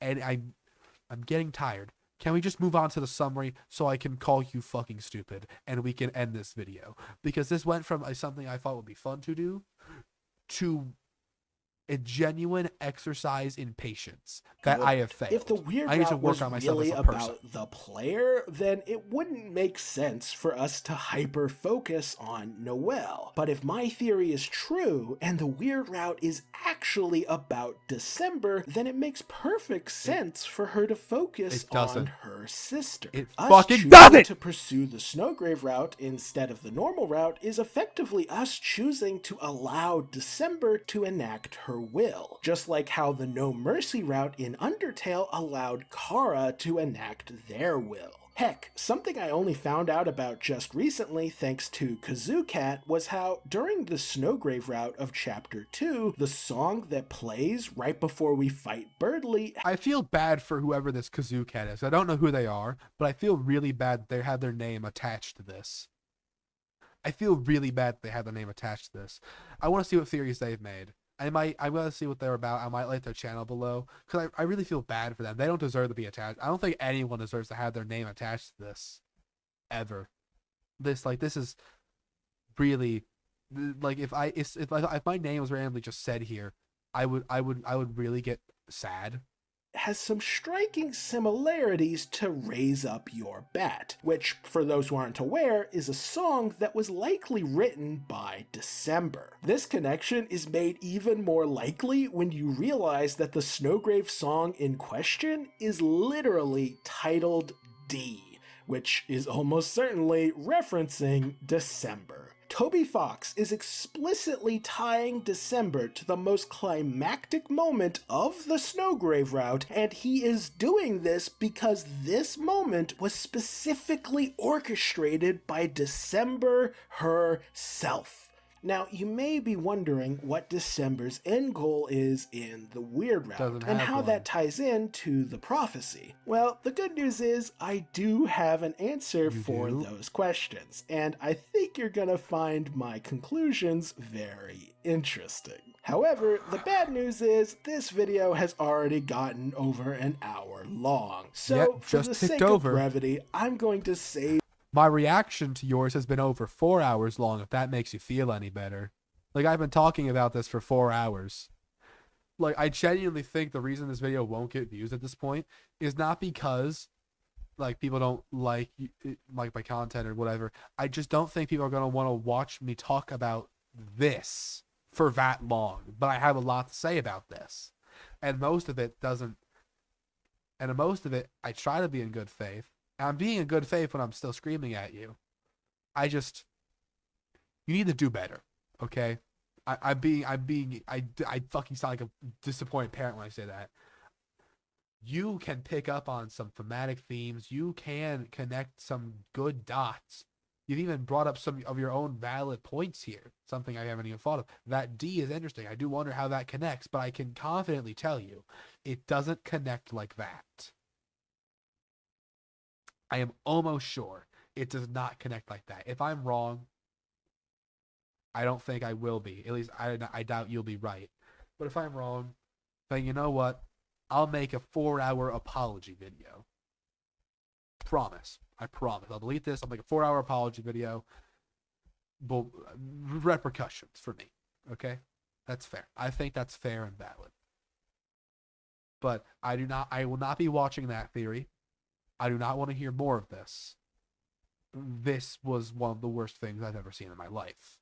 Save my Snowgrave theory for another day. To summarize the conclusions of Asriel's Dust 2.0, Asriel and December are both dead, and Chris blames themselves for this event. Asriel's soul went on to become the Roaring Knight, while Asriel's dust went on to become Rousey. December's soul was absorbed by Chris, which transformed them into an entity with unique powers, including the ability to remove their soul and the ability to seal dark fountains. Des and Chris have an antagonistic relationship, both due to them vying for Asriel's attention in life and due to them opposing each other's plans now that they've been combined into one entity. Chris's goal is to resurrect Asriel, Carol's goal is to resurrect December, and December's goal is to protect her sister and the world in general from Chris. We did all that just to come to the most wrong conclusions possible. Chris is not the victim here, and the soul is not a representation of the player. Never cook again. Never cook again. Oh my fucking god! I think we can draw this video to a close. A huge shout out to all my loyal patrons for their incredibly generous support. A special thanks to E-Roll, Ash the Fox, Limping Penguin, Tibby Fitzhugh, and Spampton PFP for supporting me on the Noel tier. An extra special thanks goes to Sans the Reaper and SMS for supporting me on the Rousey tier. And a huge thanks has to go to Spindrift and Lex.Ham for being the only big shots willing and able to support me on the Spampton tier. YouTube hasn't been paying very well. You know what? That's fine. What the fuck is the Spampton tier? What is your how much are these people paying? Chris tier. Okay, so $10 a month, $25, $50. Oh my god. I feel bad for the people who are paying you $50. lately, so without y'all's generosity, I wouldn't have been able to pay my bills. So thank you all very, very much. And with all that said, I think it's time for us to say goodbye. Please play that outro. Like if you enjoyed the video, comment if you have something to say, subscribe if you want to see more, I don't and wanna comment. as always, have a fantastic day. It's done. It's finally over. Folks. You know, 2 weeks ago, I saw the movie War of the Worlds. I don't want to watch that right now. And a few days ago, I saw Return to Silent Hill, and I thought those are some of the worst movies I've ever seen in my life. I thought I'd never see anything worse. This is the worst thing I've ever seen in my life, and it's by a country mile. I feel broken. I feel shattered in more ways than one. And I, frankly,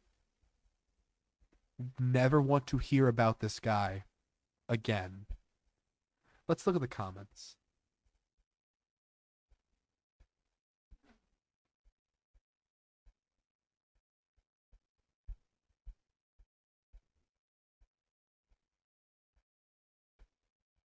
You have a multiverse. Okay. Okay, buddy. So, in conclusion, I respectfully disagree with every point you've made. Almost every point you've made was wrong. Every point you made, I think I can prove wrong. I feel a lot of points you made didn't actually qualify as points because the evidence doesn't really point definitively in that direction, and you were just trying to hope that people would believe it did. And respectfully, I feel like you need to take some time and like improve your theory crafting skills before you come back to this table. Like come back to like the theory crafting I guess fucking community. I don't know. But I'm gonna have this like as a title card in the beginning. I'm gonna say at the end again. Please don't harass them. I know I'm being a dick, but that's because I'm a fucking asshole. I think they're like I got really fucking heated towards the end and said I feel like some unsavory things. I'm not gonna cut those because I do think I had a point there. Like I think I was getting mad for a reasonable thing. I think like not addressing like some very commonly observed undertones and just ignoring them is very gross, and I don't like how they did that. But I'm going to end the video now.